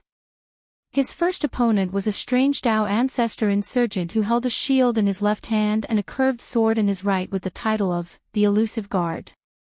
The two stared at each other as a number manifested between heaven and earth to serve as a countdown. 3, 2, 1. Begin. Wang Wei appeared before the man and punched him. You actually evaded it. Although he was not trying, not just anybody could evade his attack. How did you do it? The elusive guard's body trembled as these two gray eyes looked at him up and down. He felt naked as all his secrets became an open book. Reading the electrical impulses of my body to predict my movements? No, not just the electrical impulses, but a unique aura that they create, Wang Wei uttered, quite the decent technique. Wang Wei moved, and before his opponent could react, he knocked him out. His win ratio increased, and after waiting for a few seconds, he ascended to the second layer. In this battle, he faced an insurgent immortal sovereign with a unique chi called the Immortal Army Chi, which allowed him to summon a large quantity of immortal venerables. Of course, someone of Wang Wei's caliber does not care about numbers. However, this chi was not so simple as it allowed its user to fuse these summons into more powerful entities, and the summons were immortal as long as their summoners were alive, conscious, and had enough chi. Additionally, the summons also had decent techniques similar to the first floor. This battle was more tedious than challenging. The pagoda's power hid the whereabouts of the summoner, forcing Wang Wei to fight a few rounds before he found his opponent and ended the charade. On the third floor, he faced an assassin. They fought in a misty space, and the environment was designed to give his opponent the advantage. On the fourth layer, Wang Wei headed directly to the battle temple. He found himself before a large bronze mural with drawings of people fighting. The mural had no easily discernible aura, but it felt ancient and powerful. Wang Wei closed his eyes and immediately felt his mind even more active than usual. Ideas and thoughts flashed around at an alarming speed. So, that's what it is, Wang Wei thought with a smile. I've been thinking about improving my techniques, and fate sends me this place. The battle temple's sole purpose was to help people create better techniques or battle skills. That's why the previous challengers all had decent techniques despite mostly being loose cultivators with no foundation and not being unparalleled geniuses. Wang Wei lost himself in the act of upgrading his techniques when he was suddenly interrupted. Not enough battle points. What a shame. He was annoyed that he had to stop. The process of creating/upgrading his technique was never so fluent, smooth, and dare say, easy. He exhaled, no need to be upset. Once I defeat the Barbarian King, this place will be mine to use as I see fit. After knowing what was waiting for him, Wang Wei speed ran through the next challenges. He had to face Empyrean from the 7th floor and battle more than once before ascending, but nothing could stop him. The only battle he paid attention to was on the 9th floor when he faced a series of battle puppets, the last one of which even forced him to use 50% of his strength. After passing the 9th floor, the pagoda became lively. It's been a while since someone had reached the 10th floor, meaning the Barbarian King hadn't displayed his might in a while. So, this battle suddenly became grandiose. Everyone in the pagoda and outside gathered to experience this major event. People bet on who was going to win, and of course, the majority favored the Barbarian King. The official gambling hall of the pagoda focused on specific bets, for example, how long will Wang Wei last? Or whether he'll be able to injure the Barbarian King in the slightest. Wang Wei floated in the air with his arms crossed, ignoring all the whispers outside. He was interested in an opponent like the Barbarian King, and luckily, he did not have to wait long. A space crack appeared in front of him to spew a towering, muscular man. The Barbarian King was 3.5 meters, making him a small giant compared to Wang Wei's 1.95 meters. His braided hair made his face fierce but with a hint of suaveness. The Barbarian King wore a simple black robe but did not put on the top, leaving his upper torso bare, showing his intimidating physique. His muscles were so defined that it could be said his muscles had muscles. Above him, a win-lose ratio of 2,349 to 0 manifested. This ratio might appear small, but considering the high requirements for the 9th floor, it was actually impressive that so many people finally received the opportunity to face him. A barbarian with a giant race bloodline. Wang Wei commented. What a strange combination. This battle might be interesting. As soon as he laid eyes on this person, he knew he was a worthy adversary. The Barbarian King was a peak indestructible Empyrean that achieved limit indestructibility. His body-will fusion is already in the advanced stage, one step from perfection, Wang Wei thought, and his eyes immediately shone. This man is an unparalleled genius. Interesting indeed, the Barbarian King spoke, his voice deep but also reassuring. I thought this would just be a match to display my power after so long. But you might be a truly worthy opponent. I'm honored, Wang Wei said without any signs of respect whatsoever. He released his aura, and the Barbarian King grinned, showing his rows of white teeth before also doing the same. Their aura clash twisted the void, and the crowd watching went wild. The battle countdown ended, and Wang Wei rushed forward. Boom! His body flew backward, crashing through a few mountains. He had to use his superb control of force to reduce the attack's effect and stop himself from continuing. He looked at the right side of his body, and it was gone. It calmly regenerated as he sighed. As expected, he sighed. The Barbarian King had reached the peak of 10 heavens while he was still in the third.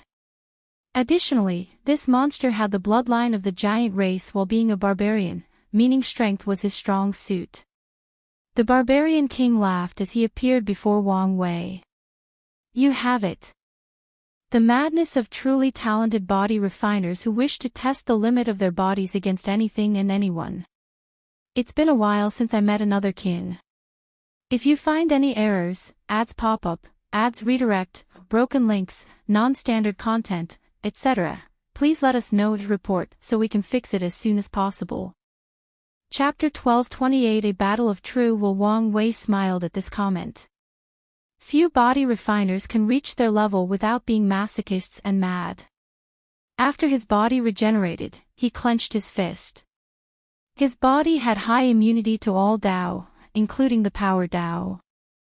So, he had to deactivate that immunity to test his strength, which is why he was hurt. However, he was prepared for a real battle after learning about the wide gap between the 3rd and 10th heavens. He activated all his Grand Dao boosts.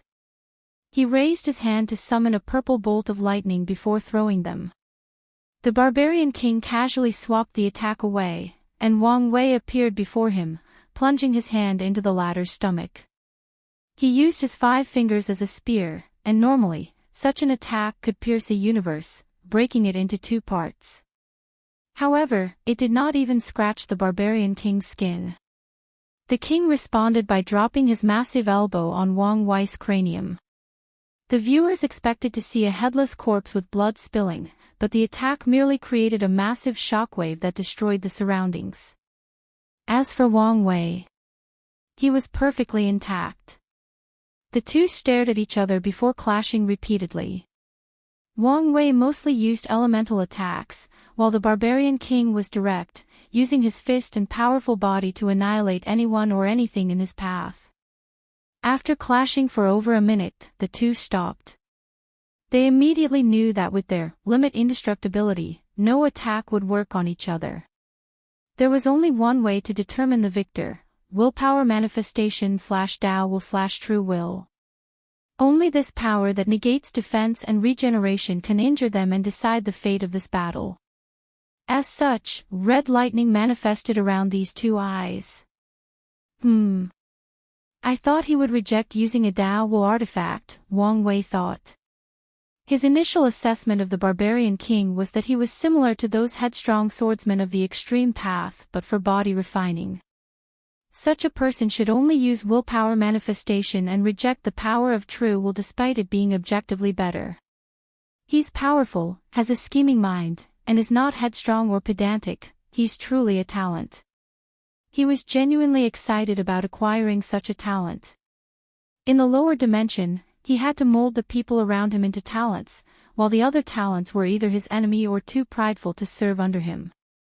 But today, he did not have to worry about that.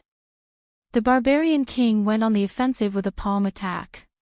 He appeared before Wang Wei and slapped downward with his enormous hand. Wang Wei's eyes squinted before punching. He sensed it as soon as their attacks touched. The palm contained an invisible swirling power that could grind even a black hole into a fine paste. However, the more impressive aspect of this technique was not its strength but the fact that the Barbarian King's true will was also rotating at an alarming rate. If Wang Wei was not careful, his true will would be dispersed, and he would be injured for real. Unfortunately for the Barbarian King, he met an expert. Wang Wei's true will seemingly assimilated with his opponent before reverting the rotating force, turning it into a backlash.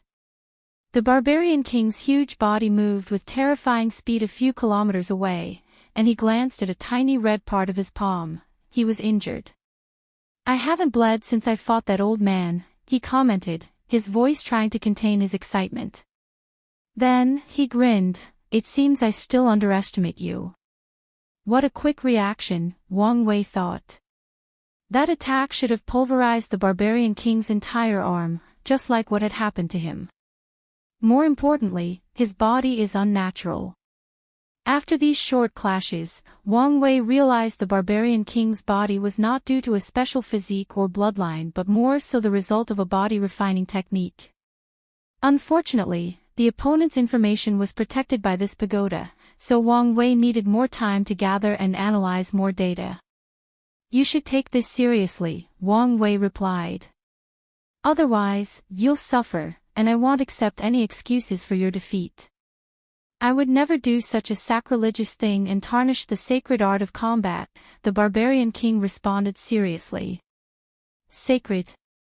I never thought I would meet someone more battle-hungry than me, Li Jun, or the MÖngke," Wang Wei thought. "Maybe my ancestor was like this." After all, he chose the battle maniac name. The Barbarian King's body suddenly lit up as if it were a shining diamond. He slashed his hand downward, managing to generate a sword slash more than 10 meters long, heading toward his opponent with unparalleled speed. Wang Wei waved his hand to the side to break the attack, and his eyes squinted. "That bastard learned my technique," he thought. The Barbarian King learned his true will application of melding his power into his opponent to disarm it. Wang Wei was sure he did not know it beforehand, given how he reacted after coming into contact for the first time. The Barbarian King did not give him time to respond, so he continued. He jumped, higher into the sky. As he reached a few kilometers above Wang Wei's head, he landed, and the space underneath his feet caved in. The Barbarian King expertly controlled his strength to bend spacetime under his feet. He then used it like a slingshot to shoot himself with immeasurable speed toward Wang Wei. Wang Wei would have praised such a brilliant body-refining movement technique, but the opponent's speed had reached the same level as him, maybe even slightly higher, so all his focus was on how to react. He did not evade and clashed head-on with a fist of his own. To the normal viewers, this clash was a confrontation of power or attack potency. However, only a few people and the two involved knew this was a confrontation of their true wills. This is the deciding factor in a battle with strength that is so close together. The Barbarian King used a different true will technique. This time around, he condensed his true will to increase its potency before exploding. The explosion should have eliminated the opponent's true will while also doing great damage to the body.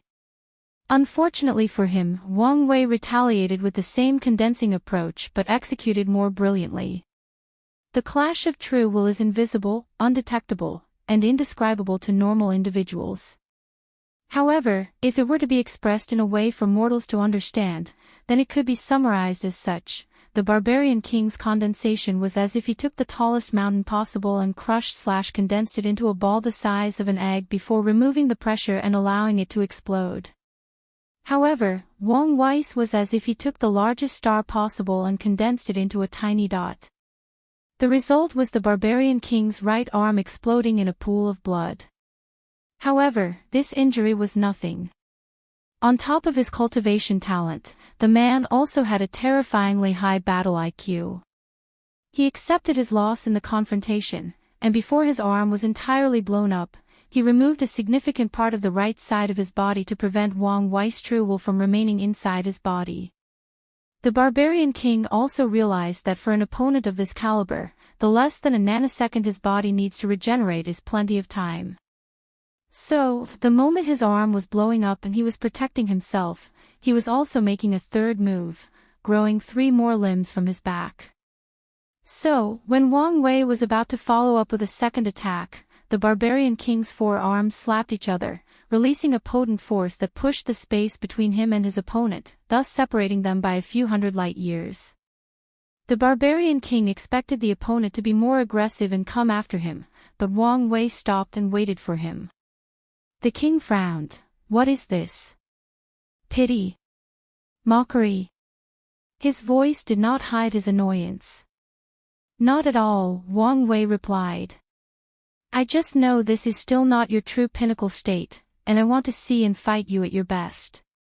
I understand, the king replied, his voice containing a deeper respect for his opponent.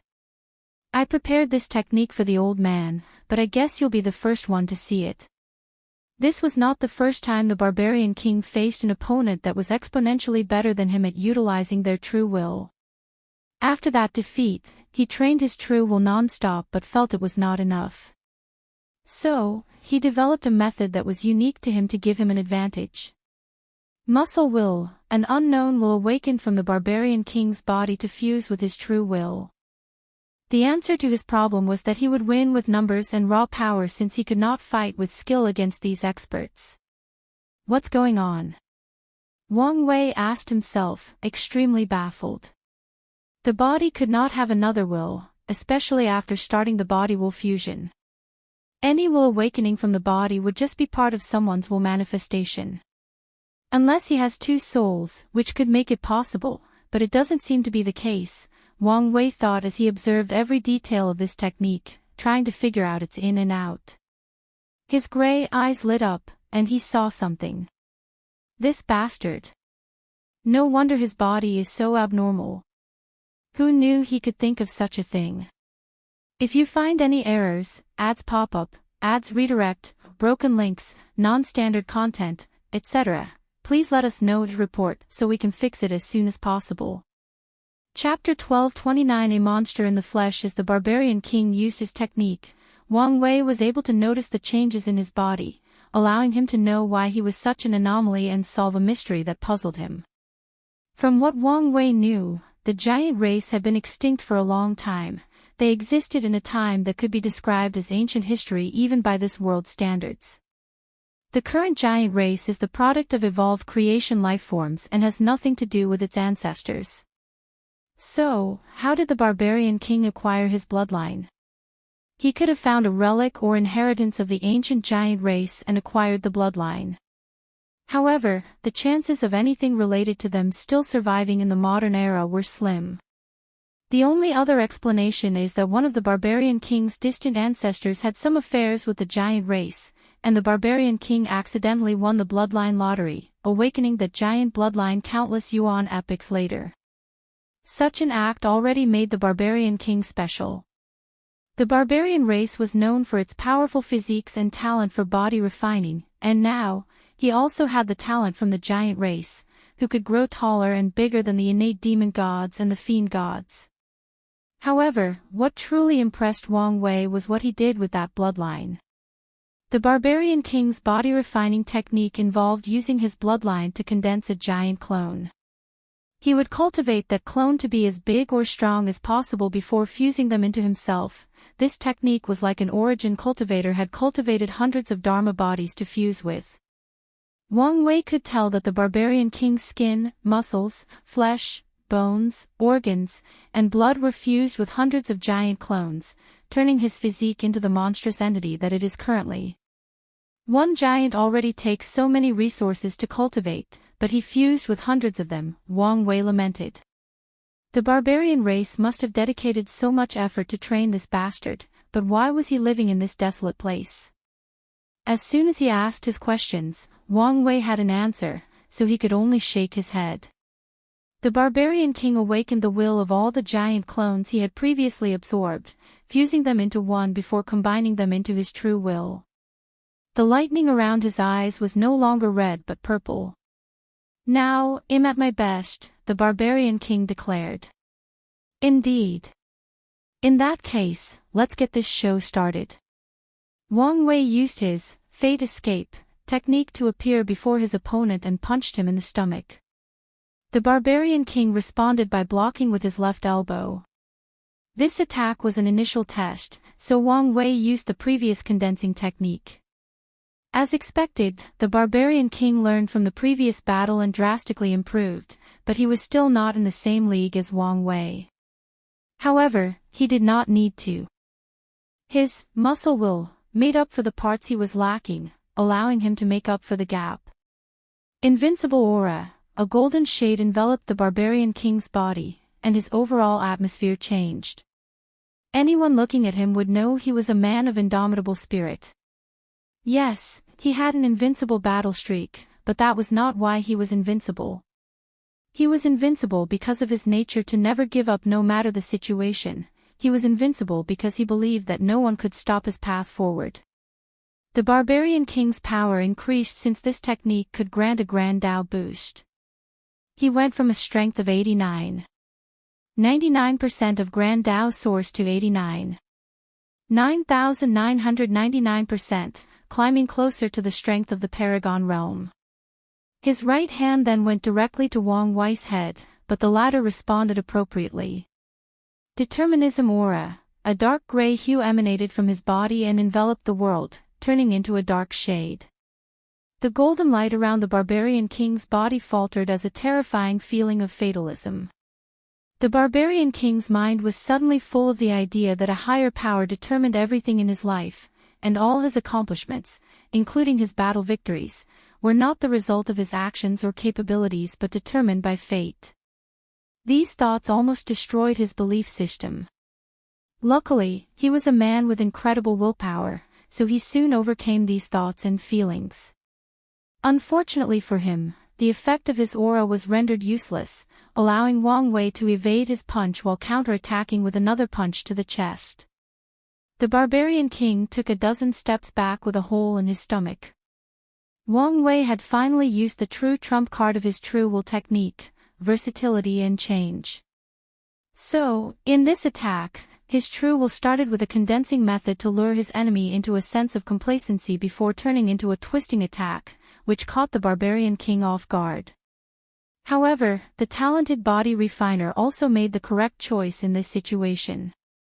He used his two wills to force the opponent's power from his body, allowing him to continue this battle. Wang Wei was more aggressive since he was now taking this battle seriously, so he teleported before his opponent and used one of his old techniques. He gathered vibrations from every aspect of his otherworldly body, his skin, muscles, bones, cells, and even every atom of his existence, and condensed them into a force that he released through his hand. Such an attack should have been devastating, but the Barbarian King had an answer. A white projection of a giant manifested behind him, and the creature embraced the Barbarian King as if it were a mother protecting her child. Cracks spread throughout the projection as soon as Wang Wei's fist touched it, but the technique still granted its user a moment of respite as it blocked most of the attack strength. Wang Wei's eyes suddenly released a beam of chaos flame as a follow-up, and the Barbarian King responded by opening his mouth and swallowing it. His mouth was like its own black hole, and this was not far from the truth.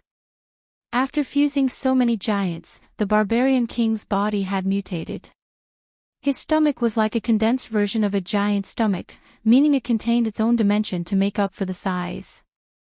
Wang Wei manifested strings that swiftly attached themselves to the Barbarian King's limbs, but the big man escaped this technique by a surprising means. In a matter of less than an attosecond, he shrunk his body to the size of a particle before returning to its original size after escaping the immediate range of the strings. War God's 3 talents, the Barbarian King created 3 projections/clones with the same strength as him. He decided to use numbers to give himself the advantage in this battle, so he ordered the projections to attack as he waited on the side to assist or make use of an opportunity. The clones immediately surrounded Wang Wei before attacking his head, all their first turning into a lion energy projection. Boom! The attack seems to have worked. Upon contact, Wang Wei exploded into a gray mist, but before anyone could rejoice, the mist enveloped the clones. The mist dissipated soon after, leaving an intact Wang Wei and the clones with a mark on their forehead. They then looked at their creators with undisguised malice. Of course, the Barbarian King tried to secretly disperse his technique, but it was useless. Ancestral Roar, he opened his mouth for a sonic attack with a wide area of effect. Two phantoms, a barbarian and a giant, manifested behind the Barbarian King and roared along with him. This sonic attack not only released a potent vibrational effect but also contained an oppressive power that wanted to crush everything in its path. It also includes a third characteristic, attacking the mind/spirit/soul. Wang Wei controlled the three clones to stand before him and combined their strength for one attack, which created a direct path into this terrifying roar. He then manipulated his blood to condense into a spear and threw it through that path. The Barbarian King's face changed as he sensed an unbelievable penetrating power from that spear. Even the true will attached to it involved a skill based on penetration. His mind went into overdrive to analyze the situation, and he realized that most of his defensive skills would be instantly pierced. So, he controlled his body to dissipate his skin, muscles, flesh, blood, and organs, leaving only his bones, which were the hardest part. He raised his bony arms to block the blood spear. For a brief moment, the Barbarian King stopped the attack, proving he made the right choice. Sadly, his opponent was thinking a few moves ahead of him. The blood spear suddenly exploded into blood needles with the same piercing potential, embedding themselves in all his 365 bones. The Barbarian King's face changed as he realized the severity of his situation. The needles contained scattered true will, so he immediately tried to remove them. Unfortunately, there were so many of them that it would take him way too long to deal with every individual one. The king turned his attention to Wang Wei, who was already before him. As he was about to respond, the blood needles and true will exploded, temporarily paralyzing him. Then, Wang Wei calmly touched his bones and sealed his power. "You lose," he declared. "If you find any errors, ads pop up, ads redirect, broken links, non-standard content, etc., please let us know to report so we can fix it as soon as possible." Chapter 1230 Monk. Indeed, the Barbarian King nodded. This feeling is still terrible. Had only been defeated a handful of times in his life, and it was never a positive experience. "That's true," Wang Wei nodded. "You've tested defeat." "Once, well, a few times, but only once that I truly acknowledged," he nodded. "Someone has defeated you. I would love to meet such a talent." "Dead." "That makes sense," the Barbarian King nodded. He took a moment to break the seal from his body as he did not like the sense of weakness he was currently feeling. "My intuition tells me you came here for a purpose, so let's talk somewhere private." He punched the air to create a space passage, and Wang Wei followed him. They soon arrived in a lavish palace, and as soon as they landed, a beautiful woman rushed into the Barbarian King's arm. "Monk, are you all right?" Wang Wei looked at this woman. She wore an elegant dress that reminded him of Mongol royalty from Earth, especially with the over-the-top headdress. She was taller than him but still looked tiny before the Barbarian King. The barbarian race's culture and identity resembled Mongolia from Earth. Why is that? Could there be other races inspired by Eastern Asia? What is the connection with Earth? Why is Grand Dao allowing their existence but not other races from the prehistoric world? Wang Wei had these thoughts for a while after meeting the barbarian twins during Gu Xian's trial. However, they resurfaced after today's meeting, and he hoped he could find some answers. "I'm fine," Monk reassured his wife. He then introduced her to Wang Wei. "This is my main wife, Dulgun." "Main wife?" Wang Wei thought, but he did not state that out loud. He saluted. It's a pleasure to meet you, madam. You have defeated my husband in combat, meaning you're our honored guest. So, the pleasure is all mine, she saluted back. Give us some privacy while I talk to him, MÖngke said, and his wife nodded. The barbarian king led him to a beautiful garden with a waterfall that spewed rainbow-colored water. Wang Wei's eyes lit up since this garden was even more marvelous than the one he built in his court. Your wife's work? He asked. It looked so, doesn't it? MÖngke laughed. But no. I built this place to reduce my bloodlust and calm my mind. That's a wise move, Wang Wei praised. It's one thing to love battle but another to be obsessed with it. The two sat down, and MÖngke served his best wine reserved for opponents that he respects. What did you want to talk about? Before that, I don't even know how to address you. The name's Wang Wei, meaning Great King. MÖngke, representing eternity in our language, the barbarian king replied. Wang Wei nodded. I'll be direct. Are you not completely cut off from the outside world? I know what's going on. Then you should have heard of the Son of Era or the Destined One. You don't mean. That's right. That explains your monstrous talent, MÖngke muttered. So, you came here to hide? No, the opposite. I came to conquer this place, Wang Wei admitted directly, making the barbarian king squint. He paused briefly before saying, I have no issue serving under you, MÖngke replied. However, I have two conditions, one being non-negotiable. I'm listening. The non-negotiable condition is that my servitude is temporary until we end this era, and you cannot enslave my soul. Wang Wei squinted his eyes. He mulled it over but did not immediately reject such a condition. Can I ask why? I am the hope and future of the barbarian race, MÖngke replied succinctly. You're their primal paragon seed. That's right. Wang Wei grunted softly. The barbarian race was not part of any of the 13 overlords, but they were a top lineage with one primal paragon. However, if they had a second one, they would meet the minimum requirements for a seat as one of the overlords. I can accept your condition, and we can even sign a binding contract, Wang Wei agreed after pondering about it for a while. He considered many things before making this decision, but the crux of the reason he accepted is the barbarian race. Firstly, they acted similarly to the Dao opening sect when it came to treating their people, especially their genius. As such, Wang Wei knew there was a high chance these people would go to war with the sect for MÖngke, even knowing they had a small chance at winning.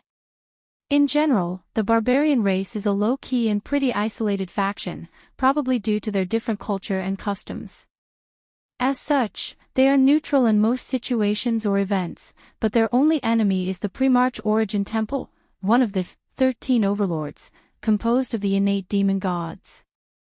Their feud started because one of their geniuses was assassinated, and since then, they've been at odds with the innate demon gods. They even formed a loose alliance with the tribal Sacred Mountain, another overlord ruled by the demon race and enemy of the Pre-March Origin Temple. Wang Wei did not want to make an enemy of the barbarian race, even though it may be worth it for MÖngke. In the new era coming, primal paragons will no longer be the deciding factors of the top factions, but half-step transcendent will. He hasn't known MÖngke long enough to determine whether he's talented enough to walk the path of transcendence, and forcing him to serve him might ruin his talent. So, he accepted his proposal. Having the barbarian race as an ally should be very beneficial to the sect, Wang Wei thought. What's your second condition? I want the opportunity to personally tear off the Earth Emperor's head, MÖngke said with bloodlust in his eyes. He's the reason you're here. That's right, MÖngke nodded, his eyes containing deep hatred. The bastard envies my talent, so he first tried to force me to become his son-in-law. When our tribe refused, he found an excuse to persecute us. To save me, the clan had to label me as a traitor and exile me, but even then, the bastard would not let it go. I had to come here to hide. Given the fact he might have secretly eliminated some of his talented children, I'm not surprised by this, Wang Wei commented. Well, I have no issue with this condition. Anyway, whether you kill him or I do is fine by me, as long as he's dead. In that case, I'll offer you my strength and talent. Monk raised his large wind bowls, and Wang Wei followed him. They toast to their new alliance before chugging the bowl down. The next step was to sign the contract, but Monk said his wife would negotiate the nitty-gritty details, and Wang Wei was fine with that. Can I ask about this pagoda?